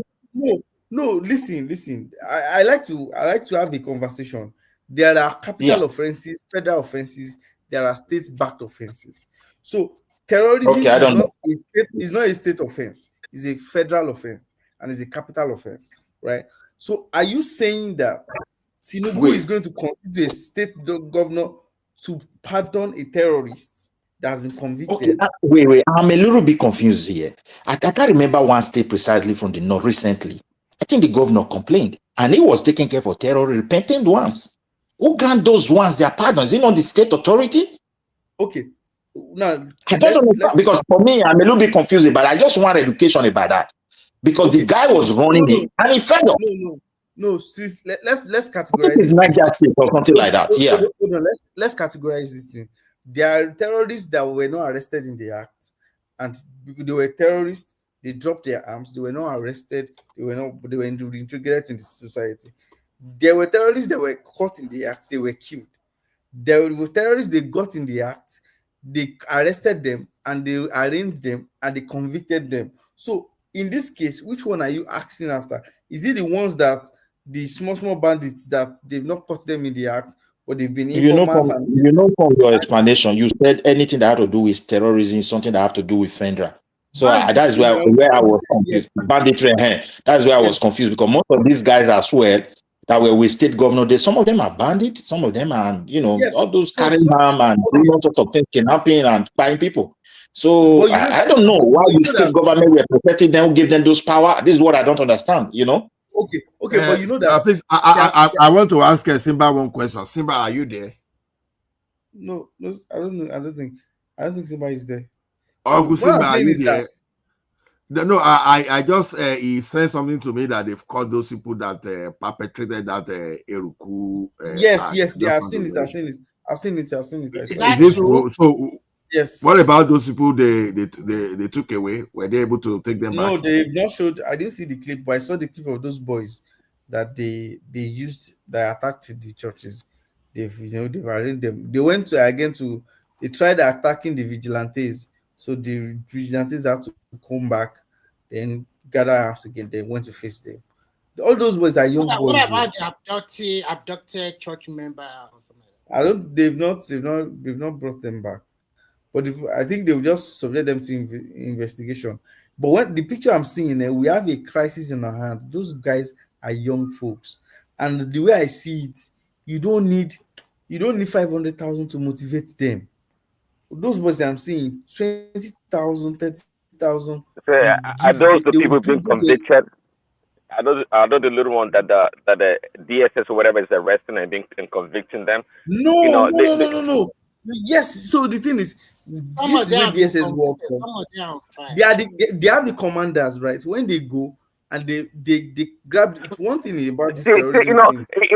Allow me, guys, 1 second. See, if you get, one of the definitions of fascism is the what you call it? It's the strict regimentation of the resources of a state for war. And the reason why I brought it up to say is that, look, I think we're dealing with this banditry, this terrorism, Islamic stuff with kids' gloves. Let's arrest them, take them to court and convict them, all this BS stuff. It's because we're not taking things seriously. We are not. I don't think we are. The level of seriousness is not. Listen. We need to go to war. Hold on. We need to go to war against these people. A real war. Not through the damn. Sometimes you have to suspend the legal process in order to solve a real problem at hand, in which we have right now. Ola, Remy, sorry, just a minute. In a constitutional democracy, things are not work like that. Let me tell you something. It will be sad for no. I beg the American and British that give us that damn democracy. They do the damn same Prince, thing. just We can listen deploy to the me. military at any time. No, You know they want to. Prince, listen to me out first. First, number one is it's sad, but it's true. Most of those guys are Nigerians. Their enablers are Nigerians. I mean Nigerians.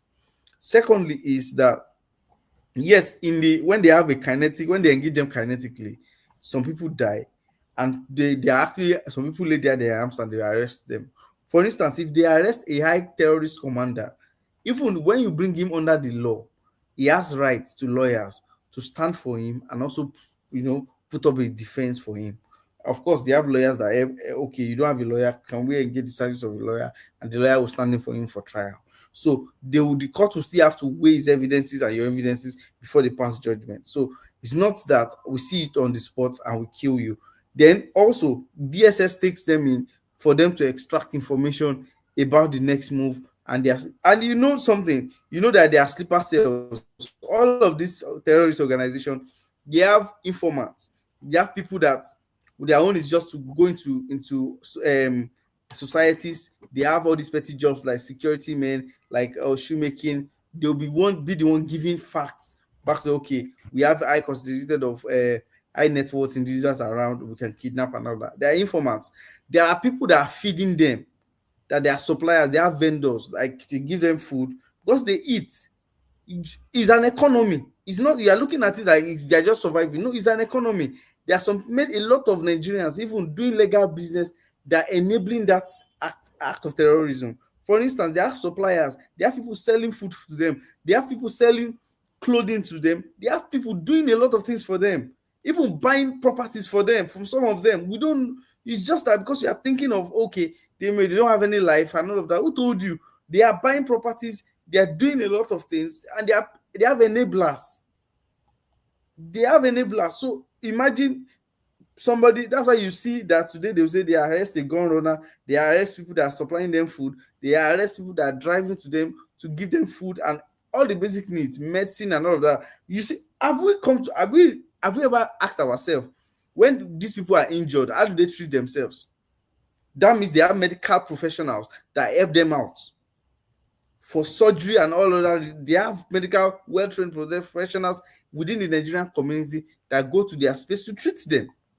So it has become an economy that has a lot of enablers. So the strategy is not, for me, the effective strategy is not to focus on the smaller ones, grown runner. Yes, you can focus on them, but the commanders have more information about how the economy is running, where they get their funding, how they get their funding. Imagine now, I can't imagine now they are on social media. They're even doing live recording of war engagements. That means they are advanced. They are not dull as we think. I don't know, but they are even more advanced than our military. I'm sorry. Look at the brigade that they My brother, to be honestly speaking, this is not with the way we are fighting. Nobody's going to win this kind of war. Tinubu will not win it. But the only way Tinubu can win is just to seize this moment, look at Nigeria's structure very well, and take a bold move. Let the Northerners face their problem. Let Southeast face their people. Let other people face their own. We must go back to those regional frontiers. If we don't do, Nigeria, it will take more than 1.5 years. That is just the you don't need that anymore. With state of emergency and executive, consult with people, let them go. State of emergency is not the northern part of the country, right? You said what? This is a continual democracy. It's not just like that. We continue. When we were compared 1990 days, with the number of diaspora we have today, with the knowledge they have, if we were to be having it like 99 and we are opportunity to return back home, we will transfer that country. Yes, and you even if Nigeria is super good, are you ready to go home? Not everybody will go home. See, my brother, I keep on saying it here. For example, what I used to see when I was young, like my community, if you have 1 acre of yam, nobody will steal your yam. Nobody go there and root your cassava. Nobody steal your plantain. The mistake I'm going somewhere. Take for example, wait now, I go to my village today with 1 tractor. I will change their life. I'm telling you. But the problem is, if I go today, Generation Wait, upon generation changes. if I go today, there is that tendency that when you farm, somebody who can just root your cassava. Let me give you one of my friend. He open a farm yam. You know, you need to cut yam and plant. This guy planted this yam. He was waiting for them to germinate. He keep on waiting. He said, "Let me check what is happening." When he checked, the yams were no longer there. The yam he cut half. Somebody took all of them. Look, let me tell you something. Generation upon generation have changed over the years. Unfortunately, we do not continue with the orientation that you had when you are little or young. Things have changed all over the world. Even the so-called developed country we are here, do you think they are also satisfied with their younger people? Everything is not like it used to be. Even here, they are being overstretched with benefits. And they are cutting. Anyway, I agree with you, Remy, because they complain as well when they see their daughter, their son. They are cutting it. They are so worried. They are cutting it massively. The problem we have is that orientation, Nigeria forget it. Because of that, and then the system, we glorify corruption. We do not talk about merit. It's not about merit based anymore. During the long time ago, it's about merit based, it's about good orientation, but now, none of that. And because of advent of technology too, the advent of technology have also changed the world. You can see younger people, because of entertainment and the rest, they want to make let me put this one. You are still fighting with JAM to go to university. But now at 16 years old, they're already in the university. By 20 years old, they're done. Remy, let me put this one. If you go back home, the most painful aspect of it, they are the governors. And when you look at the way these people are being disconnected with people they pretend to be so connected to. So who do we blame? You were. Is it not you the people? were. The people, that's what I'm trying to tell you. We don't even have a plan for them. They will just be deceiving them that if we do it this way, we create 20,000 jobs. Somebody is saying he's going to create 20,000 jobs from artifact and contribute them, put the whole Europe together. I don't think people working in museums up to 25,000. No, the total population of Nigerian civil servants, including the federal government and state government, they are not up to 1.5 million people. Total people in the civil service. Not I believe so. So what are we talking here? Most of the states, some they don't even have to. Some they don't even have up to 200,000 people. The total working. And they don't care. And even the one they have, if you see the way they pay them, if you see the way they pay these guys, I don't blame them. I blame Nigerian people because Nigerian people too fixated on the center. Everything is the president. I mean, you always say that blame the Nigerian people. We had this discussion before. You can't blame people when they don't know any better. Okay, you can't just blame them. So that means you are trying to tell me that the literacy level is low, or they are just ordinary gullible people, or what? Well, when it comes to knowing your politics, local politics, or how the structure of our politics works, and how to divulge power or responsibility, rather, we don't know any better. We don't know any better, and we'll be conditioned to look to the. Are you trying to tell me that the electorate in America, they are as gullible as Nigerian electorate too? Is that what you're saying? Oh yeah, they can be, absolutely. They can be. Yeah, but we live in a country country whereby many times for them to see what you guys did now. So then it's the same thing. No, but the thing I will say is that the difference between I will say America and them is that in America those guys don't have access to the money, the fund. The way ours have. The government American fund. There's no fund that comes to the states. The government is not the revenue collector. Yeah, they just have the information. They have the web. You cannot compare and contrast. This is America with a good institution over the years. No, my brother, which one be institution? Don't we have enough university to train graduates? We don't know the meaning. We don't know the value. I'm not talking about university. I'm talking about the great institutions like their their democracy. I mean, I understand what you are saying. In those institutions, super good. Remy, so nobody can just come and turn it around like that. Remy, when I say universities, I mean those institutions, people who work there, they are qualified people, well-trained people. That's why I brought in university. What I mean is this: they know what they want, and they put those structures. They put those structures in place, and they train their people in all various higher place of institutions, and they employ them. But in our own case, just imagine from Abuja, you just want to give the money of a state to one governor. How he spend it, you don't even care to know. My brother, they have to work on our structure. We have to be honest. Nigerians are very great people. It is this structure that's destroying everything. The major difference is that state resources are being controlled by each state. And because you have people of that state, they want to know what you are using the resources of the state before they even voted for you. You have to have a good plan. How do you get the money to turn around this state? If this state is poor, how do you want it to make better? So that's what which country are you talking about? Nigeria, or you talking about America, or where you live? I'm giving Let me American, understand you. I'm giving American as an example. So because each state control the resources, but still they still pay a little money to the federal government. I think America and Europe may be even good. I think this guy can correct me. The truth is this: every state where I live, even my local government, they control their resources. I agree with that. But when you are controlling your resources, wait now, Remy, let me quickly put this one, because this is very, very important. And I think as well it happens. Huh? Go ahead. Yeah. The thing is, when you are controlling your resources, it does not give you access to the fund. The institution you are still going to use, one way or the other, they are all integrated. So to the federal level, if you are moving money, there must be a record from your state to the federal. And this enables everybody. Have you ever seen the state structure of a state before? It's the same thing in Nigeria. Let me give an example. No, it's not the same. It's not the same. Listen. Each state collects federal allocation, and those allocations, the signatory to that is the Commissioner of Finance of each state. It does not that money just go to the pocket of a state government. It's not that way. And when the state governor wants to pay money for whatever, they always raise a kind of paper, and it has to go through a lot of processes before they sign the money out. It's not that he is just saying, give these people 100 million. No, it's not that way. They are still following that. But the only problem we have is that some of these projects are highly inflated. Okay? And the bad part of it is that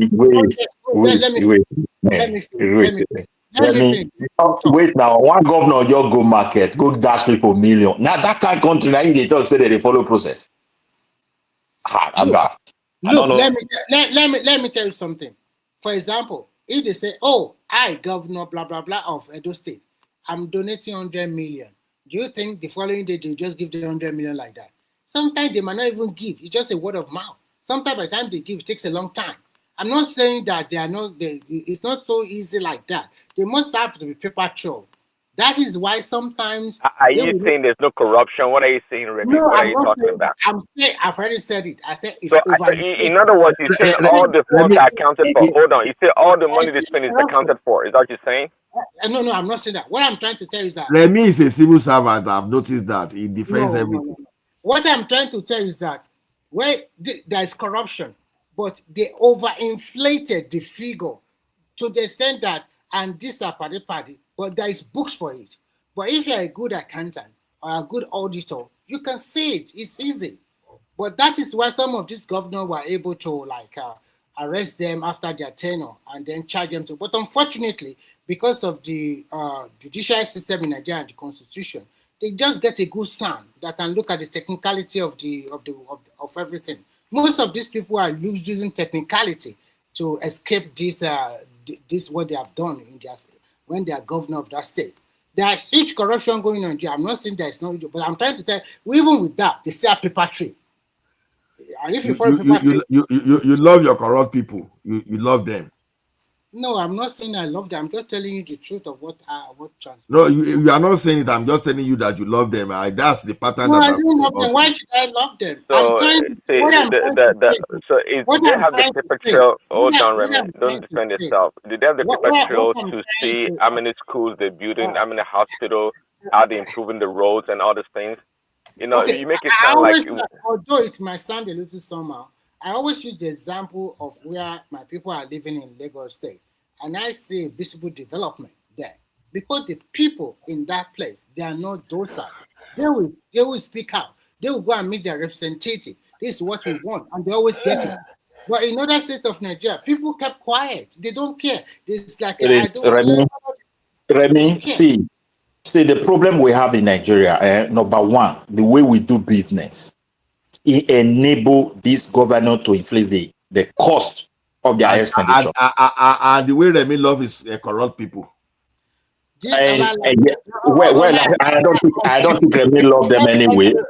I don't agree that Remy love them. And but the thing is, have you ever seen Remy not to defend government before and it's corrupt people? Remy love I'm them. not defending anybody. I'm saying the truth like here. I look at things subjectively. I'm not here just to be because I don't like that person. Then I will run my mouth. No. So, okay, Remy. The question, guys, how do we hold these governors responsible? Is the question. Remy can tell us all the great things about how they do their funding or how they spend the money. The question is, how do we hold these governors responsible?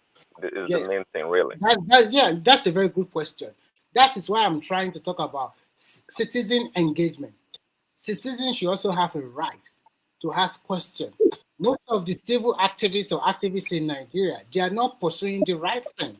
What they should be pursuing is how this institution work in each of these states. How do they spend money? Sometimes you don't need to take the governor to court. What about the commissioner of finance?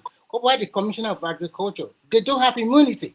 You can take them to court. You have freedom of what do you call it? Help me here. You have freedom of to ask for information. Freedom of what? I forgot it. So you can ask information. Freedom of information. Now you can to request for those bills, right? You can even take them to court. You don't need to go to the governor. Take those one below them. But unfortunately, the problem we are having is that literacy level in Nigeria is very low. And most Nigeria, they don't always bother themselves. Remy, after someone have asked, I think the following day, the man that have immunity will go and get that person arrested. So is that how to ask somebody?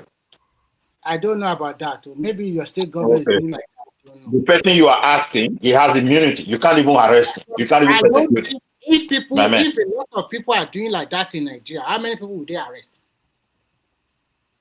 So what I'm trying to say is that people must also engage in their local politics or in their local affairs. You cannot just fold your hands and thinking, okay, they didn't do our road, they didn't do this, they didn't do that. I mean, people are interested, and why they are interested is to be like those guys, just to have their own cake. That's all. So that means the society is bastardized already. People are only how to line their pocket. So that means as we speak today, in my own place, even the social media, they have a jacket. So they give them money. So what you are trying to say, why are you not building your leaders when there's no difference between leadership and followership? Leaders are terrible. Look, the reason is because the leaders were not willing to hold people accountable, and people are now emulating it. You know, corruption is the easiest thing. And it's very sweet. Once you are used to it, it don't work, and you are super rich. Midwest, if we must tell ourselves the truth, we black people, we have problem, big problem. I don't have problem, but what do you mean? You have. What? Allah, you have a big problem. You have a big problem. Let me throw a small candy to you now. You will say you go and make Ola the minister of science and technology. Dr. Psychiatrist Remy, you have a big problem, so you have a big problem. I like Prince Daddy because I know he's a very cool let me tell you something. If I were in a position that I will embezzle public fund, forget it. It's not going to happen. But will I? Hold on. Come on. I will not embezzle public. That's not true. That's not true. I won't. You will be afraid. Baba, do you know my recurrent expenditure? No. Let me tell Ola, I support you. The way I see Ola talking, Ola will never embezzle, but he will loot. Yeah. Can you imagine Jesus Christ of Nazareth? No, I won't. Let me tell you one thing. I will be more of Ashiwaju more than this thing. Let me tell you one thing. I will create a value. No, You see of the course, value you I will create. create value, but you Hold on, no, listen. The value that I will create, I will never take myself out of that value chain, except there's a constitution or law that back it up. Look at it this way now. If I create a multi-billion investment, you understand, there's tendency that I will create anything legal loophole for myself to be able to buy into that. You That is understand? correct. No, that is it legal? That's why I keep telling you something. I will separate Yeah, that legality is how from. corruption works now. Find it. Hold on, no. You see, you may call it corruption, but as long as I cannot be convicted for it, Okay, let as me long let me as throw it, this question to you. Let me hold on. You Okay, can call go it abuse of office. You can brandish your morality. You understand? Anything, even you call it immoral, as long as it is legal, as long as I cannot be jailed, I cannot be sentenced for it, I will do it. I'm a Okay, a quick businessman. question. A quick question. Let's assume you are the Minister of Works and Housing in Ekiti State now, and then there's a lot of projects to be done, and then your wife that have a duly registered company in Ekiti can vie for that kind of contract or project. And probably maybe when she says the idea to your team, you think, oh, that's a good idea, but there's a conflict of interest. It's your wife. Are you going to give the contract or not? The question is this: I will first of all look like it. Can I be convicted for it? Is it legal? If I consult lawyer and hold on, no, Fiarabale. Can I be convicted for it? Yes or no? If I cannot be convicted, okay. Now I have 10 of them presented something, and if my wife happened to be the best of all options, and I gave to her, so what's the problem? So do you think you have a problem? The issue now is this. Leave story. Leave story. What I'm trying to say let me tell you something. Let me tell you something now. Look at hold on. Let me base this scenario. Remy is giving me something, and what Remy is giving me is going to be returning, let's say, 5 billion to the government. My wife is giving me something. The one my wife is giving me will be returning about 40 billion to the government, but it's my wife. So will I say, because I don't want you to see me as being having conflict of interest, I will go for that of 5 billion, but that one of my wife that can return 40 billion, I will. I beg.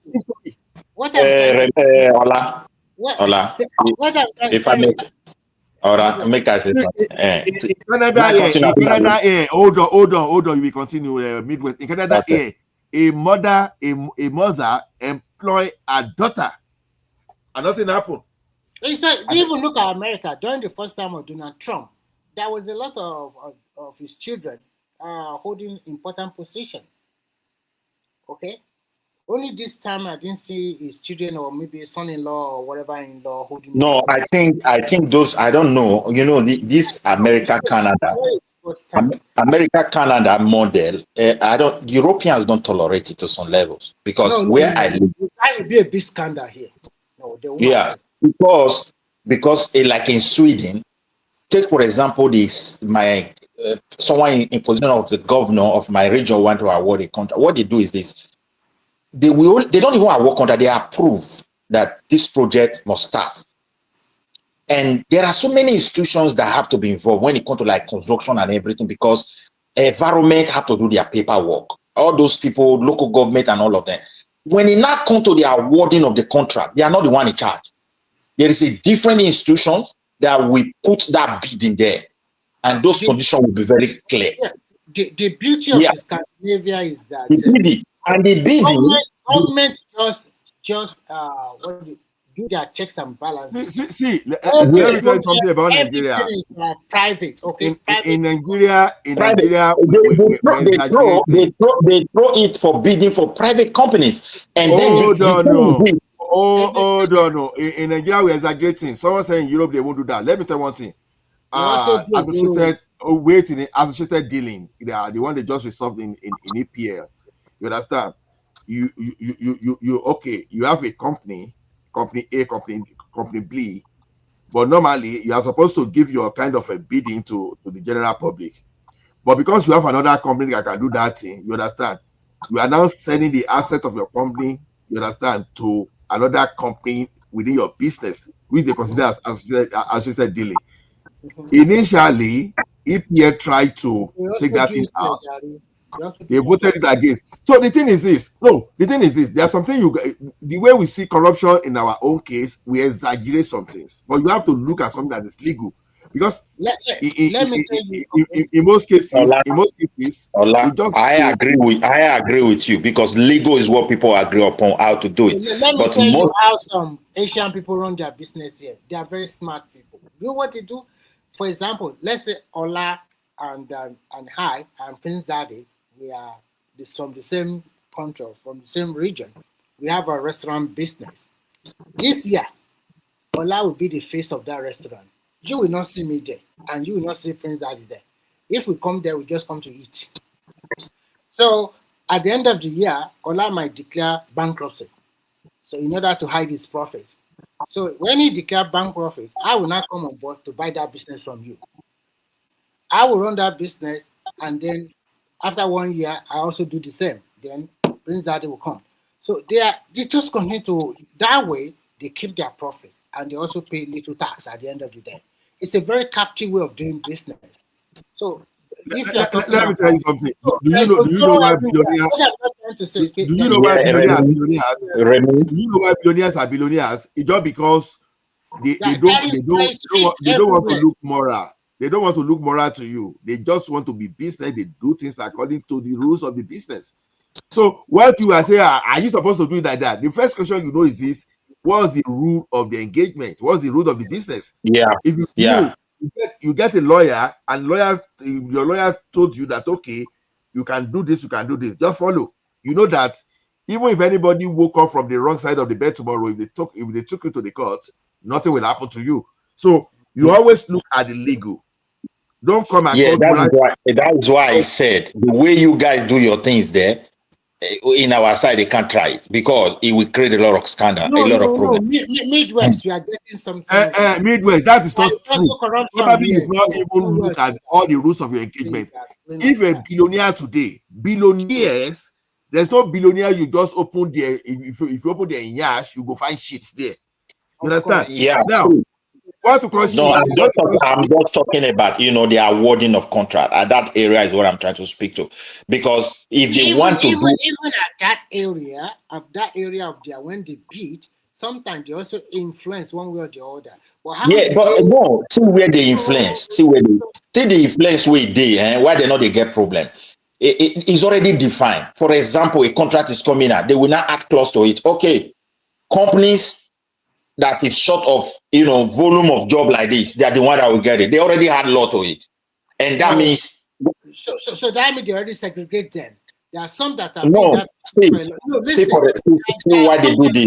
Let me give you an example. That encourage most of the giants. Every country have some giant construction company. You will see them, they decide to open office across the country because the government want them to create jobs. When they are doing this, it gave them leverage. So for example, now when they are giving, they will say they understand that their branch in the north is having problem, not really getting people, or maybe people are there, they are not working. All these factors, they already capture them because they have good data. So they can add this. It's so open to them. This clause, this one, that one. Sometimes those giant companies, they are the real people that own the country. There is a back door they can say, go and add this to it so they can grab it. And everybody will come solve for them. What I think is that those established ones, at the end of the day, they can create a kind of opportunity for a smaller company that is just coming up. My brother, no, that's why we have sub company everywhere. Now some people is just a plumber. That's what is happening. But all those people ones, those big established ones, they still get it. But all those smaller ones, they can just give them some small, like for example, I know a guy that has a company here that is like cutting off trees, a finished guy, blah blah blah. This year he might get a lot of contract. The following year it might be another story. So it's not easy. So, but whatever, it will get something to do, but maybe not enough. But some year it will get a lot of things. It also depends on so many other factors. But that factor you will not really know, because here we have language barrier, because we cannot speak and they will not allow you, because these people now, they are very neatly closed somehow. They are not that kind of Western youth that are open-minded. They want to hang out with you. Everybody. No, no. Here, no. It's individualistic. They don't even want trouble. They don't even want you to touch them. They might play with you. It's a self society where mind your business, I mind my own, those kind of stuff. So how many of us in this?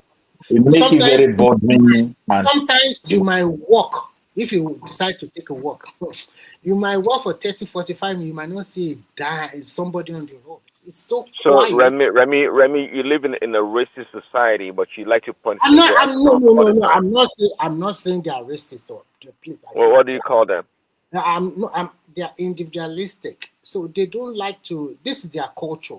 It's very. Thank you, Remy, for that word. Yeah, that's the actual word to describe them. Not that they hate you. Yeah. Don't trouble me. I don't trouble you. If you okay. No, you have to live in a society that's willing to reach out. In America, there's a lot of talking about reaching out to different communities and whatnot to integrate. So to you, being in isolation or being individualistic is ideal. You don't want to blame them, but you want to blame America for this and that. No, see, Remy, there's also a way out. There's also a way out. You can join a group. Remy, you can join if you have time. You join Facebook group where they meet in bar, where they meet there. That one is allowed in our place. No. These people they drink too much. No, I don't like it. It's just. Daddy, you have to look at the weather. They only allow virtual meetings. They don't like you in person. No. We can meet. I can meet, but I don't want too much of. Prince Daddy, you have to look at it from a perspective. No, they are not like that. They meet people. They meet people, but they don't meet people like that. That's just the problem. Listen, I meet people. What I'm just trying to say is that when you live in a country like this, you also get used to this kind of system, like be alone by yourself. Because when you go to the bar, it's like you are drinking to stupor, and I don't like it. Then people start misbehaving anyhow. I'm not that type. So, Prince Daddy, do you drink? Prince Daddy. Yeah, Remy, he will not answer that. He will not answer that question. He's a free alcoholic. Why are you asking a pastor that kind of question? I beg, he's a free alcoholic. You don't ask him that question. Yes, you already know this. He's a free alcoholic. Oh, bloody alcoholic. Yes, he drinks. So yes, a very indecent. I wrote this morning. It's incredible. A very indecent alcoholic. I'm a what do you call it? A draft dodger alcoholic. Okay, I got it. No, you see, Prince Daddy, you see, these people deny this insecurity and denying this. People don't make insecurity in Nigeria is happening. Why is that? What the hell is that for? People will be giving Nigeria a fact. I'm telling them to deny the bullshit. Timber failed. I don't give a crap. Timber failed. What's going on? People being killed, maybe kidnapped in Nigeria. Enough with this shit. Killing we? No,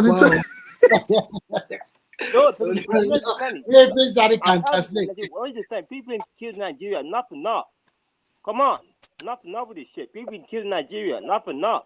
So defending undefensible. People being killed in Nigeria. Prince Daddy is white. I'm sorry to say this. In my whole guys, enough. Okay, let's move on because we didn't. Well, that's right. And see, there's no need to. I'm not compelled to divulge any personal information on woman's platform. No, just but on if people want to make accusation, that is fine. Note. See, I've met some what do you call them, Catholic priest before when I was in Enugu, and I was shocked. They brought out a gin, and then we break cola, and this cola we had to eat with it's a Igbo tradition. We have to eat with pepper, spicy pepper, and I was like, oh my god, priest drinking beer or something like that, gin and beer. Then later they Anglican bishop that they drink. I don't know that priests also can drink like that now, and they do drink alcohol. So I think it's okay. So if you are doing that, I don't know whether you are Catholic or whatever. There's no big deal in it. I know you are not the type that. No. I've not come to this platform for approval from anybody for sure. You guys should know that by now. The notion that nobody can listen. I have my own voice. Nobody can assassinate my character, so I take everything in jest and move on. It's not a big deal at all. But again, I'm not compelled to divulge any information. To me, it's water under the bridge. No big deal. Pressuring you to do that.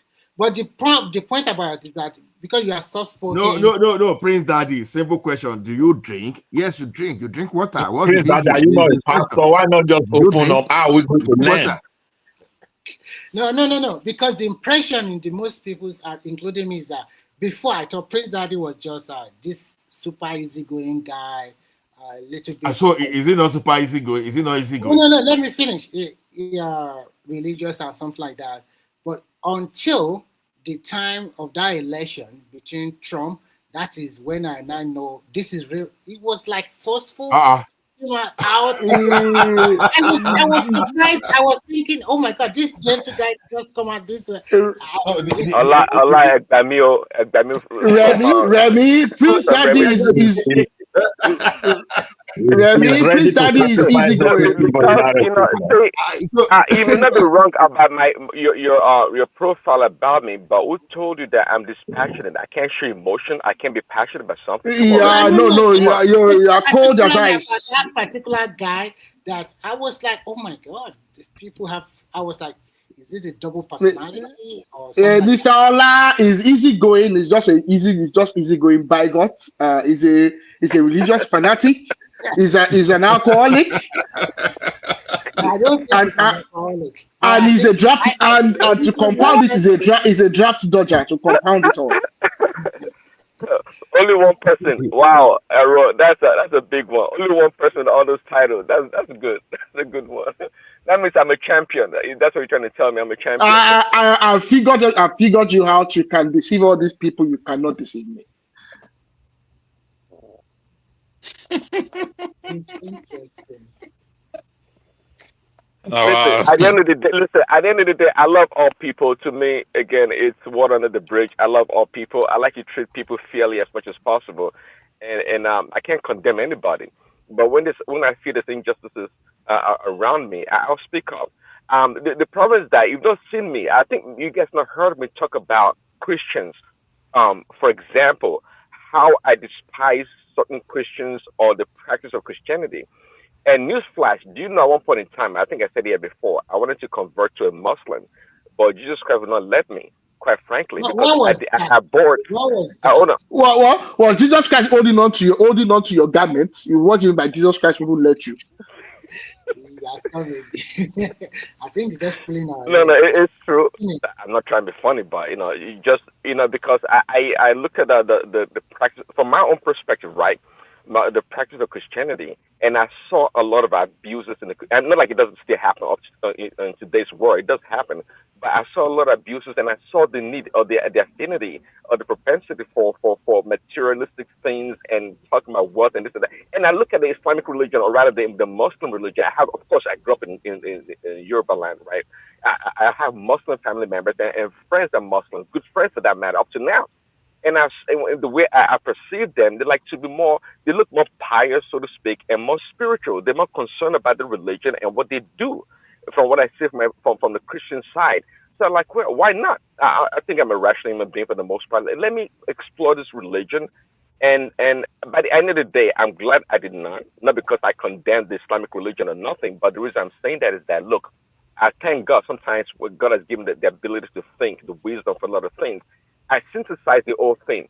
And I like, damn, the problem here is not Christianity. It is the practice of Christianity by the practitioners of the Christianity, our so-called Jews and pastors. Those are the problem. So it allowed me to go into the word, into the book itself. And I know that, hey, I'm not condemned. I can go directly to God through Jesus Christ. And I don't have any problem with people. People can practice religion, Christianity, the way, whatever way they want it. But, but at the end of the day, they're not. You mentioned the geo and blah, blah, blah are the problem. So that means you are not so comfortable with Pentecostals. Not in entirety, but let me point. That point here is that, look, at the end of the day, when I tell people about Christianity or Jesus Christ, I tell them, look, if you love your pastor today, don't be surprised or be dejected and say you want to change your religion because your pastor gripped somebody. Because your damn pastor is another human being. There's nothing special about your damn pastor. We are all human beings at the end of the day. We all can fall by the wayside. Concentrate on your God. Jesus Christ. So, Okay. Prince Daddy, can I ask you one question? What do you think of Jim Baker? Jim Baker, the televangelist. What do you think of him?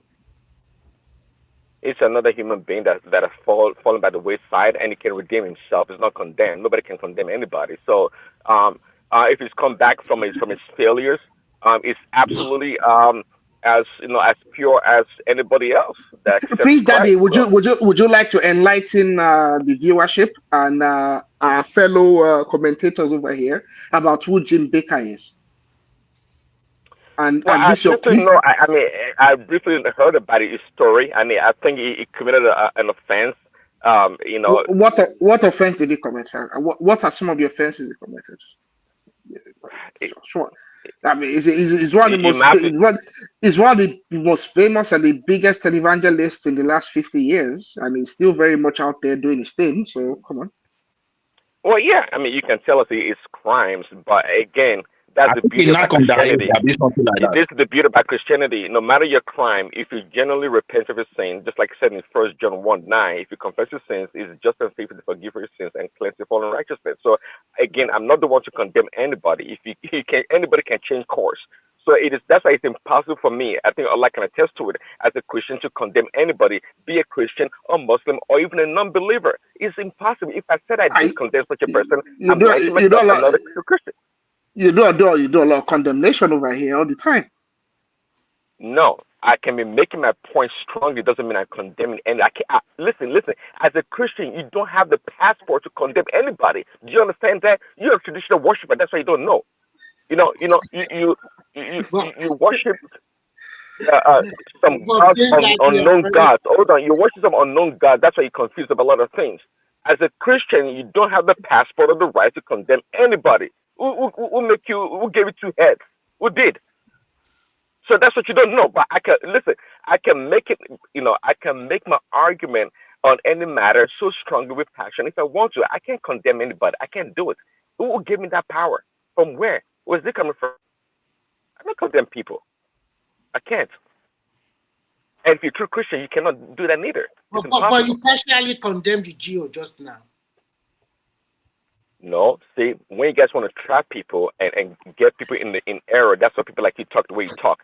I was telling you my experience. No, it's okay to, I don't lie. I think I don't lie.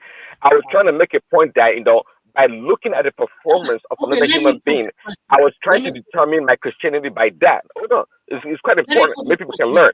I was trying to determine when I was in the primary school, I used to go to a big Catholic church, and all those, Friday, Monday Mass, get the Holy Communion. I did everything. Everything I'm supposed to know about Christianity, I do know it. But what I want to, with the advent of Pentecostal in the later years, and things have changed, especially when we talk about Africa, and I think it's also deeply rooted in America. I don't know whether you're a Catholic or not. That's why I asked you about the Pentecostal churches, and you told us about your experience. I've never been a Catholic. My grandfather was a reverend. In the Methodist Church, so I have a leaning to Christianity. Just like Islam also have different denomination or kind of Islam. The same thing also happened to Christianity. You have different denomination of sect, the Methodist, the Anglican, and the rest. So as a Christian, so can you, like, for example, let's say you are a Methodist, can you worship in a Pentecostal church, or can you go to any church to worship with them? Or you have... let me tell you one thing briefly, Remy. Let me tell you, growing up, as a little kid, I think, people, I don't always listen to what people tell me. I just try and think myself. Do you know, I'm still confused up to today for a very long time. Why do we have different denominations? I can get it. I don't know the meaning or the benefit of it. I just don't know. When I meet people, they say I'm a Christian. I said, do you believe in Jesus Christ? They say yes. I don't ask about your damn denomination. I don't know what it matters. I don't know why it matters at all. If you're a Christian, I believe. But it matters. It matters a lot. But it matters a lot. Listen, I'm not disputing that it matters to me. Listen. If you invite me to a Pentecostal church, a Methodist church, Anglican, I will go there. To me, I believe that you guys are preaching the Bible and you believe in Jesus Christ. Unless I do something different, like the Mormons. So would you go to Sele and Kerubun and Sheriff? Maybe he doesn't know those ones.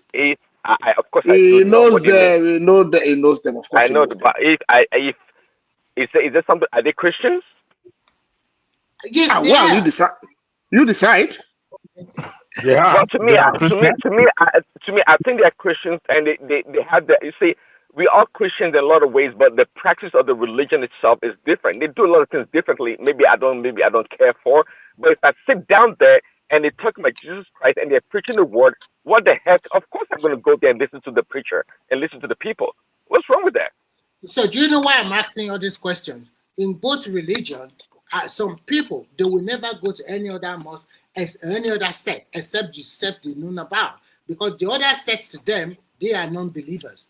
So even when you talk about Christianity and when you talk about churches like Deeper Life and I think there's another one I forgot the name, maybe the Jehovah Witness. Some of these people, I'm mountain of fire. yeah, some of these people. Okay, see, the Some of point these, is this. let me just You say know, this. Some of these people, okay. they will never go along with maybe a Catholic or any kind of Pentecostal churches. They will never go there. They will never have anything to do with you because they see you as a totally unbeliever, that you are not a true Christian. So you see that That's disparity. really funny. They're not a true. Are they the one to determine who's a true Christian? That's I'm the telling fallacy you, that right is there. what is outside there. That is exactly what is outside there. That is it. So sometimes when you see some Muslim or some buying other moderate Muslim, other Muslim, they see them as non-believer and they don't care whether they are Muslim like them. They don't care because the type of Islam the kind of sect they belong to is too extreme. So what I'm trying to tell is that we have both of them in both religions. That at the end of the day, if you are not careful, I appreciate you have your own mind and you can take what decision you want by yourself. But what about for majority of people who are confused? They don't even know what to do. And sometimes they find themselves in this kind of bubble that how to get out is very difficult. Ola, you can take it up. So what I want to say is this. You know, I keep saying something that when it comes to religion, it's a control tool. You understand? Now, when you look at Christianity itself, it's not a religion; it's a way of life. So we know when some group of people now put themselves together, you know, you now have some people that want to control the group. Now you start putting some kind of doctrine. This is how we are going to behave. When we come to our church, you jump 3 times, you do all those stuff. So those are the doctrine that people introduce into all those things. That's why you have different denomination. You want to have your own step by step. This is the way you want to have. Then you have another group. Okay, this is the way. This is the approach you want to take. But at the end of the day, you understand, the message for you to be a Christian, the message is the same. You understand? The message is the same. You accept Jesus Christ as your Lord and Savior. You love then you follow his principle. So we are resorting to preaching now. Are we in a church service? You've gone for one round. I do worship. Let us talk. I do worship. Let us talk, please. I mean, we are even going to the background now. So because it's already 5 hours because of the evening. So the thing is, I converted to Muslim and they gave me one name is Usman those days.